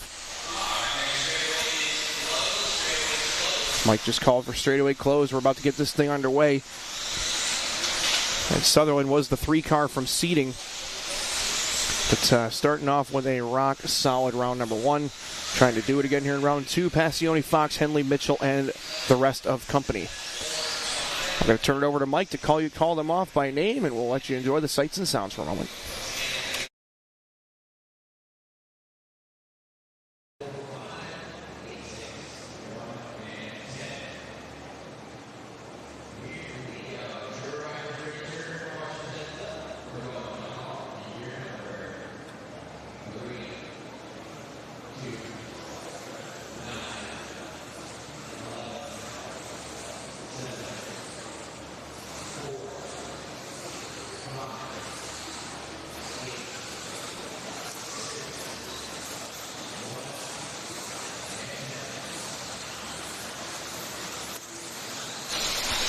All right, guys, here we go over the Teekum jump cam to remember the big triple. Quite the challenge for Mr. Braun to space out 11 cars on this track, but he did a wonderful job at it as always. Here we go. Passione started off on fire. He TQ'd 13.5 four-wheel and right there behind Sutherland here, and we're going to watch this one. Talon Henley, one to watch for the local kid, son of Eddie, local Hoosier. Mean a lot for him to win his first Row National this weekend, and he is in the hunt. Passione goes 23-4. So there's Dominic right there behind Nate. That's going to be 1 and 2. Henley jumps into that second spot. So Sutherland now third on the clock. But there's your leader, Passione, in the all-white. Raymond going to jump into the second spot. That's going to be Levi Raymond into that 2 spot, followed by Kyle, Talon, Nate, Aaron, Dustin, Chase, Caden, Sammy, Hunter. And these guys are all flying so far. 23-4s apiece for Dominic and Levi. 23-7 for Go. 23-9 for Henley. 23-8 for Sutherland. 23-7 for Aaron Mitchell. 7 for Fox. 24s now for Caden, Chase, Sammy, and Hunter. There is your leader, Dominic Passione, getting around Sutherland. And now there's Talon Henley, watching the young man Talon Henley running in the 4th spot right now. He was the 11 car from seeding, and he is right now trying to put up another top 5 effort. This time by for Henley, 23-8. Following your 4th place car, that's the yellow, blue, and green X-Ray car, of course. Hoosier, a full-service X-Ray and Hootie dealer. If they make it, they've probably got it for the off-road sector. Levi Raymond, though, out in front. So it's going to be Levi and Dominic separated by about, it's going to be close. I can't tell yet because Levi hasn't crossed. Here comes Raymond. Across the line now for Raymond. He just goes with a 23.5. It's going to be 23.5 for Dominic. So they're separated by 1/10 of a second. This is going to be Raymond out in front. Passione, who we're following, is second. Levi is the blue and white car just out of frame right there. You saw him going through the other lane. 2.5 gone, 2.5 to go. Passione 23-4, another strong lap. What's Levi got, though? He's keeping pace. He's matching him step for step. 23-8, can't quite this time. It's 4/10. Passione to the front again. The young man from Eaton's Intermountain Raceway trying to take another TQ run. Of course, last round was 4-wheel drive he TQ'd. Here comes your leader down the straightaway. We're following him right now. Dominic, Levi, Talon, Dustin, and Kyle, your top 5. Followed by Nate, Aaron, Chase, Caden, Hunter, and Sammy. There is Levi getting a little bit jiggy with it over that little step down jump. Here comes the triple. Nice and clean. Hobby Wing sponsored driver, as we covered in the interviews. Him and Matty G, along with their twin brother Chase. Close relationship there with Matty G from SDRC in San Diego, California. Passione, though, out front. We're going split screen. Bottom right's your leader in the white. Second place going to be Levi in that top left in the white and blue. Fox in the third spot. He's been hanging back in the weeds. Don't forget about Dustin. That is going to be that orange, white, and blue X-Ray car. Followed by Henley in the 4. Kyle Go in the 5. They're all separated by 3 seconds. Along with Sutherland, Mitchell, Raymond, King, Meeks, and Moran. We now have currently the top 10 separated by 5 seconds. Holy moly, these guys are getting after it. 1:05 left to go. Passione and Levi Raymond separated by 1.2. Passione stretching it out. A little tap of the pipe coming on the straight, but he saved it. This time by 23.6. Let's see what Raymond's got this time by. Here he comes down the steps and down the straightaway. We're going to go straight over to Levi now. Levi's going to go 23.7 now for Levi Raymond. So can Raymond get the job done here? He's got to find about 1.2. There's your leader, Passione. Couple little bobbles, but otherwise he has put the hammer down and trying to take another TQ effort with 35 seconds left to go. He's on a 13.507. Right now we have your top 10 resetting TQ. Moran looking to go 13th. So Colin Miles' TQ is going down in a big way with 20 seconds left to go. Oh, trouble for Passione. He's in big trouble. Gets back going, but that may just hand it to Levi. High grip. He got up on 2 wheels, and there he goes. Big trouble. Now the right front is broken. Looks like a ball cup or something going wrong in the steering, and that's going to hurt. 5 seconds left to go. Now Levi going to go to the top here. 13.509 as the clock has expired. These guys will keep running until they're called done, of course, but Levi Raymond probably was the second fastest car, and you never know. Sometimes you need a little luck to go your way to start off your Nationals bid. There is the broken machine of Dominic. Tough break. Here comes your TQ, man, if he can wrap it up. He's got to finish this one out strong, though it's close. He's got it. Levi Raymond by 7/10 of a second will be your TQ over Talon Henley, who goes 2. Sutherland 3. It's 5:10, 5:10, 11, 12, 12, 12. We've got 3 12s there for Fox, Raymond, and Go. Then Hunter King 13.514. Mitchell 5.17. Here comes Caden for his 13th lap. He will go 5.22. And how about that? Top 9 going 13 laps, 12.502 for Moran, and everybody running is finished. Levi Raymond going to steal this one late and take round 2 TQ in 17.5 two-wheel drive buggy. Presented by Motive. Congratulations. Huge run for Henley up to the second spot. Great run for him. Sutherland will grab a third, so he goes into tomorrow with a TQ and a third. Fox and Chase Raymond, your top 5. We'll steal Levi when we get a second in.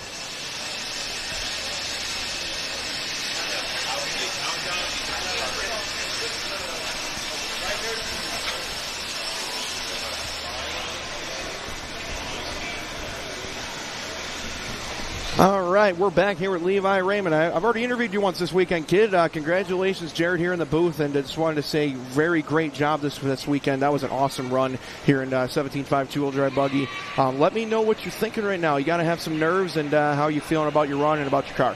Yeah, really good. The first run wasn't really what we wanted. We were a little off pace, but this one we made some changes, and the car felt really good. Really felt bad for Dominic there, as he kind of had it. I don't know what happened, but yeah. All right, man. Well, great job. I'm sure Matty G was working hard in the pits over there, and, of course, your father staying busy, keeping both the twins ready to go. Just wanted to say congratulations and good luck the rest of the weekend. Yep, thank you. Thank you.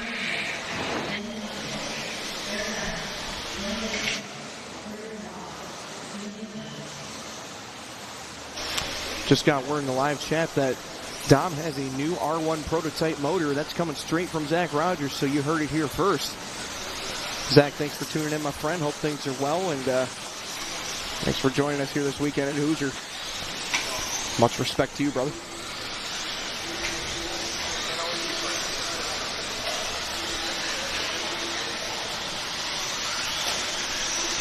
You're watching the first and only heat of two-wheel drive buggy getting warmed up. TQ first time was Nolan Hunt. So he's had himself a good start to the weekend. Trying to go 2 for 2. Espic, Alton Henley, Bryson Daniel, Eric Lane, Cody Gregory, Jermaine, and Cody, the full starting grid here. 421.5 two-wheel drive buggy. Now I'm going to turn this one over to Mike to start you guys off, and we'll start giving you guys some info as it comes in.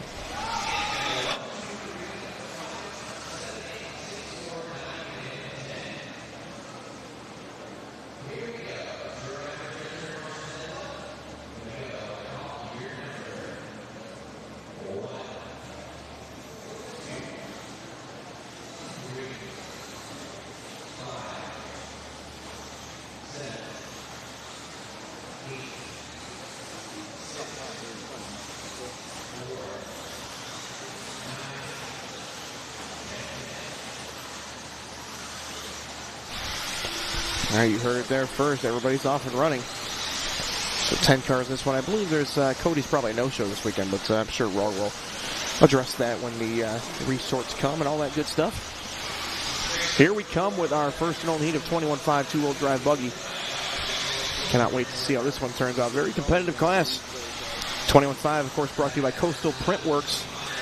It's Barry and Chris down there in Chesapeake, Virginia, and their boy Brendan Schimmel right now is sitting pretty mightily. TQ in both two-wheel and four-wheel mod buggy classes. So Brendan's starting off his bids well. I'm sure that Barry's very pleased with that so far. Barry, if you're listening back home, brother, good to hear from you, and much respect to you as always. 1 down, 150 down, 345 left to go. Ooh, a little bit of a difference of opinion there. Going up the back straightaway. See how that turns out. That was going to be Connor with some big trouble up there on the back straight. That's going to put Cody Salkowski out front. The 4-car is going to be leading the way in this one. Cody going to be working his way to the left side down the straightaway. So Cody kind of on opposite ends of the racetrack. Cody to the start-finish line now. And now no longer. Cody drops way down to 5th. So it's going to be Nolan back out front. Blue and green car.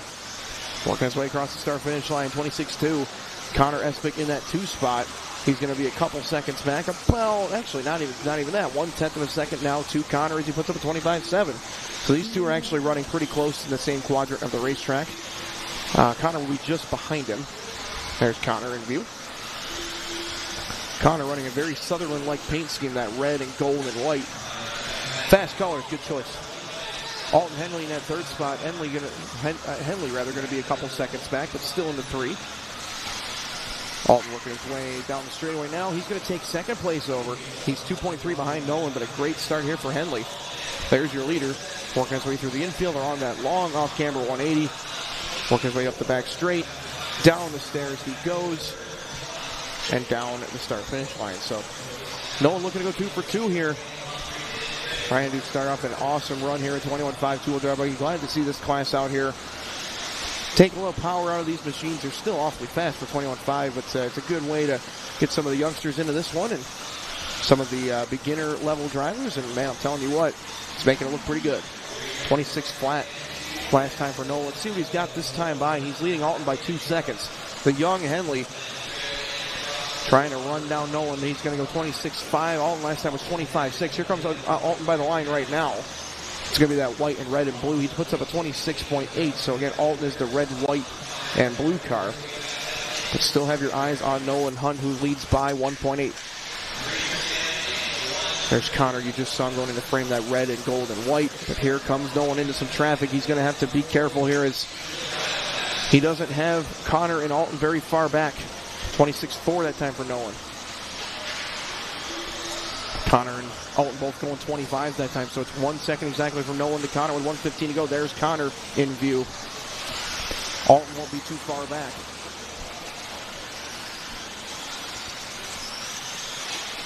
.105 left here in race number 4. This is going to be your first and only heat of 21.5, but we have much more racing coming your way. A lot of heats left to go, and we still have 2 more rounds of qualifying, so as I've mentioned, don't touch that dial. Stay where you are, because we have a lot more action coming your way. 45 seconds. Still watching Connor and Nolan. Right now, Connor jumping back into the lead, but he's got a mess of traffic that also Nolan is trying to negotiate in that green and blue car. He gets by one of them. Connor gets around clean, but Connor in a very tough spot. 2 cars right there in front of Nolan. He's got to try and catch him. They're 7/10 apart. Give it to Connor right now, but he is coming into traffic. Gets around one as one rolls over. I believe that was going to be Henley.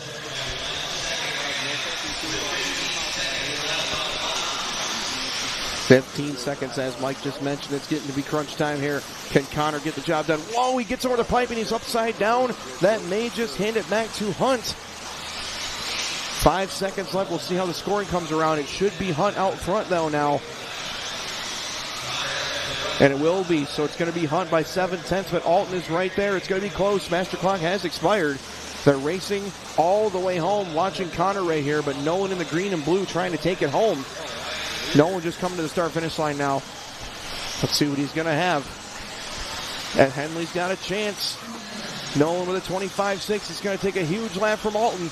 I don't think he's got enough. 25.8 almost got there, but it was 9/10 at the line, and Nolan Hunt will take it. 12.516. Henley going to go 5.17. Espec on a 12.519. Then we go down to the 11-lap bracket for Cody, Lane, Eric, and Bryson. 10 for Gregory.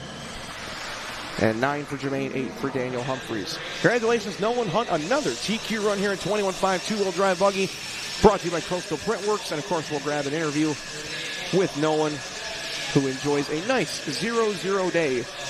And we'll go into this one as overnight TQ and see how tomorrow plays out.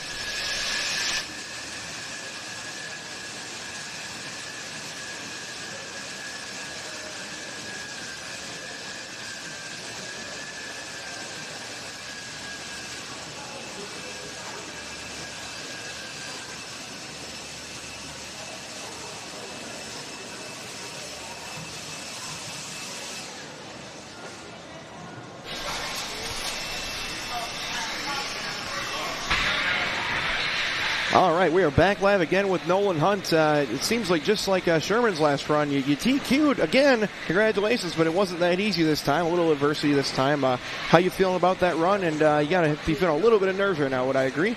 Yeah, it feels pretty good, but I'm still shaking. That's awesome, man. You had a great drive. You definitely showed great pace. Connor was with you, though. Do you have anything you're trying to change or improve as you go into the overnight? Is your overnight TQ anything you're going to try maybe for the practice sessions later or round 3 tomorrow? Yeah, I'm going to try and be a little bit more consistent and have fast laps with that consistency. I'll tell you what, that's the perfect solution. Sometimes it's more driver than car. So you know what, you've done a great job so far this weekend, and we wish you good luck the rest of the way. And go ahead and hop out onto your court marshal spot, young man. Thank you. Thank you.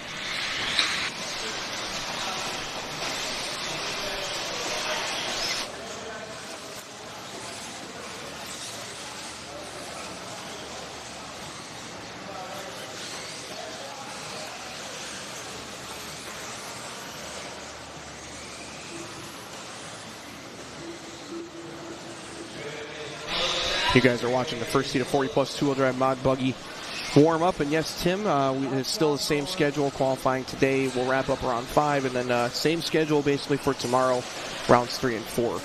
Mains are all on Sunday, start at 9.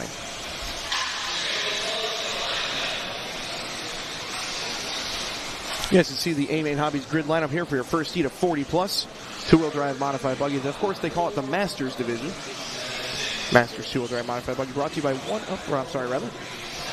Masters is brought to you by AKA.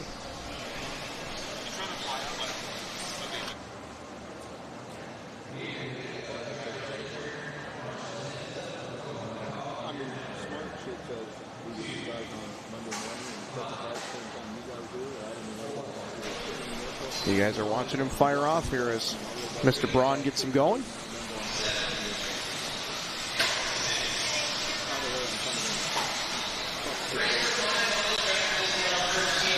All right, here we go. Once again, Tom Sherman, father of Justin. Watching him. Oh, looks like a bent shock shaft possibly on the Sherman machine. That's left front doesn't rebound when he goes into the air. So it's going to be Tom, Josh, Mike is coming out early here. And that car definitely looks a little wounded, but I guess you make it work, right? He's wrestling that thing around here.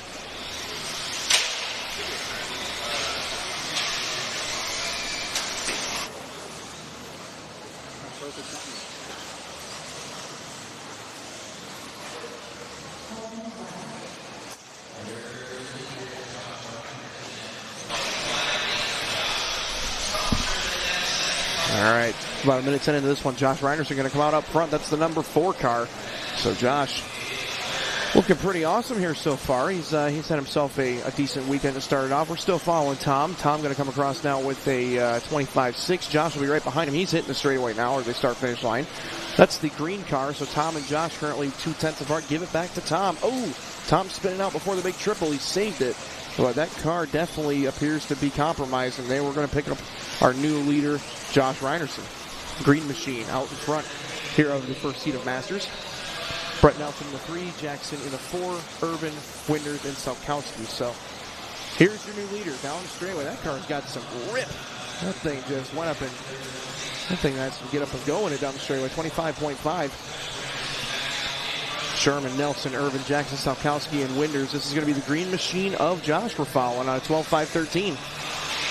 Oh, no, trouble there. That was nothing intentional. Just, oh, no. And we got people coming together. That was interesting. Looks like everybody's all right. Sacrificing the body here to marshal. These guys want to be marshaled the way they want to be marshaled, so sometimes that happens. It's not like baseball, you can just call, I got it. A couple outfielders, but they work things out. Josh having a rough couple laps here. Could have put Tom back to the front, but Tom's car definitely wounded. There's Tom as he works his way down the straightaway. Here he comes again. Oh boy. Hold on. Oh, wow. And there was a car stuck after the sweeper, and Tom went up and over. Testament to that X-ray durability. That thing took a hit, and it kept on ticking. 3 down, 2 to go. Tom, Brett, Josh all dropping to 11-lap paces here. So Tom is leading, Brett second. This is Josh in third spot we're watching, but he's right behind him just by a couple seconds. Here comes Tom across the start-finish line now. Brett will be in tow.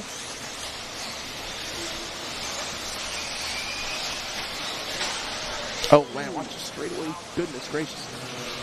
Everything works out. So Nelson going to be back out front now. Brett working his way through the center of the racetrack. That's the blue machine of Nelson. So Brett all of a sudden just picking up the pieces here as Tom and Josh have had their share of issues. Craig Jackson in the third spot now. Here comes Nelson down the straightaway and down to the start-finish line. He's going to put up a 26.4, and Tom in trouble there coming up the stairs, and a little indecisiveness, and still there. They're working on it. But the blue machine of Nelson, we're following him now. Brett in that white and blue car. Oh, man, this is a rough one.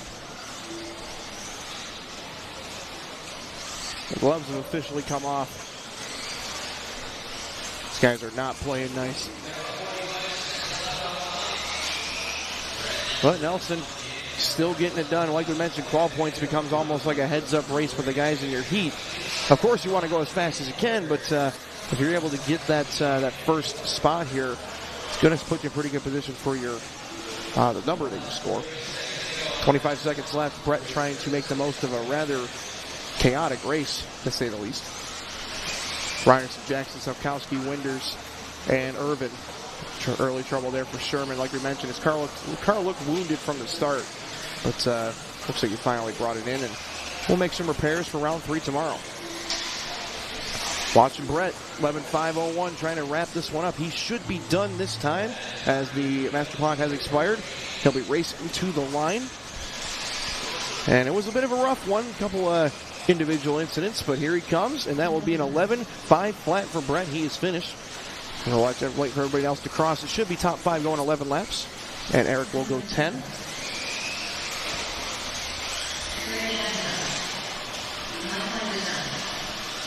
Here they come, bringing them across. Just waiting for Mike and Eric. Here they come.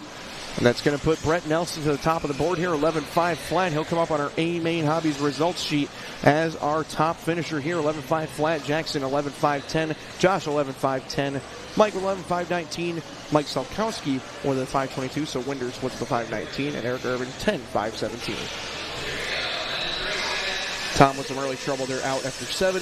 And there is your race results from race number 5. Your first heat of 3 for 40 plus. Brett Nelson will sit on top with 2 heats left to go.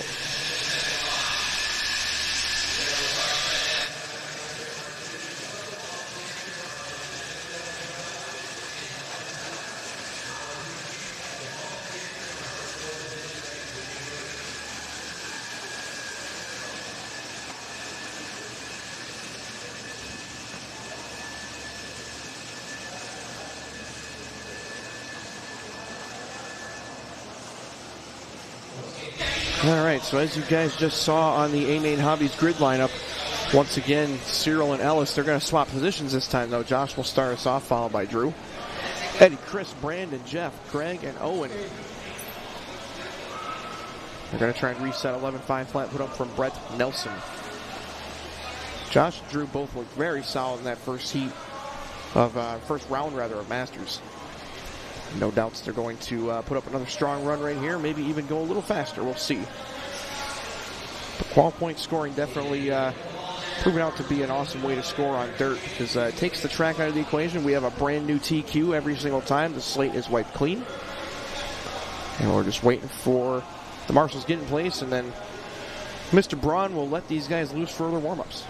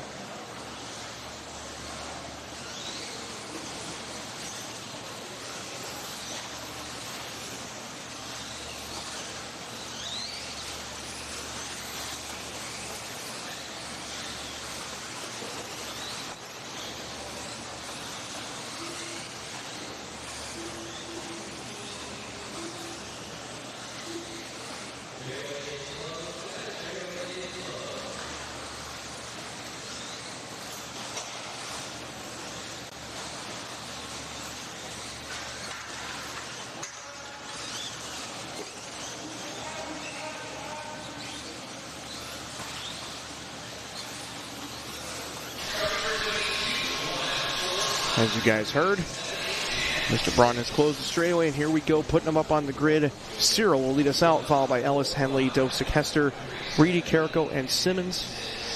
Here comes Josh. Fire us off.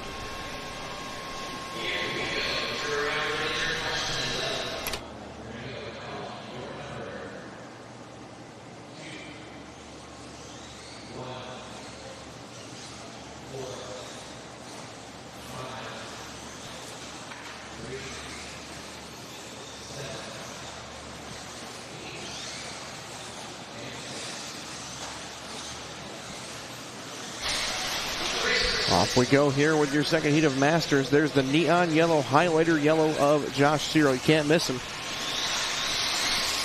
We'll call him a lead designer at Accelerate. It's a common misconception that he owns the company. It's Ken Loopy that owns the company in Kenosha, Wisconsin. Loopy is a brilliant gentleman. He's very smart and also is a sheriff as his day job, so he pulls fools over. But Josh coming out here and doing some awesome work here at the Roar 10 Scale Dirt Off-Road Nationals. Accelerate will be getting further and further into the off-road markets.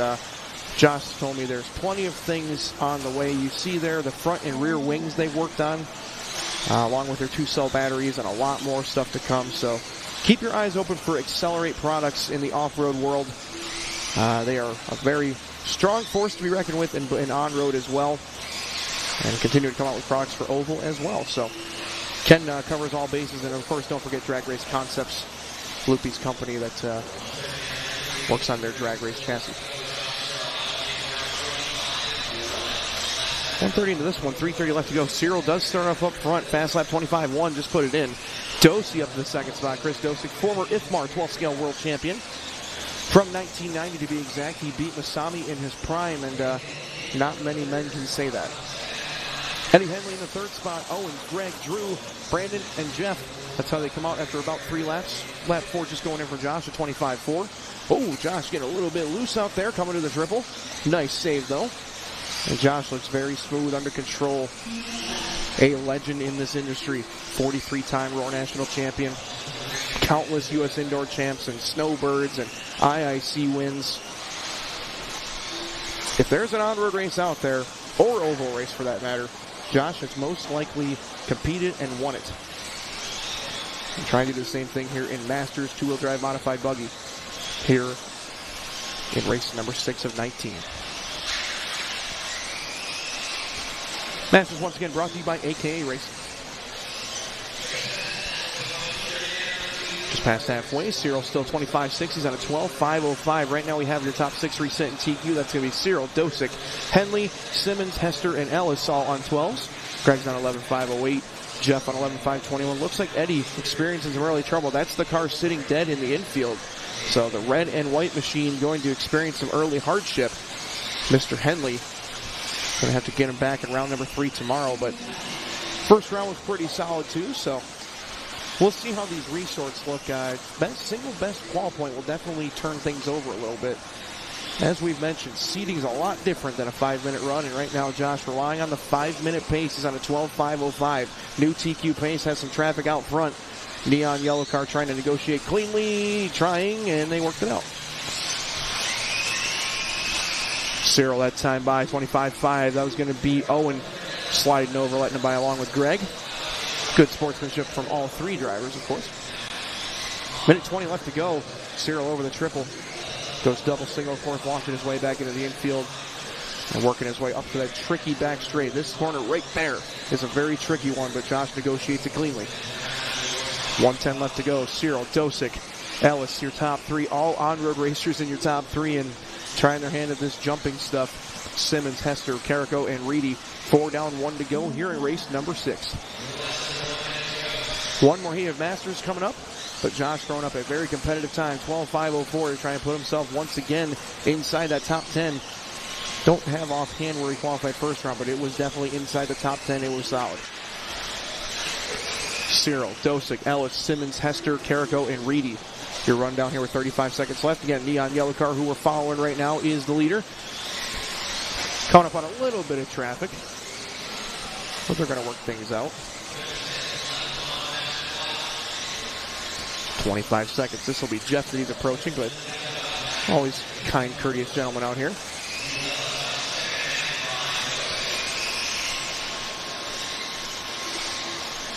Jeff gives it away by very nice. 10 seconds left.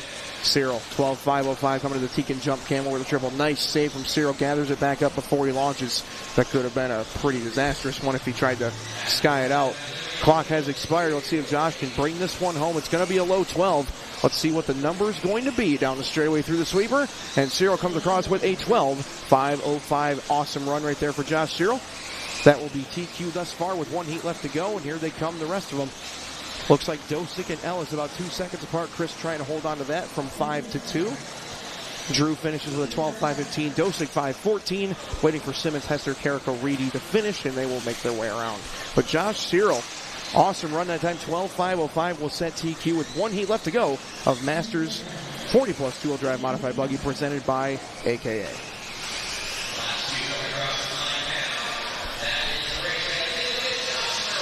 So Cyril, 12.505, Dosick, 5.14. Ellis got within a second and a half there at the end, 5.15. Simmons and Hester both a couple tenths apart on 5.24s. Carrico, 5.25. Those are all going to be reset in TQ from Brett Nelson. Then Jeff's going to go 12th and Eddie 15th. 1 more heat left to go.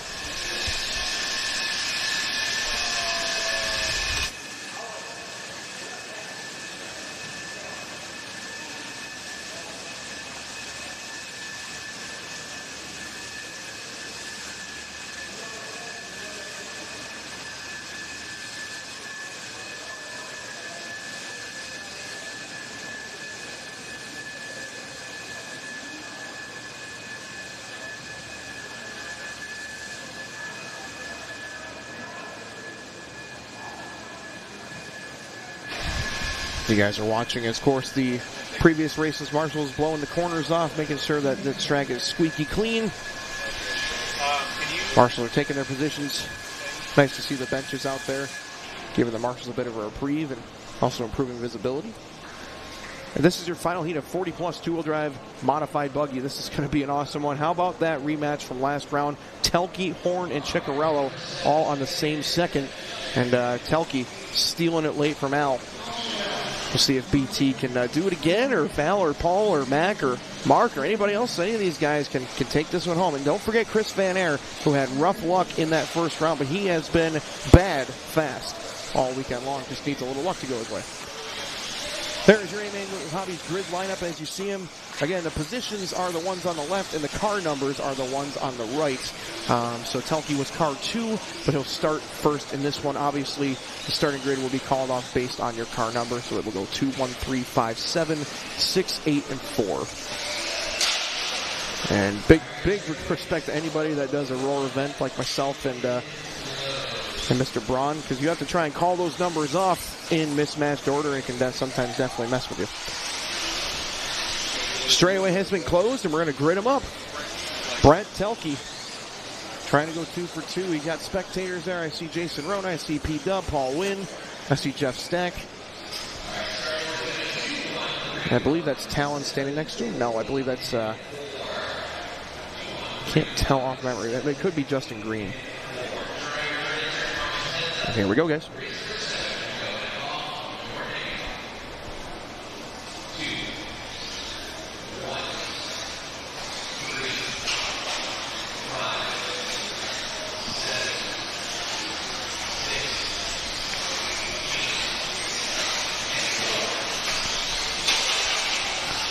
Off to the races we go. We're going to start off with that BT and Al battle. So I heard a couple pipe grinds, and Al looks pretty close here on the first lap. We'll see how it works out, of course, on the lap time chart.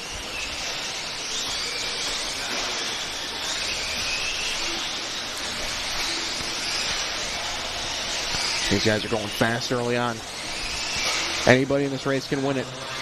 Do not count these guys out. Don't forget about Cyril, Dosick, Ellis, and company. This is going to be a hard main to make if you're over 40. Following BT down the straightaway, he's currently running in third. That's 24-3. Horn 24-5. It's Al out front, just behind Telke on the race surface. So Al is that blue, orange, and of course the yellow on the nose there. That's your leader, Al. And Telke just in front of him in third spot on the clock. Chris Van Air to the top with a 24-2. So that number 4 car, he started dead last in this one, but not because he was slow, because he had a DNF. And I think that Chris Van Air is definitely going to be making his bid right here. 24-2 for Chris, going through the center of the racetrack. We'll pick him up as he comes down the staircase here on the left side. Mr. Van Air, the blue and white machine, down the straightaway. So Van Air, 13-5-16 so far for Chris. Another 24-2. This is Al Horn we're following. He's currently about a second off the lead. Him and Chicky are in a dead heat. There is Van Air through the center of the racetrack. So Chris, not even going to try and pronounce his actual last name, so he knew that too, so he just calls himself Chris Van Air. And right now he's going down the back straight, down the staircase. And here he comes by the line. Actually, that's going to be the wrong car. That's Adam Rails. My bad on that one, brother. Just in front, one car in front is going to be Chris Van Air. There he is. I had the blue part right. There's some yellow and green on that car as well. So Van Air looking stout. How about that car? Ooh. You see how those left side tires lift up around that curb and then off camber? It doesn't look like much. But you are unloading the suspension right there. Car gets light. Here comes Van Air. Now down to third as Paul Ciccarello goes to the front. You saw Chicky in that yellow and white just out of frame. So it's Paul, Allen, Chris, Mac, Brent, Mark Decker, Adam Rails, and Greg Nicholas. These guys are on fire. That's Van Air right there. He's only about 2 seconds off, but Al Horn taking the lead back. Watching for Al here.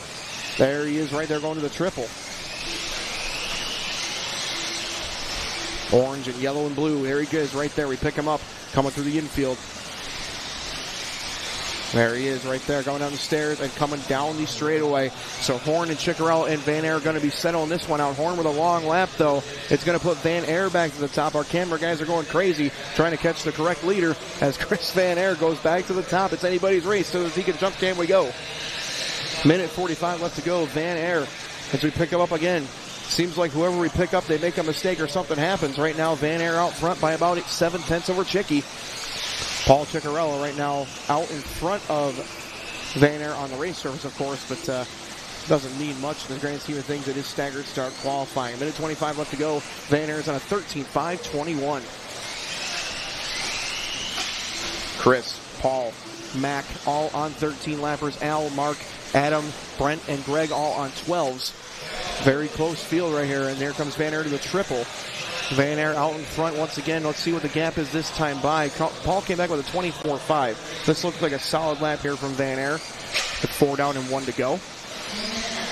One more time for your leader. Oh, trouble there for Ciccarello. And he's back going again, but that's going to hurt pretty bad as Van Air going to go to the top of the board. We'll keep our eye on Chris. I believe this is rails we picked up. They have almost identical colors, too, so I fully understand. But Chris Van Air getting the job done down the straightaway. Going to hit the line this time by. What's he going to have for us? 24.7. So Chris is one car up ahead of rails. We'll pick him up right there through the 180s. Telling you what, this is going to be a close finish as we got Chris, Mac, Al, your top three. Right now, 12.5 flat for Mac, 12.5 flat for Horn, 12.503 for Decker. Van Air on a 12.520, or sorry, 13.520 rather, trying to get that extra lap. This could be for TQ in Masters. That's Mark with a mistake coming out of the straight. That's going to drop him out of this one. He's going to drop down to 8th. That puts Ciccarello 4 rails into the 5 spot now. Clock has expired. They're going to keep on rolling, of course.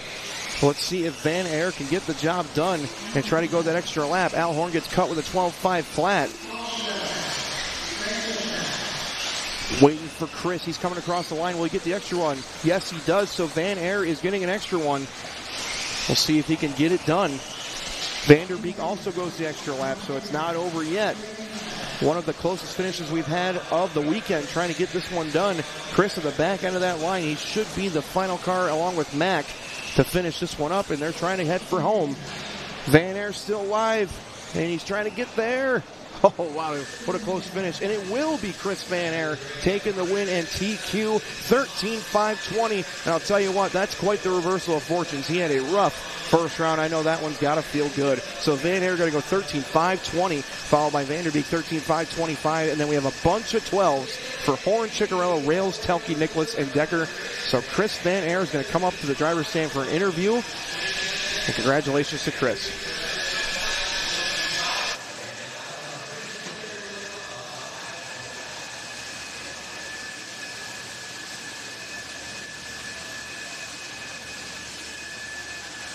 There's your A-Main race results, and look at that. Close field, especially through the 12-lap bracket, but Chris Van Air will prevail in round number 2. We'll grab him as quick as we can.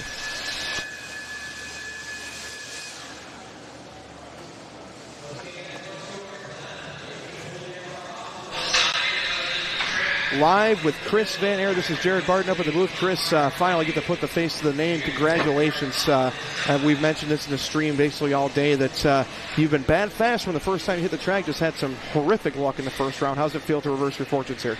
Oh, man, it was good. I mean, to be perfectly honest, Jason Rona and I kind of had a pep talk before this, and it just, when you're out here with this talent level and these guys going so fast, you just kind of feel the need to put more and more power into your car, and he's kind of like, dude, you can run the laps, just kind of back it down a little and just run consistent, and that's what I did that run, and it felt really good to finally get a clean one in and run. My car's working great, but it's just with the grip and the pace, it's nice to just run consistent, so feeling really good about that though. That's awesome, Chris. I can tell just by looking at you and reading your body language, you look like you breathed a sigh of relief when that one was over, because you had a lot of guys gunning for you, of course, Chicky and Al and all the boys, but how do you feel, and who would you like to thank?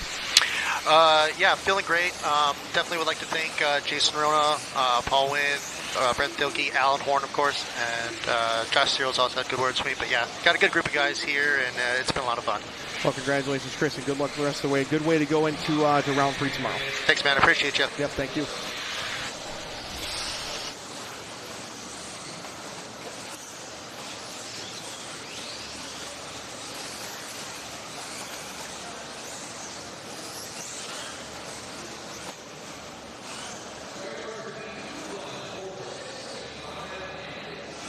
Here's your A-Main Hobbies grid lineup for the first heat of two-wheel drive modified buggy. Owen Vanderbeek will start us off, of course, followed by Wesley, Justin, Brock, Jeff, and Benjamin, and Chris. We're about to get this one rocking and rolling. We're going to get handed over to Mike to get him fired off.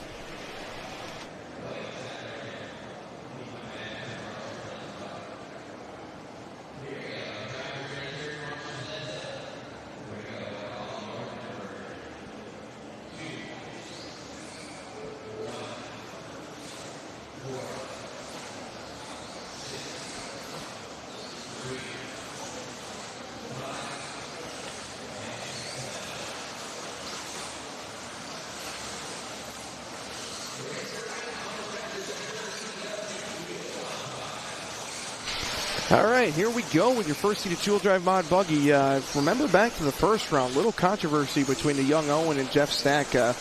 I'll let you make the call at home, but Jeff was trying to get around. He was ahead on the race clock, and nobody wanted to give. So we'll see how this works out this time, but we'll see how things settle. First seated two-wheel drive mod, Justin Green came out with a 24.3, Jeff a 23.4. A 24.4, right? I'm sorry, numbers are hard. Owen goes 24.1, Wesley Gifford 23.8. We're following Vanderbeek right now. And very close up front, Jeff Stack goes 23.7. These guys are all close. That's Owen we're following in that awesome looking purple and yellow machine, a little white on the front. Followed by Gifford, Green, Vanderbeek now in the fourth spot on the race clock. Then it's going to be Decker, Matthews, and Peterson. Very close race. Jeff comes out with a 23.7. We know the colors for Jeff. That's the yellow, orange, and blue X-ray car. Jeff will be hitting the start-finish line right about now. Long lap for Jeff. He's going to fall down to fifth now, so it's going to be Wesley Gifford out front just behind Vanderbeek on that racetrack. But we're watching Vanderbeek here in the two. Justin Green, the native Hoosier, is third, just in front of those guys.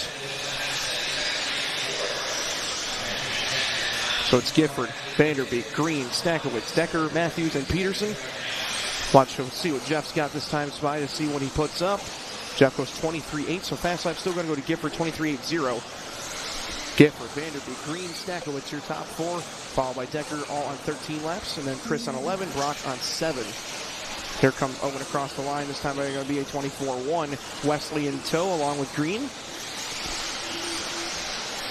So it's still Vanderbeek on top on the race clock. He is your leader going over the triple. Working his way through that infield section. And working his way up to this tricky little hip jump. Nice job checking up right there. And down the straightaway he goes. Nice, smooth, controlled run here for Owen. The youngster has a lot of talent, of course. Let's see if he can harness it. 13.5.14. Gifford 13.5.15. Green 13.5.16. Green looking much better this round here, the Indianapolis native. Stackowitz from Pennsylvania. Decker from Pennsylvania as well. Then Chris and Brock. 2:15 left to go, just past halfway. Still watching Vanderbeek leading by about 7/10. Here he comes down the line again. This time by a 23.9. Wesley just put up a 23.6. He backs it with a 23.3. Wesley there, that second place, that white car right behind the Vanderbeek machine. So we'll keep an eye on both of those two. Stackowitz back into the third spot, taking it away from Green by a couple of tenths. And then it's going to be Decker, Matthews, Peterson. 3:15 down, 1:45 left to go. Vanderbeek one more time. 24.1. Gifford has been empty in the tank, though. 23.8 lead change. Gifford to the front. That is the white car. Oh, and then he promptly hits the pipe. So we'll go back to Vanderbeek. Tough, tricky, high grip layout here at Hoosier, and that pipe snuck up and grabbed him. So Vanderbeek will stay out in front despite the brief lead change. Stackowitz should take second place over. Top five are pretty tight on the race clock, about 5 seconds apart. So Wesley could find himself as low as fifth after that. 24 flat. Jeff Stack going to come across the line this time with a 23.9. They're separated by 1.1 seconds. And luckily for both of them, they're on opposite ends of the racetrack, so shouldn't see each other. Shouldn't, quote unquote. Owen, Jeff, Wesley, Justin, Ben, Chris, Brock.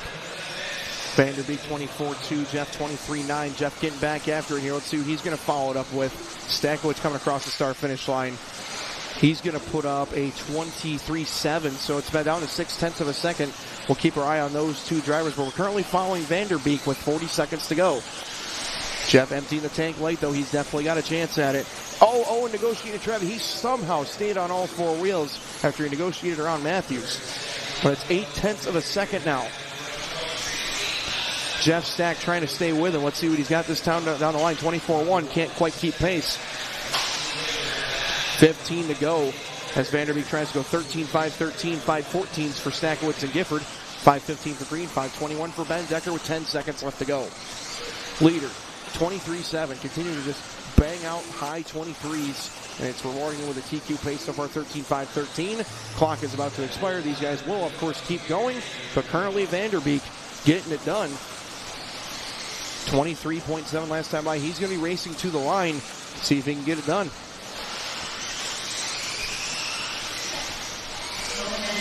He will. 13-5-12. Awesome run there for Vanderbeek. Stack will get close, but don't think he's going to be able to do it. He's trying to hold second as Justin Green comes in third. See if Jeff can finish it up here strong. Yes, he does. Ben, and it looks like Wesley having trouble there at the finish, so that should put Decker into the 4. Here comes Ben. Ben goes 13-5-21, and we're all done. So it's going to be Owen Vanderbeek taking it down, setting early TQ and two-wheel drive modified buggy. 13-5-12. Stankowitz going to go 5-14. Justin 5-15. Ben Decker 13-5-21. Wesley going to be out after 11. Chris 11 and Brock with 10. So there is your A main race results screen. And Owen Vanderbeek will sit on top. Stankowitz right there behind him, and Jeff definitely needed that run as well. So good run for both of those gentlemen. And into the second heat we go. Race number 9 coming up.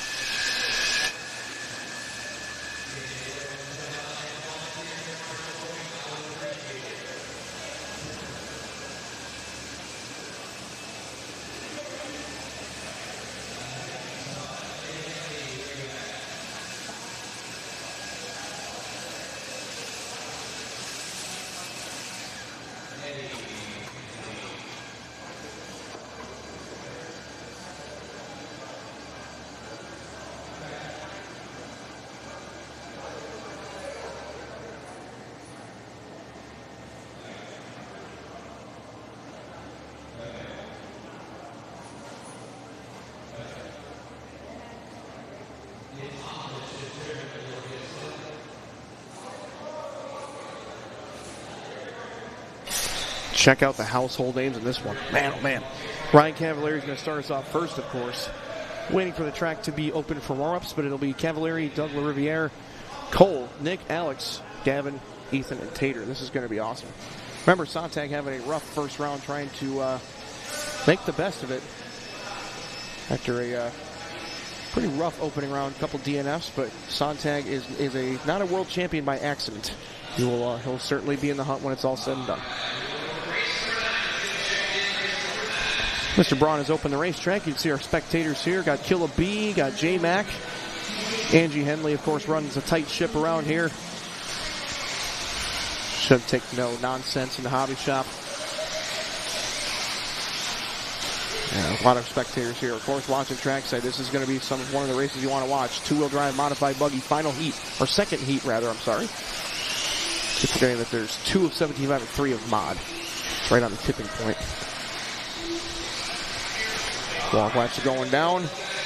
Straightaway is going to be shut down. Oh, one car going by the wayside there in the triple. They're going to get it worked out, though. You guys already saw your starting grid. Cavallari, world champion, 30-time national champion. Trying to open it up strong. He had a pretty good opening round. A couple of solid top 10 runs. And they are sorting themselves out. We'll hand it over to Mike to fire them off.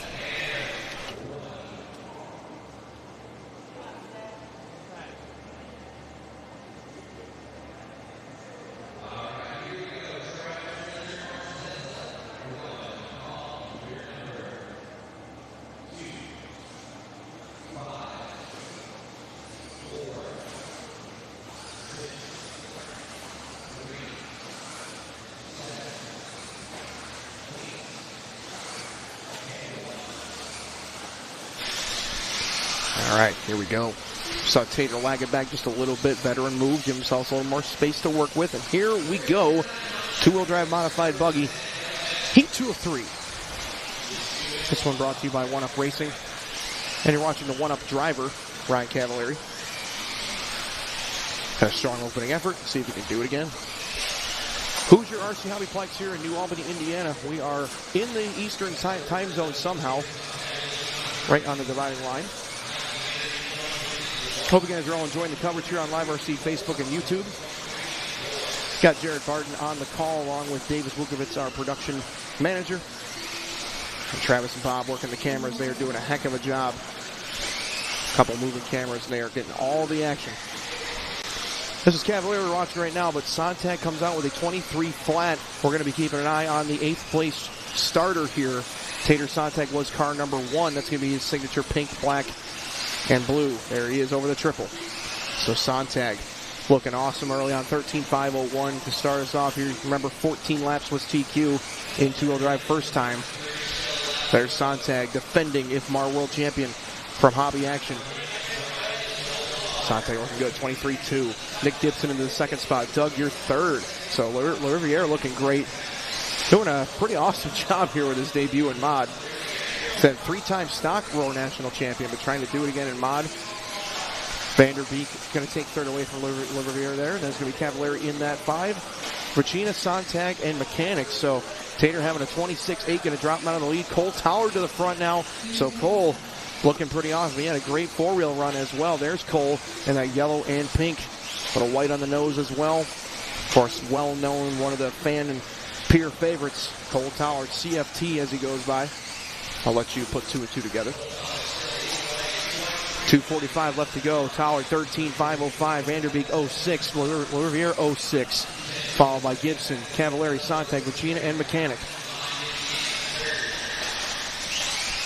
Cole Tollard looking awesome, working his way through these 180s. These things are tough. They have a lot of grip.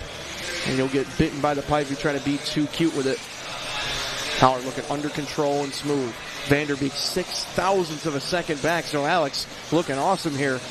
Followed by Nick, Cavalieri, Riviere, Sontag, Regina, and Mechanic. Oh, trouble for your leader coming out of the straight. Nice save, though. That should hand it over to Alex, though. Yes, it does. Alex is going to be that bright yellow car. Here comes your leader now. Awesome start for Vanderbeek on a 13.505. He'll be 2 cars behind Tollard here. That's going to be the Dion Yellow Machine. There he is. Vanderbeek, Gibson, Cavalieri, Riviere, Tollard, Sontag, Regina, Mechanic, all on 13-lap runs. Man, oh man, 13.505 here for Vanderbeek. Comes back this time with a 23.5. Followed by Gibson, Cavalieri, Tollard, Riviere, all within about a second and a half. Now 2 seconds back is Doug. Followed by Tater, Gavin, and Ethan Mechanic. Two-wheel drive modified buggy putting on a great show here. Vanderbeek out in front, working his way down the stairs and coming to the tabletop down the straightaway. What's he got for us this time? It's going to be a 23.5. Followed by Cavalieri, Gibson, Tollard, Riviere, Sontag, Regina, and Mechanic. Ryan Cavalieri, 1.2 seconds back in second spot of Alex. Cavalieri strong and solid. May not have the pace quite yet, but like I mentioned earlier, do not ever count a world champion out. They always figure it out. And with the one-up support that Cavalieri gets, I would not count him out. There he is over the triple right there, still about 1 second back. But when it's going gets tough, the tough gets going. And I'm telling you what, Cavalieri is still in this thing. If Vanderbeek makes any sort of issue, we're talking about a different race. Here comes Cav down the start-finish line. 30-time Roar National Champion. Comes back this time. Looks like he may have possibly not counted. They're going to get that fixed, of course, but some intermittent issues there. We'll wait on those guys to get confirmation, but it should be Cavalieri and Vanderbeek still battling for the lead. Gibson should still be third. Tollard and Sontag would be the top 5. We'll see how it works out with 15 seconds left to go. Vanderbeek 13.505. Trying to take down the TQ run here away from Owen Vanderbeek. So it's a Vanderbeek invasion here. Owen trying to go 6th on the grid. That would be currently top 6 now, resetting as Riviere jumps back in front of it. Clock has expired. Alex trying to take it home. He's leading by 0.8 of a second over Cavalieri. He's going to feel the pressure from the world champion all the way to the finish, though. 13.505 here for Vanderbeek. Here they come down the start-finish line. Let's see if Alex can do it. He does. Alex Vanderbeek is going to take it home by about 0.9. Cavalieri going to be in second, then Tollard. Let's see how Tater ends up. Can he steal third? It's going to be close. No. It's going to be Tollard taking it by about 0.4. Then Gibson, Mechanic, Riviere, and Gary V. Gavin Vicina. Everybody's going to go 13. Alex Vanderbeek reset in TQ. 13.505 is going to be good enough to go to the top of the board with 1 heat left to go. Cavalieri 06, Tollard 07, Sontag 07, Gibson 08, Mechanic was 13.5.16. Doug 13.5.16, and Gavin 13.5.20. And that is exactly how it's explained on the A-Main race results screen. Congratulations to Alex Vanderbeek. 1 heat left to go. He is the man on top with 5 more minutes left of two-wheel drive modified buggy today. Unfortunately for Alex, he's got a bunch of reigning, defending, former, whatever you want to say, world and national champions in this one. This is going to be a tough one for Vanderbeek. But that's a solid run, 13.505. It's not going to be a cakewalk for these guys by any means. As you guys can see, corners getting blown off. Marshals are taking their spots, and then we're going to get this one rocking and rolling, starting with warm-ups. And then we'll go into the race, of course. So thanks, everybody, for tuning in again. Thanks, guys, for all the coverage here. Thanks, BJ and Nate Speck, for jumping in here and talking about it. Thanks for the kind words. I sincerely appreciate it.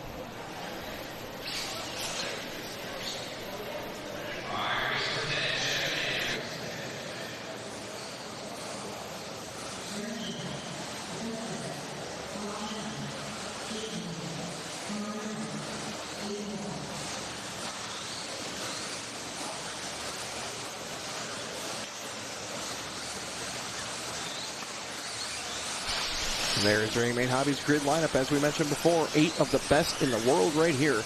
Going to try and take down Alexander Beek's TQ, 13.505.7. Those of you watching at home, you might want to strap your phones or iPads or TVs down. This is going to be a big one right here.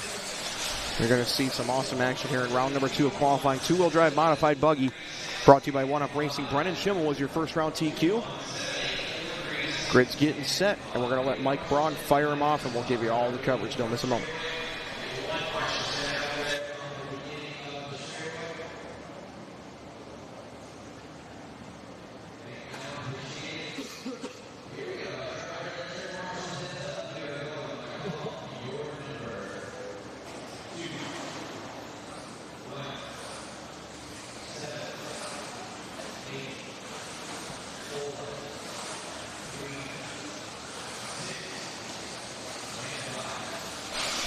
We're going to jump right into the action here as they're all been called off. Here we go.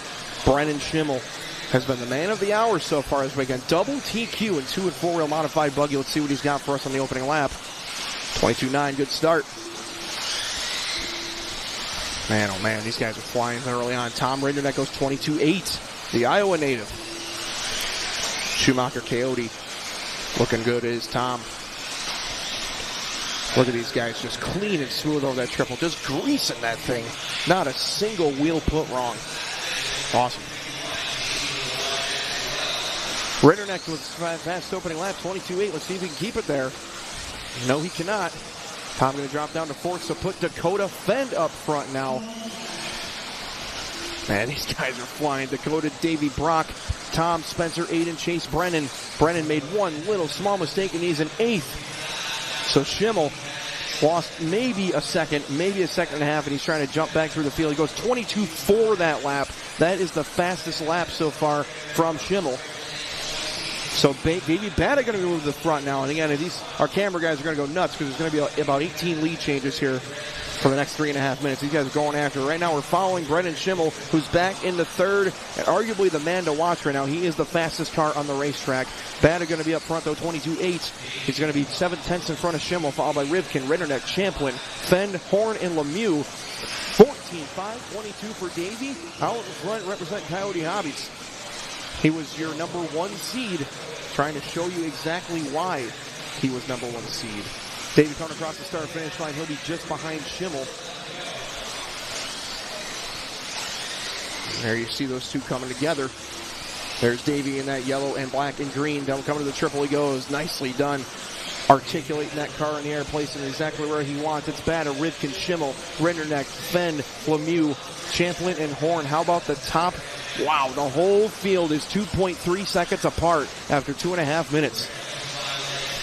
Brennan Schimmel to the front now with a 22.5. So Schimmel coming to the triple goes back in front. followed by Bata, Rivkin, Fenn, Rinderneck. Now Dakota going to drop down to the 8 with a 24-9, and that's going to put Brennan Schimmel to the top of the leaderboard. Three-way battle up front. Schimmel, Bata, and Rivkin, all 0.4 of a second separating them. Rivkin's kind of slid in here very quietly, still competing for the TQ run.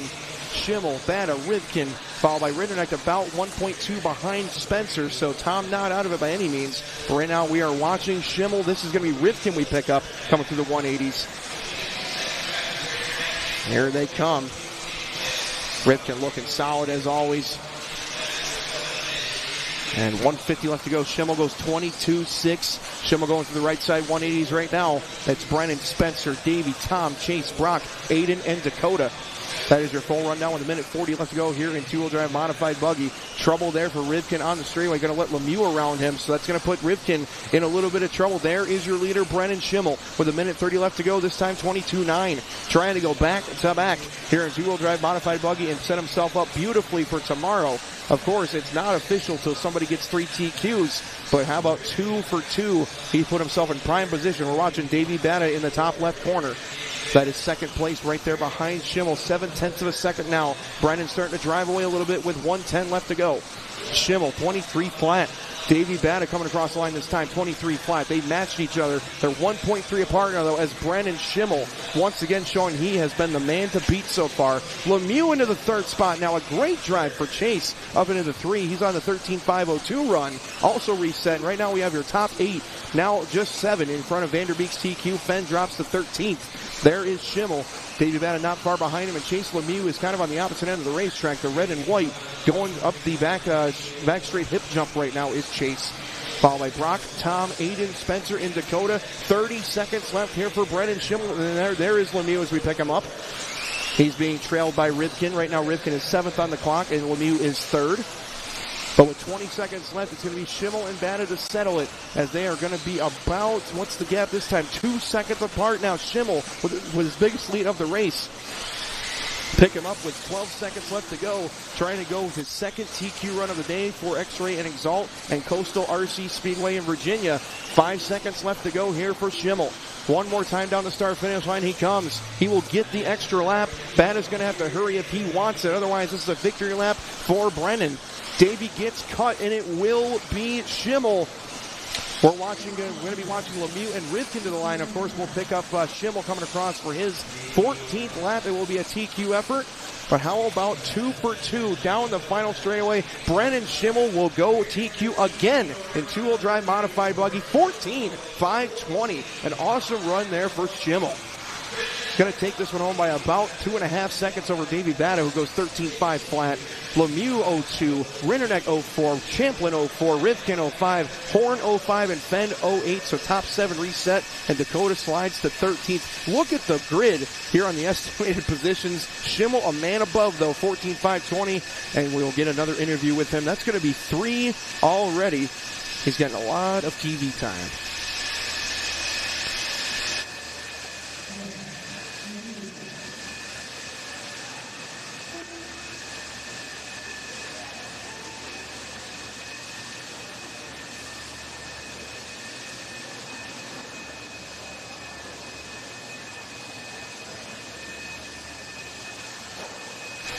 Man, oh man, this is Jared in the booth again. Brennan, not much else left to say. This is your 3rd interview already. Lots of TV time. Just going to give it to you again, give you the floor. How was that run? How would you grade it on scale 1 to 10? And how you feel about, once again, wrapping up another TQ effort? Yeah, obviously car was great again. I had a couple little mistakes there that run, a couple little in the top right-hand corner myself. Cleaned it up a little bit for the next one, but car's been working awesome. Everyone in the pits, back home, can't think of enough. Awesome, man. Well, congratulations, Brennan. Not much else left to say. You're leaving 0 doubts on the table, so good luck the rest of the way, and good luck in 4-wheel. Thank you. Thank you.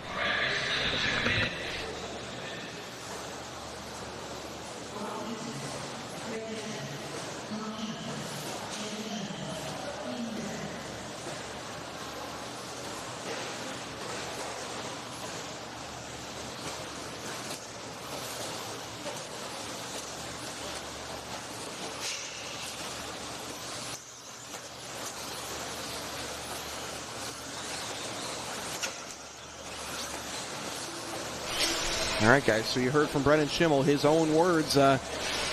making it tough on me. There's not much else to say when you've run 3 races and you've DQ'd 3 times. He's currently going batting 1,000. So congratulations to Brendan Schimmel.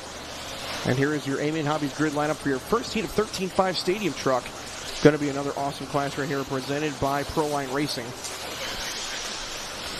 Keaton Grant going to start us off along with company.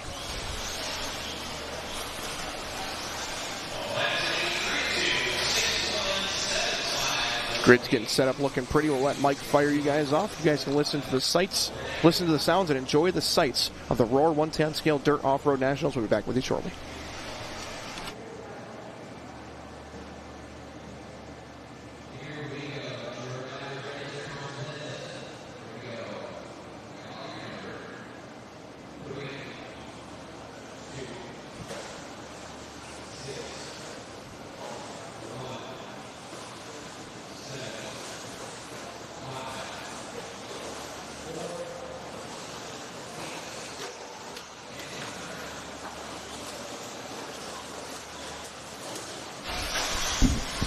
So you heard Mr. Braun call him out by number. It's one of the unique things that Roar does here.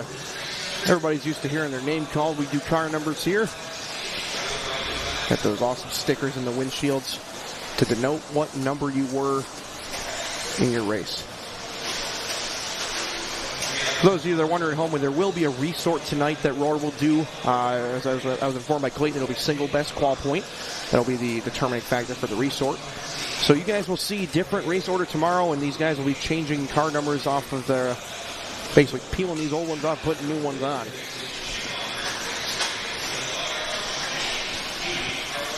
Right now we're following Chris Van Air as he reversed his fortunes quite well in the 40-plus class. He's going to try and do it again here in Stadium Truck. We'll see. Looking strong so far. They're looking like he's getting the job done. This is going to be Andrew Roca coming down the start-finish line right here. Andrew's that blue and gray. Maybe not. It looks like Andrew may have missed one right there. That's interesting. Chris hitting the line right now, though. I like to personally take fault for the 40-plus race. I saw about 4 different cars that looked like his, but he was the brighter yellow and white car with some pink on it.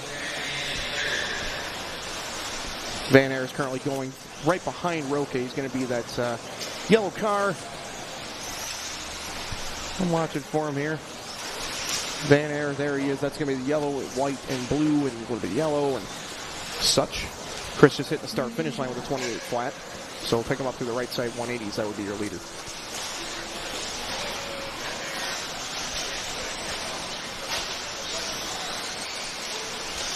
And there he is. Very nice, gentlemen. That's your leader right there. So Van Air, we're going to learn your paint scheme one way or another, my friend. And right now, I want to steal a quote from Benny Parsons back in the day. Of course, rest in peace, Benny. He says, you want to get on TV? Put it in the box. And he is putting it in the box right now. He's up front, getting a lot of TV time as Chris. Of course, your TQ and 40-plus two-wheel drive, and now running awesome in Stadium Truck. 24.6 that lap around for Van Air. And there he is. Awesome-looking colors. That yellow and blue and red and just yellow wheels on that machine. Oh, he goes for a roll, and he's in trouble. Back on the race surface, though. He should still be out front. He is. By about 1.6 seconds. And it's going to be Keaton Grant in the 2-spot, Tom Sherman your 3rd, Andrew Roca, Anthony Justin, and Craig. And there's Chris Van Air coming to the triple. Nice and clean. No wheel wiggles for Chris. He's all business. Doesn't want the flashy flare. He just wants to get the job done. He's doing it right now. 1.5 seconds out front of Keaton Grant, Roca, Sherman, Woodruff, Sherman, and Jackson. Oh, trouble there for Van Air again. And looks like he was limping just a little bit. Definitely at a reduced pace. Oh, and it's a right front. Looks like he may have popped the ball cup or broken a caster block or something. And that's a rough break there for Chris as he was flying. It looks like he's going to try and nurse it around, though. How much longer can it go until something really bad happens? But he's doing a heck of a job with it right now. That car has about positive 10 degrees of camber when he goes to the left-hand corners. But doing a great job. That's going to put Grant out front, though, so Keaton going to be to the front here by about 3 seconds. Followed by Roca, Van Air, Sherman, Woodruff, Sherman, and Jackson. Again, it's Tom in the 4 and Justin in the 6 of the Sherman boys. Here comes Grant. 29.7. Andrew Roca right there with him. A couple blue and white cars. They got one car between them, trying to work it out cleanly and not murder each other. We're going to see if they can. Maybe. Trying to. Not too bad. Roca and Grant, we're going to pick these guys up and probably follow them to the finish if they're going to race for the win. Tough break for Van Air as he was going away with this one and unfortunately nursing that right front tire. Probably a pop ball cup if I'm going to guess from the optics. 20 seconds left. Here comes the Roca and Grant race. Roca's behind Grant on the track but ahead on the clock. 15 seconds left to go. Ooh, nice save there from Keaton. But they're right there together. This is going to be very close. Only a couple of tenths with 5 seconds to go. Roca, Grant with a 26 flat. Roca with a 25.7. Andrew takes it by about a tenth. Let's see if they can finish it out that way. Andrew trying to get closer to Keaton. Keaton trying to drive away. These guys are racing the line. They're going to be on 12-lap runs. 5:21s apiece, but who's going to win out? Grant is that lead car. Roca is the trail car. Here they come down the start-finish line. Couple pipes there for Grant, and Roca will get around him, and that will secure the heat race win. It's going to be Andrew Roca going 12.520 to set early TQ here in 13.5 Stadium Truck. Grant going to go 12.522. 11s for Anthony, Chris, Tom, and Justin, and a 10 for Craig Jackson.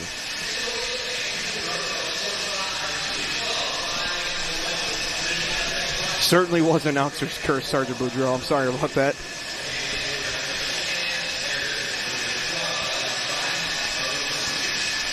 So Andrew Roca, as you see on our A-Main race results screen, taking the win in this one, setting early TQ with a 12.520, and Keaton right there behind him, less than 2 seconds, 12.522.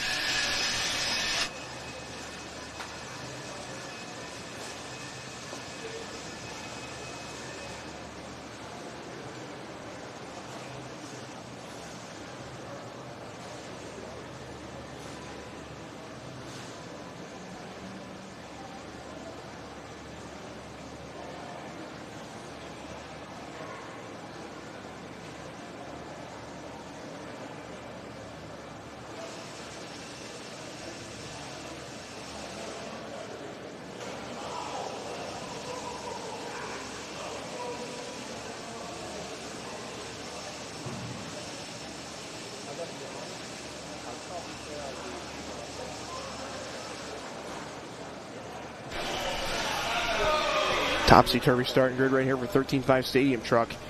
Caden Meeks, as we mentioned before, third seed, taking down first round TQ. He'll be on the point here.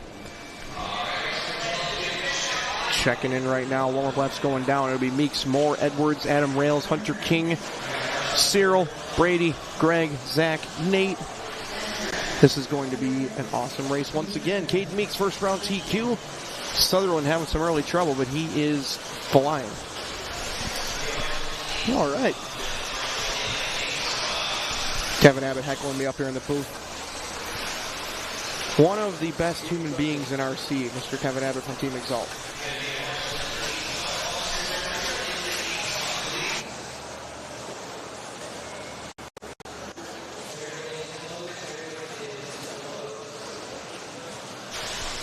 You heard it, straight away closed, and we're about to get this thing rocking and rolling. TQ is from Andrew Roca, 12.520. See if these guys can take it home. Caden Meeks was awesome the first round. Super consistent. And as we mentioned, man, a few words in his interview. Just went out there, did his business, and court-martialed, and got back to the pits and went back to work. You guys will see the grid getting set. I'm going to turn it over to Mr. Braun to get you fired off for our second heat of 13.5 Stadium Truck.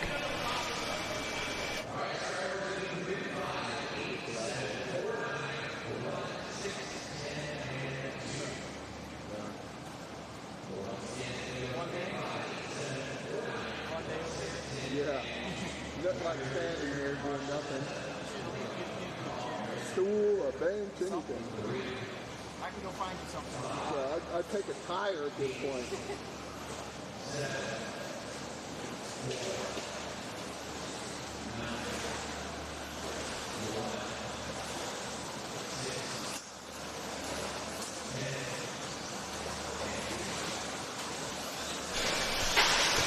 All right, here we go. 13.5 Stadium Truck off and running. This class brought to you by Pro Line Racing. Caden Meeks was the first round TQ, but he's got some hungry hounds that will be vying for that spot.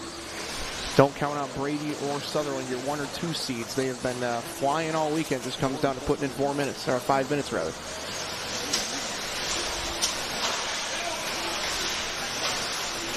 I said 4 minutes. I'm going back to like oval meets. This is 5-minute races in 10 scale. All right, so here we go, guys. Caden starting off strong. How about Zach Mazurik? Opening lap 25.9. Let's see if he can keep up pace here. Hunter King also in the mix, the Floridian. Hunter for TLR. He's been with Losi for years. Exalt driver as well.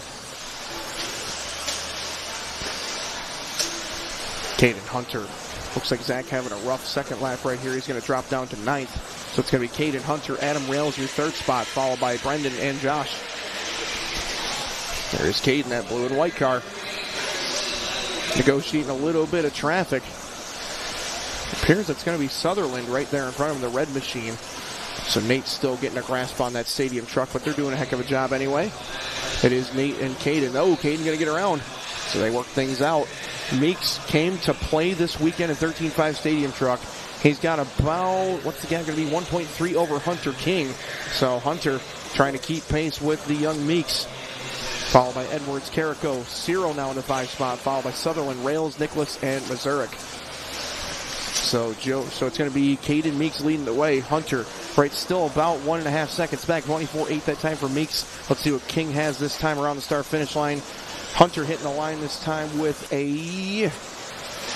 Ooh, he's not coming back yet. Something going wrong with the King machine this lap. That's going to drop him down. So Carrico going to take the 2 spot. King down to 4th with a 30.4. So it's going to put Meeks out in front by 4 seconds now over Carrico. There is Meeks, 24.3. Brady Carrico going through the center of the racetrack. He's in a bit of traffic right now, but Meeks still getting it done. Brady will be a couple cars in front of Meeks. But Meeks still getting it done. Like we mentioned, the white and blue car. Brady coming down the start-finish line right now. He's going to come back with a 24.7. They're basically opposite ends of the racetrack. Call it 2 full straightaways behind on track position. But with staggered start qualifying, that doesn't mean a thing because you're on your own race clock. Meeks, Carrico, Sutherland up to the 3rd spot now. So Nate getting a grip on that stadium truck here, trying to at least get himself back in the hunt, just trying to finish a run today. Followed by Edwards. Now King back into the 3 spots. So that put Nate 4, Brendan 5, then Greg, Adam, Josh, Zach, Ryan. Minute 35 left to go. Caden this time by not his best lap. He's going to give Brady another chance here. 28.2. Let's see what Brady can put up this time by. It will be closer this time around as long as Brady can put in a clean one. Brady will be coming down the straightaway here shortly. Brady coming down the line this time. He hits the line with a 25.3.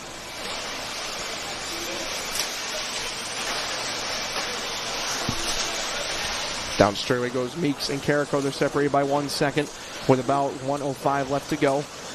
Carrico to the left side, working his way down the straightaway now.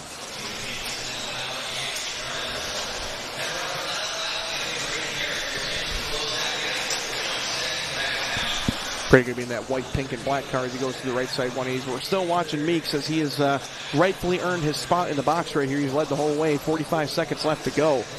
Caden, Brady, Nate, Hunter, Brendan, Greg, Adam, Josh, and Zach. And Caden, despite a little bit of adversity, keeping it clean and smooth and steady, trying to nail down a TQ run here in Stadium Truck. 12.502. Currently top 6 are in front of TQ pace.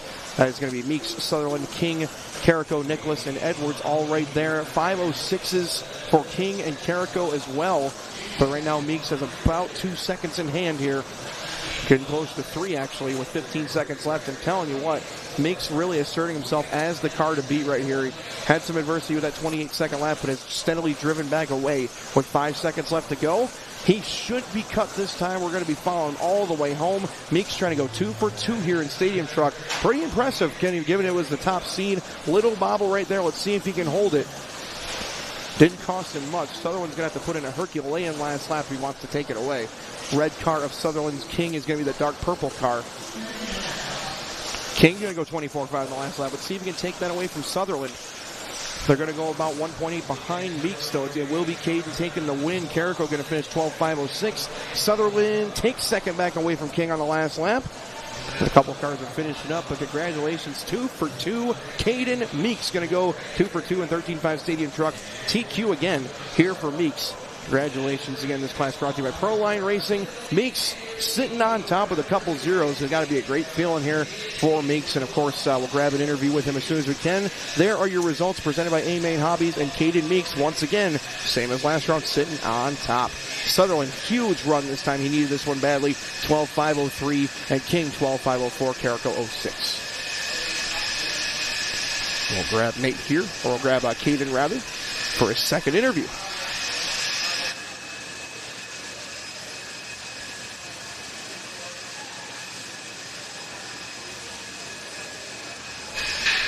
All right, once again, Caden Meeks, 2 for 2. It seems like this has been the theme in qualifying. You want to say it wasn't that easy this time. Couple little bobbles, little adversity. I want to get your thoughts personally on how that run went, and let me know how you're feeling going 2 for 2 on the day. Yeah, truck felt good still. I just made a couple mistakes, but I'll try to clean it up in the next one. Well, that's awesome, man. Well, you did a great job. Once again, you got these guys gunning for you, Sutherland and King and company, but you really held your composure well despite some adversity, and wishing you luck the rest of the way. Thank you. Thank you. I finally went and turned the big fan. There you go.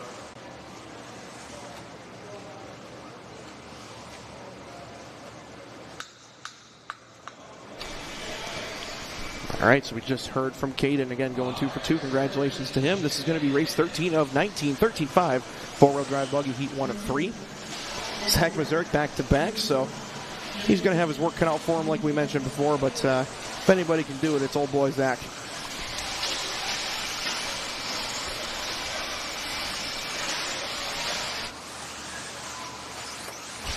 You saw the full grid lineup brought to you by A-Main Hobbies. It'll be Woodruff, Ciela, Lazars, Hunt, Merchant, Furnish, and Salkowski, all trailing Mazurek. Coming out of the hole.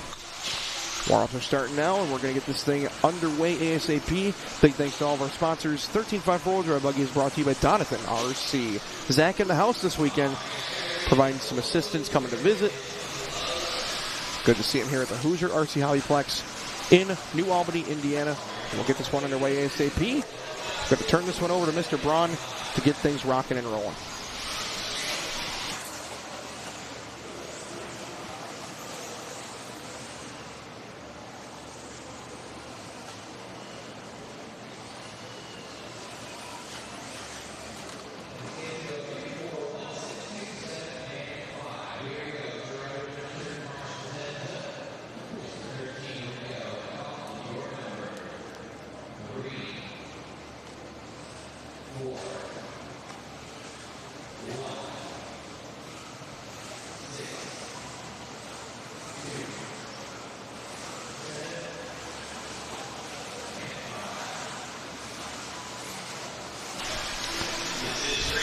So you just heard Mike call them all out. Here we go for your first heat of 3 for 13.5 four-wheel drive buggy. Last time by, Zach Mazurek laid the whips on this race. Let's see if he can do it again. Opens up with a 24.9. Good start.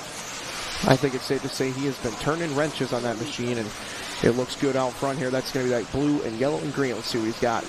Everybody else coming in with solid opening laps, so Nolan goes 25.2. Anthony, Lane, Luke, and company. Zach looking good. Good start. Down the straightaway. 24 flat. For Mazurek getting quicker every time out. Working his way to the triple. Clean and smooth. Blue, yellow, white, and green. Associated machine with Tekin horsepower. Of course, the spec tire, the J Concept Silver Smoothie for all these spec classes. And spec sauce, too. SXT Baja and Baja Max. So, interesting formula. That's a page taken out of the on-road books where most on-road races are SXT 3.0 only. Bringing it over to the clay off-road world with the SXT Baja Max. Big thanks to Jeff Brown for sponsoring the event. Of course, another Michiganite. A lot of Michigan influence on this Roar Nationals. Drivers and sponsors alike.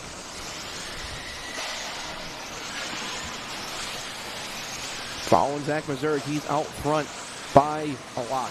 Right now this car is looking good. Missouri, Hunt, Woodruff, Furnace, Lazar, Ciela, and Merchant after 2 minutes. He's lead after 2 minutes is 5 seconds. So Zach Mazurek is moving at a good clip right now. Oh, leader in trouble and needs some Marshall help. He climbed the wall. Marshall's all over. That will definitely set him back. I think he still has enough insurance to keep the lead. We'll find out, though. Coming to the triple again comes Zach. Looks like the car is in decent working order still.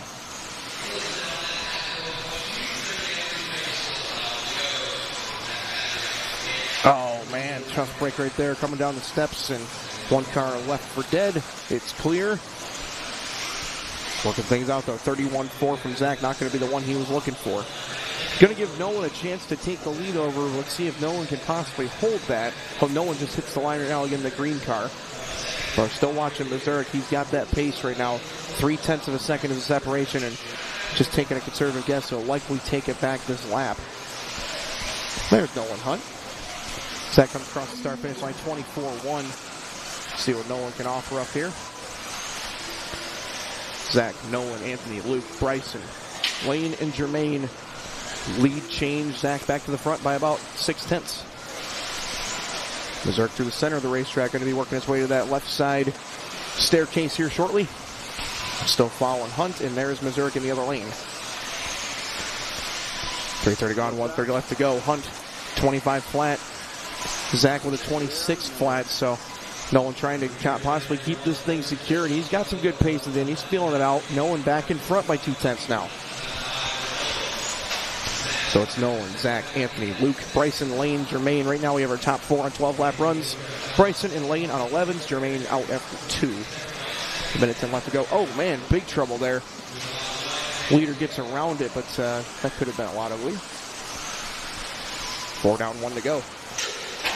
Oh, man, Nolan in big trouble coming out of the straight. I believe he is out of view. Marshall's all over it, and it's clear. But that will give Mazurek a bit of a break right there. He'll go back to the front with a 12.502. Mazurek coming down the straightaway this time. Again, that green and blue and yellow-white. He's working through the right side 180s right now. So a couple cars back would be Zach. If he were to drop back just a little bit. Triple right there. There's Zach. There he is. So Zach, 30 seconds left to go. Trying to nail this one home. It wasn't the prettiest run. Leader is on screen right now. 12.5 flat for Zach. Hasn't been the prettiest run. But he's trying to wrap it up with a 24.4. If anything, for a moral victory, he's got a 23.4 fast lap. I'm sure that was an anger lap after having some trouble with traffic. He's doing the job right now, trying to take some good momentum into round number 3 and 4 tomorrow. Final couple of seconds. So we got a body coming off that machine, and it's coming off at the end. See if they can nurse it home. Zach will be cut. Oh, look at that. 12.5 flat .000. Exactly 12 laps on that race clock. So Zach just barely missing the 13 lapper there. And no extra to spare. That was 5 flat .000. Don't see that very often. Woodruff going to grab second, 12.505. Nolan, 12.510. Luke, 11.507, waiting for Bryson and Lane. They're both going to be done here. Everybody running is finished. And Zach Mazurek will take it down 12.5 flat. Check that out. .000. It's going to be Woodruff, Hunt, and Ciela. Furnish your top 5 here in race number 13. So Zach set to early TQ. And we've got 2 more heats of 13.5 four-wheel. Up next, of course, will be race number 14.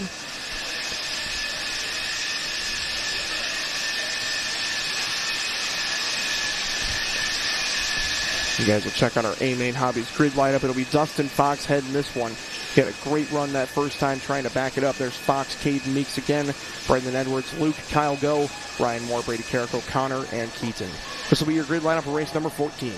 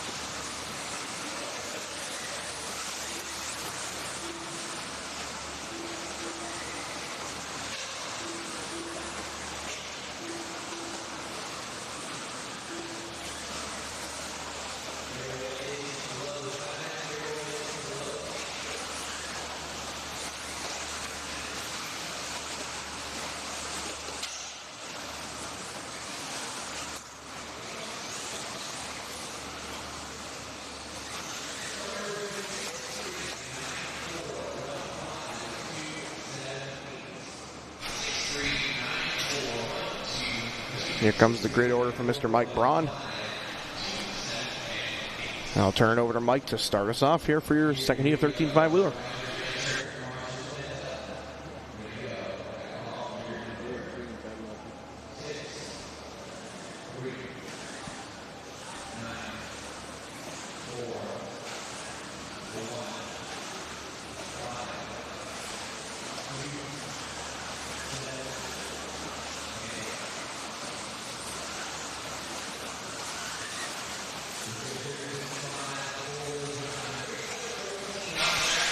There we go. Stomach coming out with Dustin Fox, a 22-9 opener.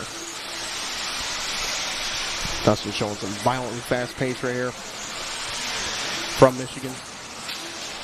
Oh, off the end. Oh, no, big trouble after that hip jump. That is a very underrated jump right there.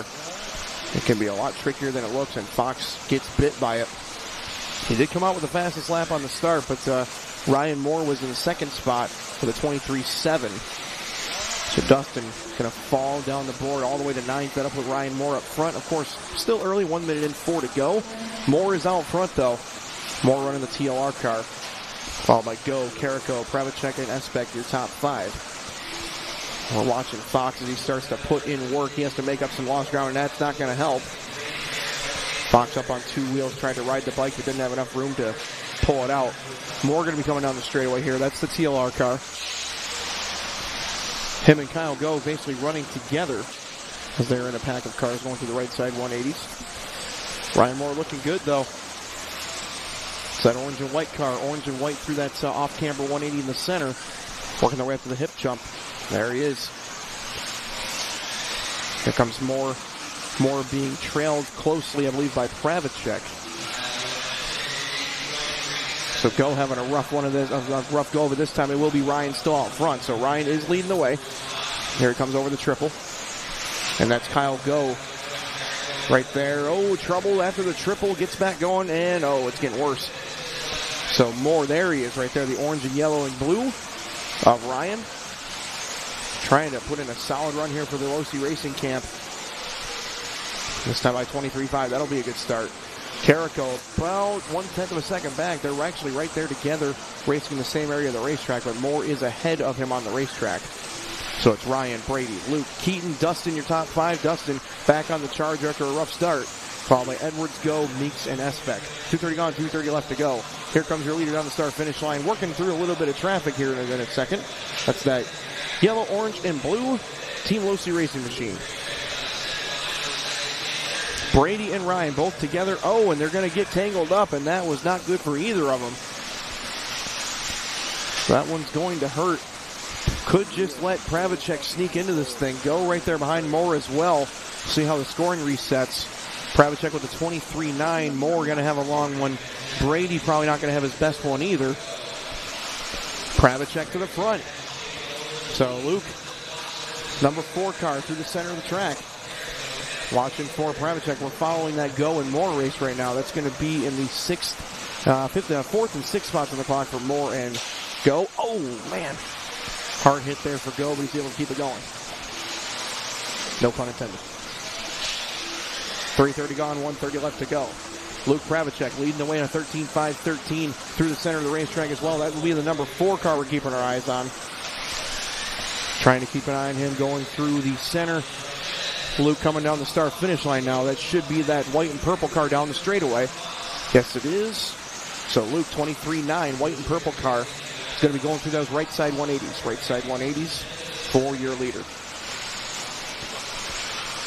So Luke, Dustin, Brady, Ryan, Caden, Kyle, Brendan, Keaton, and Connor.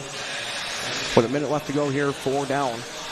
Dustin Fox back to the front. These guys had their issues, and as I said, keep an eye on Fox because he's going to be coming back through with a 23.1 is Dustin. So Dustin, the X-ray driver, the white, orange, blue. Dustin going to be coming down that staircase here in just a moment, and down straightaway. White, orange, blue X-ray. Working his way to the start-finish line, 23.1 for Fox. So Dustin Fox going to be getting it done with 30 seconds left. Luke in the 2, Brady, Ryan, Caden, and these guys all on 13 through the top 7. Connor and Keaton on 12s. 20 seconds left to go. Fox still out in front. Fox going to be working his way down the stairs and down the straightaway again. Fox, that time 23-2. There is your leader as he goes through the right side 180s as the clock's about to expire. Awesome recovery run here from Fox after a couple of rough incidents. Can he finish it is the question. He should be racing to the line. This should be his final lap. And right now he's got a couple seconds over Brady. Dustin sending it down the start-finish line. Can he get it done? 22.8 on the last lap. Will get it done. 13.509 for Fox. He is cut. Everybody else will be racing him home. So Dustin showing some raw speed right there. 13.509 going to get the job done.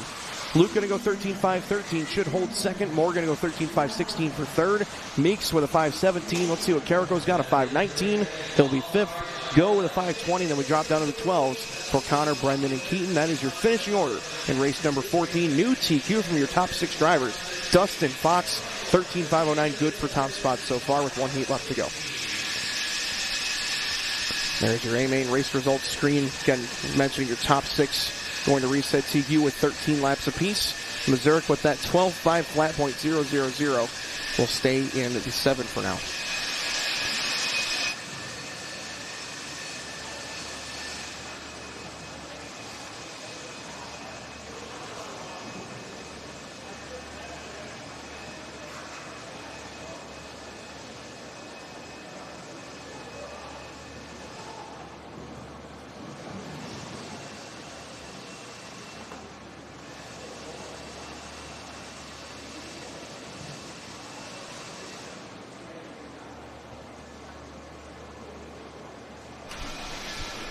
Keeping our eyes here on the pit lane. Looks like Sutherland making a small change. He's hustling. Something wrong with the Nate machine. Does have time still. There's still warm-ups to go and getting the marshals covered, but this is when the heart rate gets elevated. This is when your breathing picks up, and tell you what, Nate's cold as ice. He's one of the best at keeping it cool. Let's see if he can do it. If he can get back out here and running. You will see a Sutherland flying in from the background, though, if he can get back out here. This is your A sort of 13.5 four-wheel drive buggy. Cannot wait to get this one underway. This is going to be a good one. 13.5 four-wheel drive buggy, again, brought to you by Donovan RC. Our man, Zach. Dominic Passione, first time around TQ. Chase, Levi, Sammy, Aaron, Colin, Nate, Talon, Hunter. Here comes Nate flying.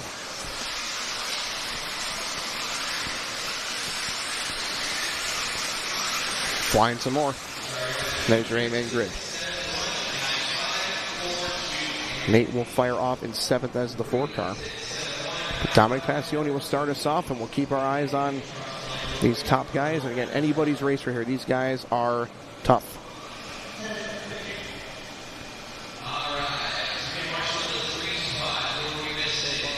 Once again, Passione, Chase, and Levi Raymond will be 2 and 3 here. And Sammy, Aaron, Colin, Nate, Talon, and Hunter. Going to turn it over to Mike to start them off, and then we'll start bringing the broadcast to you again.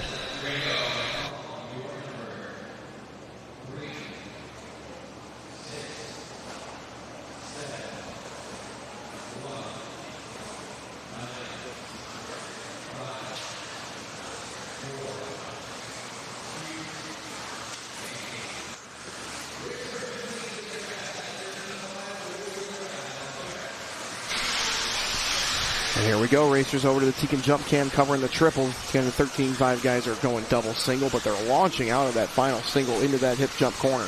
They're trying to make that one fluid motion. Meanwhile, the Raymond boys starting off strong here, picking up where they left off in round number 1. Passione did get the best of them, but the twins are looking good. Passione being pursued, and now he's been passed by Chase.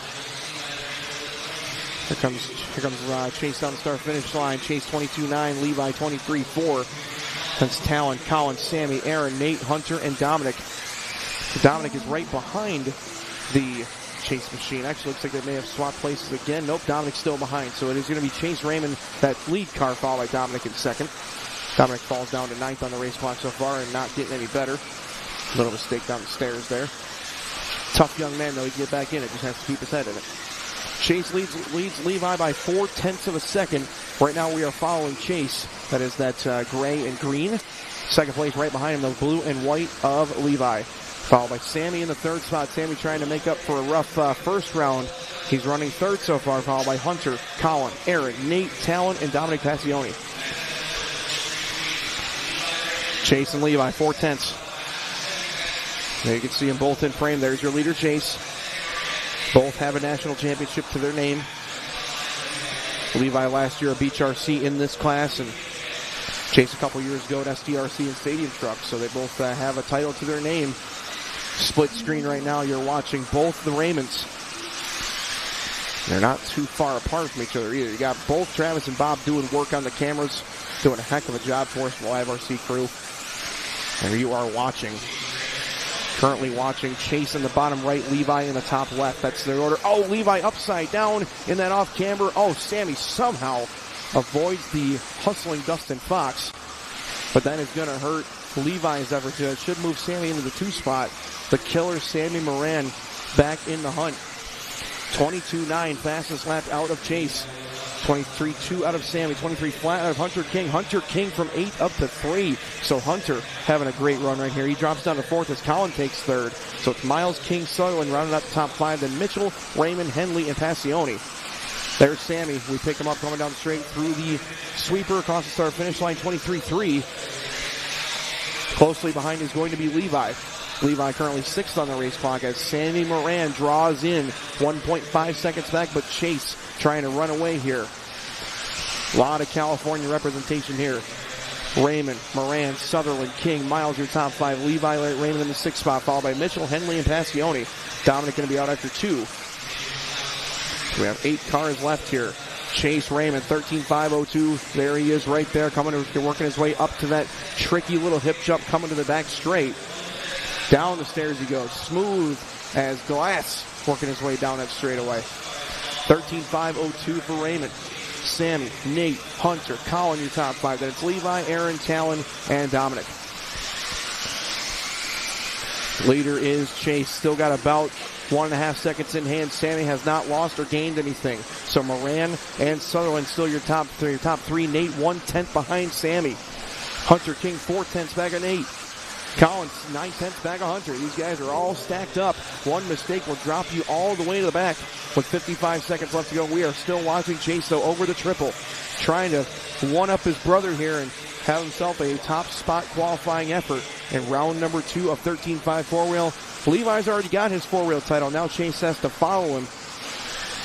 And there is that Sammy and Levi race once again. Levi doing a nice job latching onto the rear wing of Moran. He's back into the 5th spot on the race clock and running down King as well. 30 seconds left to go as we still have Chase leading by 1.3. Sammy is pushing hard though as he's being pursued by Levi. Sammy having a great pace right here. Let's see if he has anything left for Chase. Can Chase keep it clean? You saw Chase coming down the other frame. He just hits the start finish line 23.2. Little pipe there from Moran with 10 seconds left. Sammy going to go 23.3. Levi 23.2 gets back into 4th on the race clock. 5 seconds left. Chase Raymond working his way through the center of the racetrack. There he is. He's going to be trying to race into the start-finish line on a 13.503 pace. Top 7 trying to reset TQ. And here comes Chase down the start-finish line through the sweeper. 13.503. Sammy going to try and get there. I don't think it's going to be enough. No, sir. Sammy going to drop down to 3rd. Sorry about that. Not official yet because King is still running, but a 23.2 for Hunter. Try to go into 2nd. No, he will fall back to 3rd, but it will be Sammy going into 2nd and Chase Raymond. TQ in round number 2 of qualifying 13.5 4-wheel drive buggy, and he gets his interview after Levi's gotten his couple. Chase Raymond, 13.503 moves to the top of the board. Top 7 are all going to reset, and Aaron Mitchell will go 12th, 13.518. Passioni will have to get him back next time, and congratulations to Chase. Of course, we'll grab him for an interview as soon as possible. SDRC is rejoicing right now as both the Raymond brothers have put in great work so far this weekend at the Roar 10 Scale Dirt Off-Road Nationals.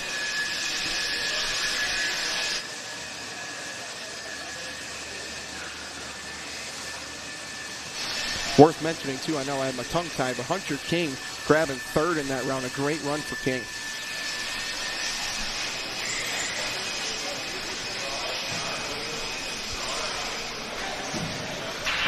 The second of the Raymond brothers. You got your TQ, young man. Congratulations. That was an awesome run. And really, I mean, it looked like it was you against everybody else. You had a lot of hungry hounds behind you, but you came out swinging, led early, and didn't let it go. Let me know how you're feeling about that run.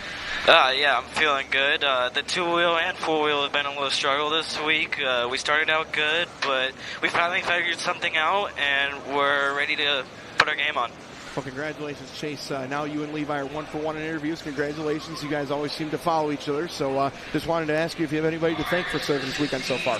Yeah, I'd like to thank everybody, all my sponsors, Associated, Hobbyplex, J Concepts, ProTech, AMA, and SDRC, everyone back home, Matt, my dad, and Charlie, and, everyone who supports me. Well, nice job, young man. Congratulations. SDRC is very proud of you right now, so congratulations. And head out to your car marshal spot. We'll catch you later, and good luck. Thank you. Thank you.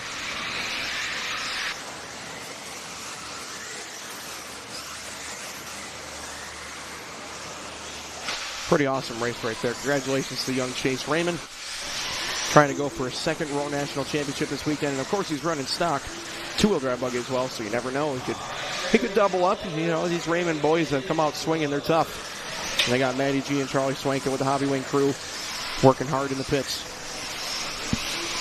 Matt's had that tunalizer working overtime. Warming up right now is your first heat of two for Masters 4-wheel drive 40-plus buggy. This class brought to you by Spectrum RC. Big thanks to Horizon Hobby for always supporting the Row Nationals in full force.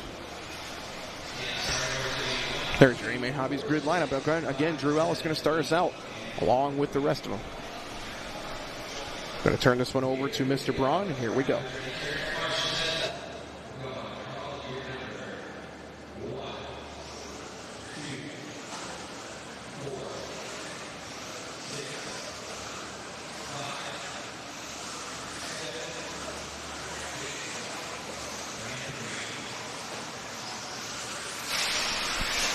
Off we go with the first seat of Masters 4-wheel drive buggy. Remember Drew Ellis putting up that strong run around number one, trying to do it again.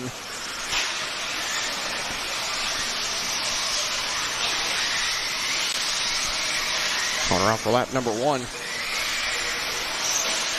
Looks like a big trouble for Ellis on the first lap. Going to go to 32-second lap. So it's going to be Josh Reinerson starting off with a 25.6, and here comes the rest of the crew.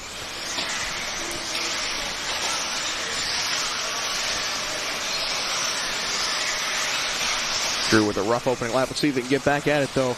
Drew is one of the most established on-road racers. Touring car, 12 scale. He runs modified. He ain't scared.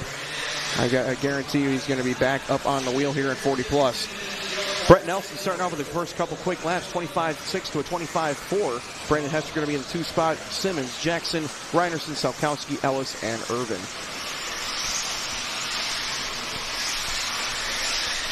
Heading down straight away, here comes Killa B, Brandon Hester. That time by 25.1. He's running second place right now is Killa B. Helen from Pennsylvania. Most frequently runs at G's Raceway. Our good friend Garland Smith back home in Shippensburg. Followed by Nelson, Simmons, Reinerson, Jackson, Ellis, Salkowski, Irvin. So Hester going to go to the front now by about 0.2 of a second. Watching Brandon working his way down the straightaway. Once again through that sweeper. Going to check up there to avoid a flipping car. 12.508 so far for Brandon. Every lap's been a 25 this far. So it's Hester, Simmons, Nelson, Drew Ellis back into the four. Josh, Craig, Mike, Eric. 2 down, 3 to go. And there's your leader coming in the frame, Killa B, Brandon Hester. Simmons about 0.2 of a second back and actually right behind him on the race surface. So Simmons going to be right there just out of frame, but not too far back. Hester and now Nelson jumping into that 2 spot. Ellis going to try and get back after it too. He has been bad fast. A little trouble on the triple. Drew tries to jump the triple. It's all clear. But Drew did get caught up in that. One upside down there as well. Raymond back on it. So Hester coming down the start-finish line right here. Simmons in tow. This is Drew that we're following. Sweetest paint in the business. One of them anyway. That is that awesome-looking white, orange, green with the yellow wheels. Hester 12.510. Nelson 12.514. Nelson hit the start-finish line now with a 25.9. He is currently 2.2 behind Brandon Hester. Hester going to be coming down the stairs here and down the straightaway. So it's going to be Hester just in front of Ellis. You pick him up right there. Through the right side, 180s goes Hester with Ellis close in tow, but again, Ellis was starting first, so Hester leads on the race clock. Drew jumping the triple. Perfect that time for Drew. You would have never thought he was an on-road racer. He just aired that bad boy out. Minute 35 left to go. Hester trying to hold off Ellis. Ellis looking quick, though. Ellis does have to get back around him on the race clock in order to make the pass. Hester, Ellis, Nelson, Simmons, Reinerson, Jackson, Salkowski, and Irvin. Coming to the triple again. Ellis jumps right over the top of Hester. Oh, my goodness. So Ellis putting his big boy britches on here at the end. 1:10 left to go as Ellis going to try and take it back on the race clock. That was a big boy move. Down the straightaway, we got Ellis hitting a 25-2.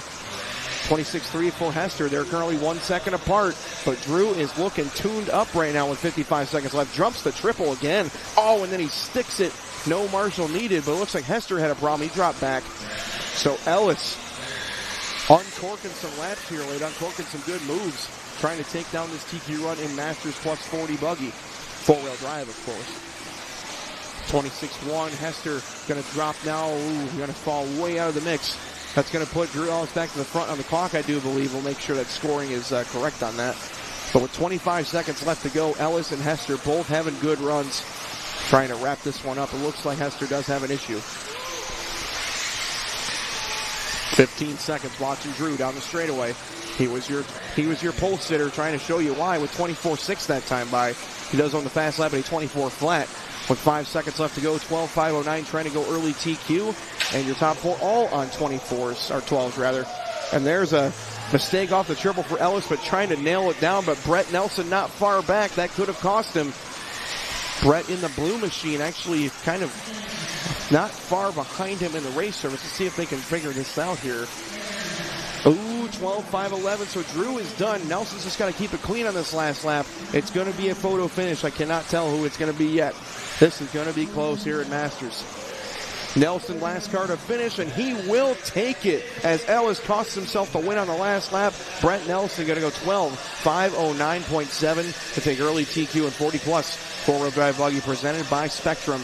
Followed by Ellis, 12.511, Simmons, 5.16. Then we drop to the 11s for Josh and Craig, and 10s for Eric and Mike. So pretty eventful run right there, but Brett Nelson going to take that one home, 12.509. Congratulations to Mr. Nelson. Ellis in the 2 and Simmons in the 3.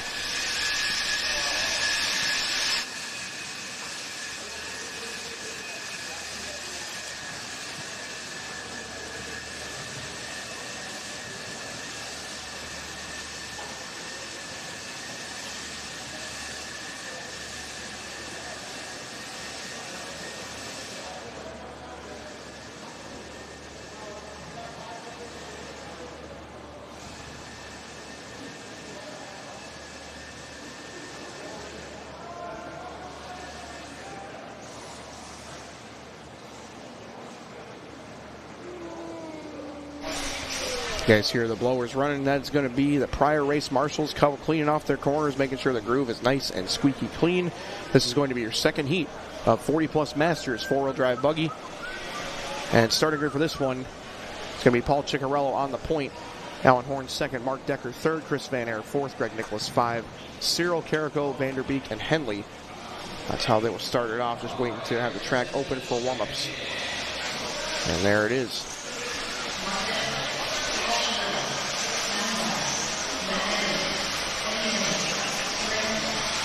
And here is your grid lineup presented by A-Man Hobbies. Ciccarello going to start us off after a awesome round 1 TQ run. Al Horn, Mark Decker, Chris, Greg, and company. This one plus 2 heats of four-wheel drive modified buggy, and then coverage will be over for the day. Of course, we'll see you back here tomorrow bright and early. Get things rocking and rolling at rounds 3 and 4 qualifying. So, of course, there will be a new stream link up on YouTube. There will be a brand new video. Please make sure you're ready for that. As long as you go to Live RC on YouTube and check out the videos and go to the live tab, you'll see the new Friday stream start. It'll be scheduled so you guys can be notified of when that's going to start. Davis once again doing a killer job with the producing here and keeping all his stuff in order. He's making me look a lot better than I really am. So Getting this grid tidied up, looking pretty. Chicky will start us off, and I'm going to turn it over to Mr. Braun so you can listen and enjoy.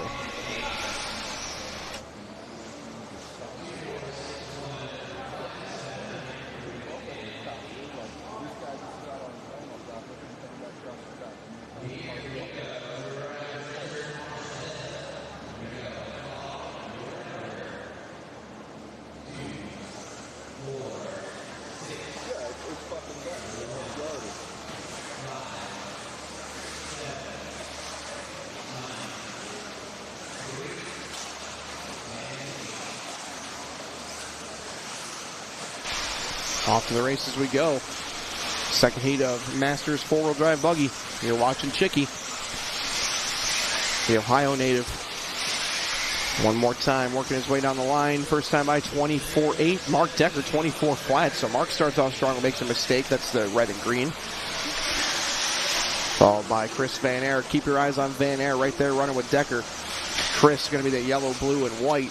That car has been fast all weekend. He finally got some good luck to go his way in the four-wheel drive, in the two-wheel drive Masters class, trying to double it up here in the four-wheel drive class.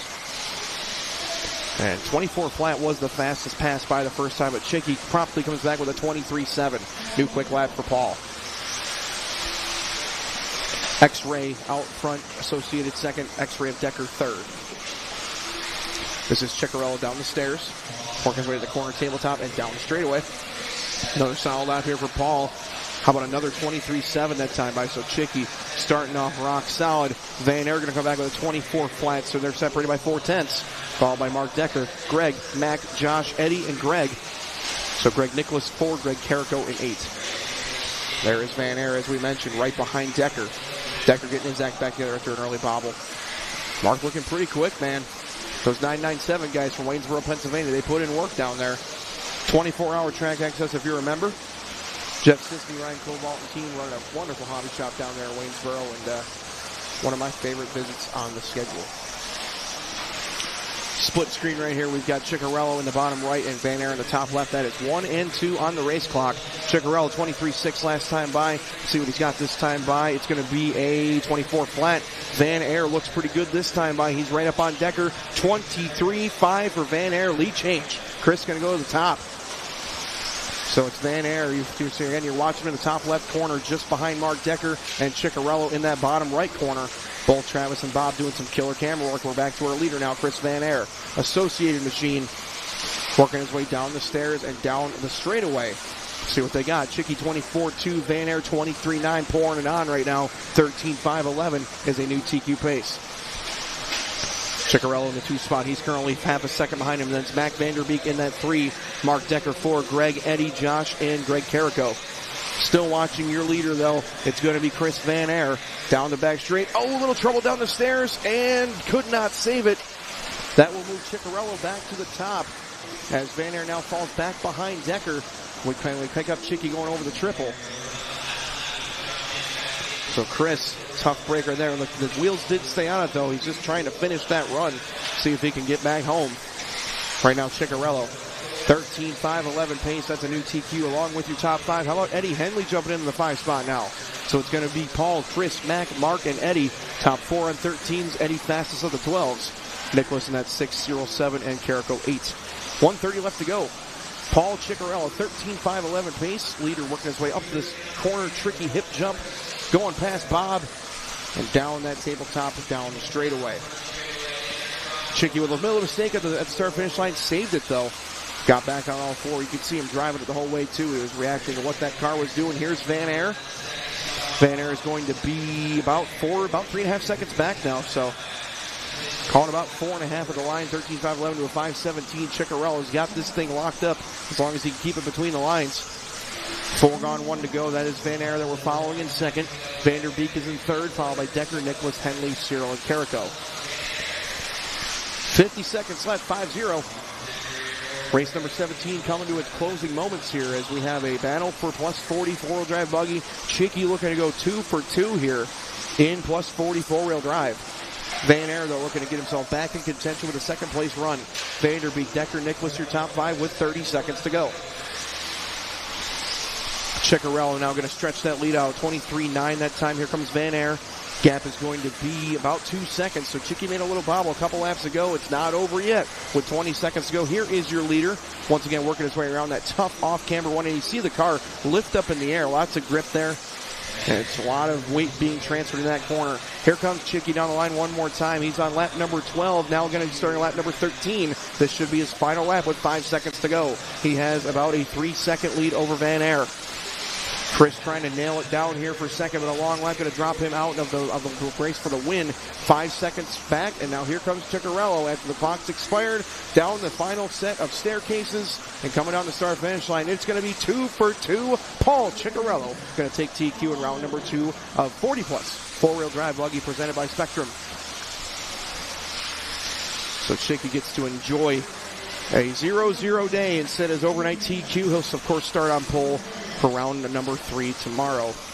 Congratulations to him. Chris Van Aer going to go second place, 13.5.18. Much needed run there for Chris. Mac will finish third, 13.5.20, and Mark 13.5.23, all on the 13-lap paces. Top 5 are in a reset. That puts Greg Nicholas 5. Eddie Henley will jump into 7th in this round, followed by Cyril and Carrico. So trouble there for Horn. Going to have to rely on round number 1. Here's your A-Main Hobbies finishing order. And Paul Ciccarello, 2 for 2 in plus 44-wheel drive. And, of course, we'll steal him for an interview on the driver's stand momentarily.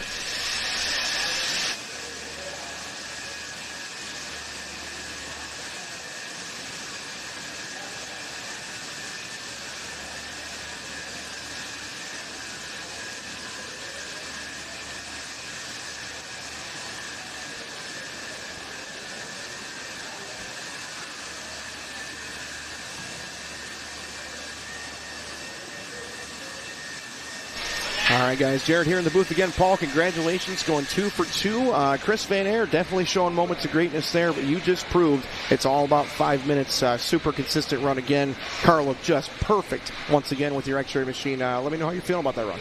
It was good. I geared down on the motor. It was too fast before, so it made it a little easier to drive. But it was good. Well, congratulations, my friend. That was awesome. Anybody you'd like to thank at this time for your great start to the weekend so far?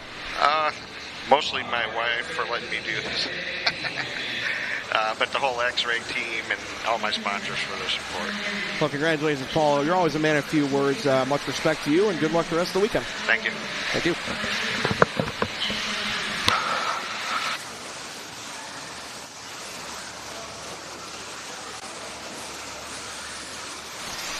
Good to hear from Mr. Ciccarello. He's done this many, many years. He knows the whole interview process. He says, like Kobe Bryant said years ago, job's not finished. Lots of work left to do. He knows that, and he's got the X-Ray team's interest at heart. He knows that there's a lot more left to go here, and it's only round number 2 qualifying. But congratulations to Paul Ciccarello. Well-earned TQ run. You're watching heat number 1 of 4-wheel modified buggy warm-up. This class brought to you by Boom Graphics. Big thanks to our boy Mike Garrison. Hopefully you're watching back home, Mike. Thanks for your support of the division, and hope to catch you at an event very soon, my friend. Always good to see you. Grid's getting set up. You guys saw the A-Main Hobby starting grid. Cole Tollard's going to start us off here. Alex and Owen Vanderbeek and company. Turn it over to Mike here for the start.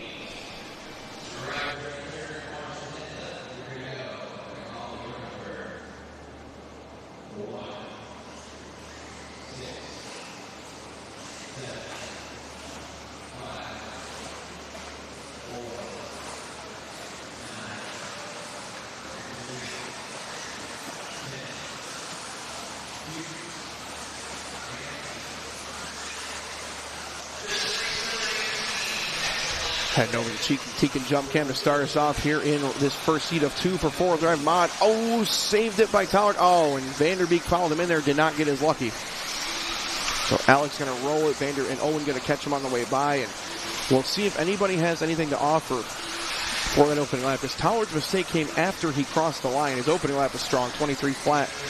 This will be a bit of a topsy-turvy order off the start, though. We'll see who's got what. Tollard comes back with a, 26.5, going to drop to 7th, but again, very early, so we'll see who ends up top. 1 down, 4 to go. Jeff Stakowicz comes back with a 23 flat. He appears to be on top so far. Gibson going to be in the 2, Wesley Gifford 3, Owen 4, Ethan 5. Justin, nope, now Ben Decker 6, Justin 7, Cole, Doug, and Alex. So Jeff Stakowitz out front early. Watching Tollard cycling around here in the P7 spot. Jeff heading to the start-finish line right now. Jeff with a long lap. Not going to help him by any means, so it's going to put Nick Gibson to the front. Maybe not. Gibson having a long lap as well. Nobody wants to leave the start of this one here in four-wheel drive modified. It will be Wesley Gifford to the top of the board now, 13.506. So Gifford going to be coming down the line this time as well. Wesley going to be that bright orange car at the end of that lane there. So again, bright orange car with some white on there. He's going to be your leader at the end of that train. There he is, coming to the triple. Gifford looking strong.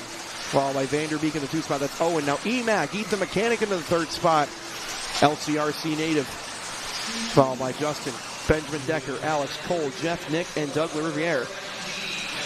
2 down, 3 to go. Again, Wesley and Owen now separated by 1.5 seconds. Wesley Gifford's got it.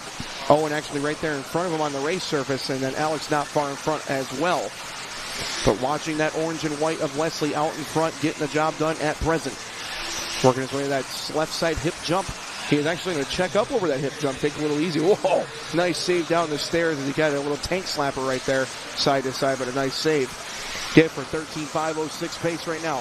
Vanderbeek, Tollard, Mechanic, Green, your top 5. So keep an eye on Cole. He's coming back through the field. 22.8 fast lap of the race from Cole last time by. Mechanic with the 4th spot. Decker in the 5. Alex, Justin, Nick, Doug, Jeff out early. There's your leader down the start-finish line. This time by with a 23 flat. Nice response lap. He's got 8 tenths back to Owen Vanderbeek in that 2nd spot. There's Owen as we pick him up. Running in 2nd. Looks like Alex having some trouble. Just dropping out in front of those 2. That's 2 and 1 right now. Owen and Mr. Gifford. They're actually inverted. Right now, Wesley leads on the clock. Owen trailing, but right now Owen has track position based off how they started the race. Ethan Mechanic going to jump into that 3rd spot if you're Alex Vanderbeek having big problems. Emac in his signature purple-yellow X-ray car. Hailing from Shippensburg, PA. A lot of talent on Pennsylvania as well. It's going to be Ben Decker jumping into the 4th spot. Then Justin Green, the native Hoosier, will move in the 5 spot. Then it's Nick, Doug. Looks like Cole having trouble as well. I'm seeing red line on Tollard. And that is never a good sign. He's sitting in the infield between the 2 center marshals, and a tough break for Cole. That's going to give Gifford a bit of a sigh of relief. He leads by 1.3. Oh, and Wesley nails the center pole, and it claims another one. So Gifford going to fall out of this one. Terrible break right there. And now Owen Vanderbeek to the top. The triple of death lives up to its name. It claims another casualty. So Owen Vanderbeek once again just playing survival of the fittest right here over that triple. Nicely done. Double single out. The leader's going to have a pretty sizable advantage over Emac, about 3 seconds here. So that's going to put Mechanic into the 2, Decker into the 3. Should put Lervier into the 4th spot. So Doug having a nice job recovering here. Owen, Mechanic, Decker, now Doug into 4. Nick 5, Justin 6. That's the 6 we have left. They're falling by the wayside here in the first heat of 4-wheel mod. Owen Vanderbeek leads by 3 seconds over Mechanic. Emac from 9th up to 2nd, though. Strong start for Mechanic. He's going to definitely like how he sorts out in this one. Likely will stay in the B sort, but he'll move up further. You never know. That could be very important based on your comfort level. There's your leader, Vanderbeek, the white, yellow, and purple. We're going to follow him to the finish here as he's hitting the triple right now, trying to take down first round TQ with 1 heat left to go. A 4-wheel drive mod. Here he comes. This will be the race to the line as Vanderbeek will go low 13. What's he going to do, though? Is it going to be an 05, maybe an 04?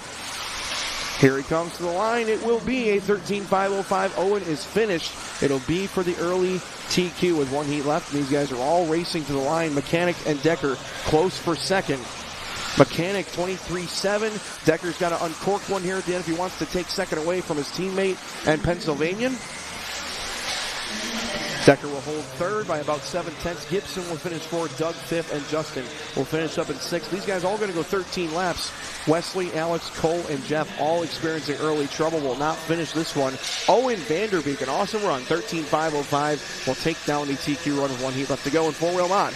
Presented by Boom Graphics, and you can see the A main race results showing us that our top 6 have all run the same lap pace.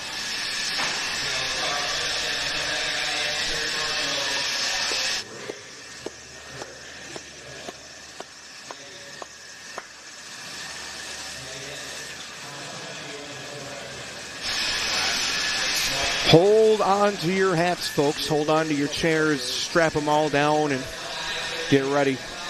This is the final race of round number 2. Four-wheel drive modified buggy. Presented by Boom Graphics. Flashback to round number 1. Brennan Schimmel. TQ. He was the man last time by.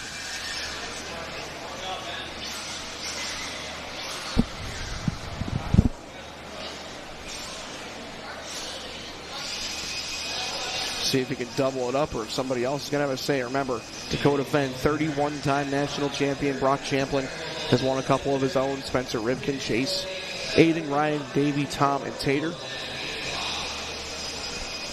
That first round was pretty impressive, though. Brennan Schimmel had a couple little bobbles, but threw down a 21.8 fast lap to take TQ with that 14.5.12. Again, pace is irrelevant when it comes to qual points, but pretty important to note how the track is on speed. Right now, Owen Vanderbeek at 13.505's current TQ. As we have one heat left of the day. Thanks, guys, for joining us. It is 5 o'clock Eastern Time. Hope you're enjoying the coverage here on Live RC, Facebook, and YouTube. Jared Barton on the microphone here with you. Thank you for joining me and keeping me company. And big thanks to Davis, as well as Bob and Travis on the camera work. And, of course, our Roar team doing a great job. Clayton as president and acting race director. Cal Southworth on the tech. And Mr. Mike Braun on the call here at the racetrack.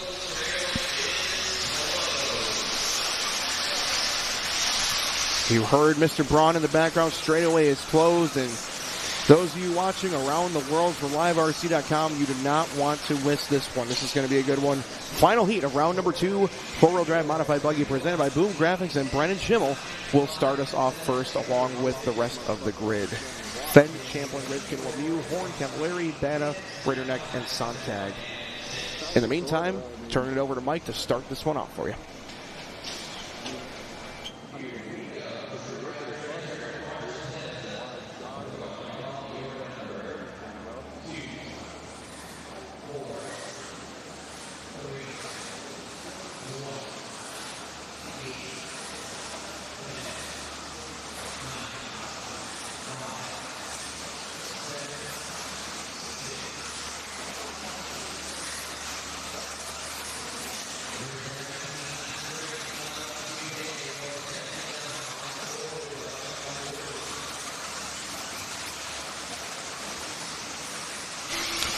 All right, here we go. Opening line from Schimmel's at 22-1. Final heat of round number 2. Brennan Schimmel has been the man of the hour, man of the weekend. 3 for 3 so far. Couple TQs in two-wheel drive and trying to do it again in four-wheel drive. He comes back this time with a 22-3. Here comes Fenn. 22-1. Dakota takes it by just a couple thousandths. Horn up to that third spot, so Aiden having a much-needed start here. See if he can keep it going. Followed by Cavallari, Champlin, Sontag. Your top 6 right here, the world champion, currently dropping into the 8th spot now. That's going to put Ritterneck 6, Cavallari 7, Rivkin 8, Sontag down to 9 now. Lemieux 10. Fenn and Schimmel, 1/10 of a second apart, both the X-Ray teammates. Horn the Associated, Bata the Associated, Ritterneck the Schumacher, Cavallari the one-up back Associated, Champlin Schumacher, Rivkin Associated, Sontag X-Ray, Lemieux X-Ray. Do you see a trend here? 3 defined manufacturers. Ford, Chevy, Dodge. Brennan Schimmel back to the front with a 22 flat. It's mono e-mono right now. We're following Fenn. Not far out front is going to be Schimmel. There you see Schimmel coming in the frame just ahead of Fenn. That's the yellow, pink, and a little bit of white as well. Here's Schimmel. We're going to go split screen now. Schimmel bottom right. Fenn in the top left. This is the race for TQ. Schimmel 21.8 that time by. 22.3 for Fenn. Schimmel going to take now 6/10 of an advantage. Fastest lap of the race. 21.8 there for Brennan. Aiden Horn still running third. His signature orange and blue and white. A little bit of yellow as well. So Aiden in that third spot running the Associated car. He needs this run in the worst way. Followed by Bata, Ritterneck, Rivkin, Cavallari, Champlin, Sontag, Lemieux. However, the quick tone being set, it's a 2-horse race. The X-Ray teammates, Schimmel and Fenn from Virginia and Michigan, getting it done right now. Again, Fenn relocating to Indiana, but a native Michigan. Schimmel, 21.9. Fenn, 21.9 last time by. Here comes Schimmel, 21-9. Fenn this time by with a, oh no, this one's going to hurt, 23-9. It was a small bobble, but it still cost him 2 seconds overall. And Brennan, 14-5-08. He is smashing TQ again. Put up from Vanderbeek, top 9, all in front. Lemieux trying to go 13th with a 13-5-11. But right now it's all Brennan. 21-9 last time, 22-1 this time. His lead this time by over Fenn will be how much? Fenn hits the line now. He's out. He's now going to be trailing by 2.7. So Brennan Schimmel, the man of the weekend thus far. Of course, so much time left to go, but how can you ask for anything better? 4 for 4 he's trying to do here in these first rounds of qualifying. Back-to-back and two-wheel, trying to go back-to-back and four-wheel. Here's Fenn down the straightaway. Fenn still can't get much closer. He's 3 seconds back now, exactly 3.02. As it's going to be Rivkin up to third now, Champlin 4, Bana 5, all right there in that same range. And they're only about 2 seconds back of Fenn. So Spencer Brock gave you big race for third. Sontag 6, Rinderneck, Horn, Cavallari, and Lemieux. Minute 15 left as it's all Brennan Schimmel right now, 22.3. That time by for Brennan.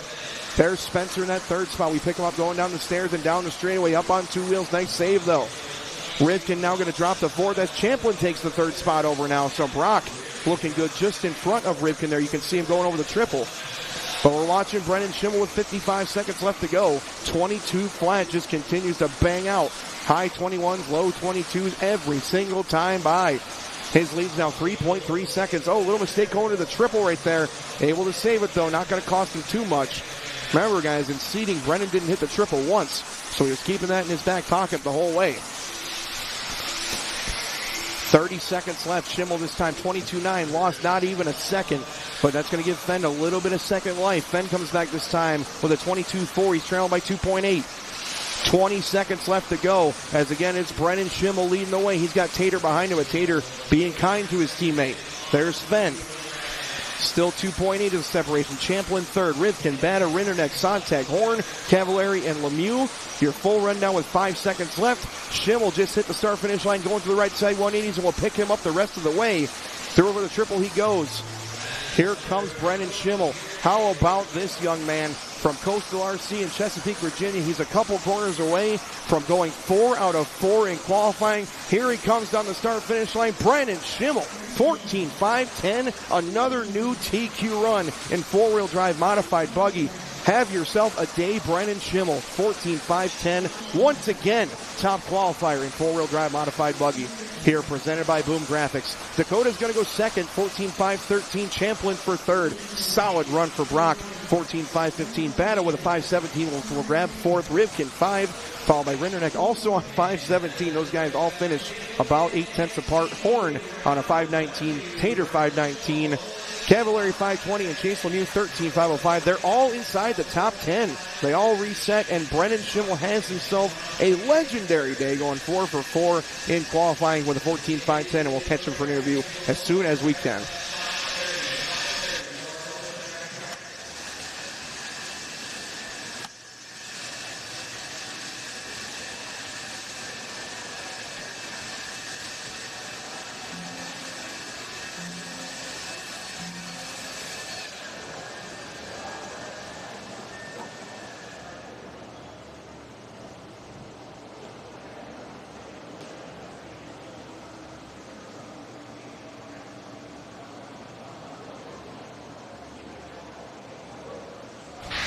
All right, so we called it audible. Brennan's got enough TV time today. We're going to bring on our man Dakota Fenn. Dakota, great run that time by. Just one little bobble, couple there that set you about 2.8 back, but otherwise a very good run. You matched paces with your teammate Brennan.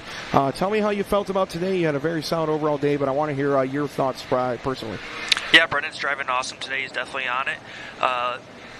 Pretty close in full drive getting there. He's still got a little bit of pace on me. Then I had that one little bobble, so happy with 2 2s in that. We got a couple hours of practice now to kind of tinker and dial things in. And then tool drive was a little bit of a rough day, so kind of reset. Went back to my setup from Clash, and we're going to go on practice and give that a try and kind of see where we're at. That sounds great, Dakota. Thanks for your time. I'm wishing you the best of luck, and just want to know how's the young man doing at home? He's doing great. That's awesome, man. Well, thanks very much for your time. Good luck the rest of the weekend, and we'll catch you next couple days. Cool, thank you. Thank you. What a day, though, for Brennan Schimmel. Again, congratulations, Dakota. A couple 2s, like you mentioned. Man, Brennan Schimmel. That's going to be the news story of the day. 4 out of 4. Two-wheel drive and four-wheel drive. I got to think that there's a party happening at Coastal RC right now because that was an impressive display of driving. Very composed under pressure from the best in the country here, best in the world in 10-skill clay racing.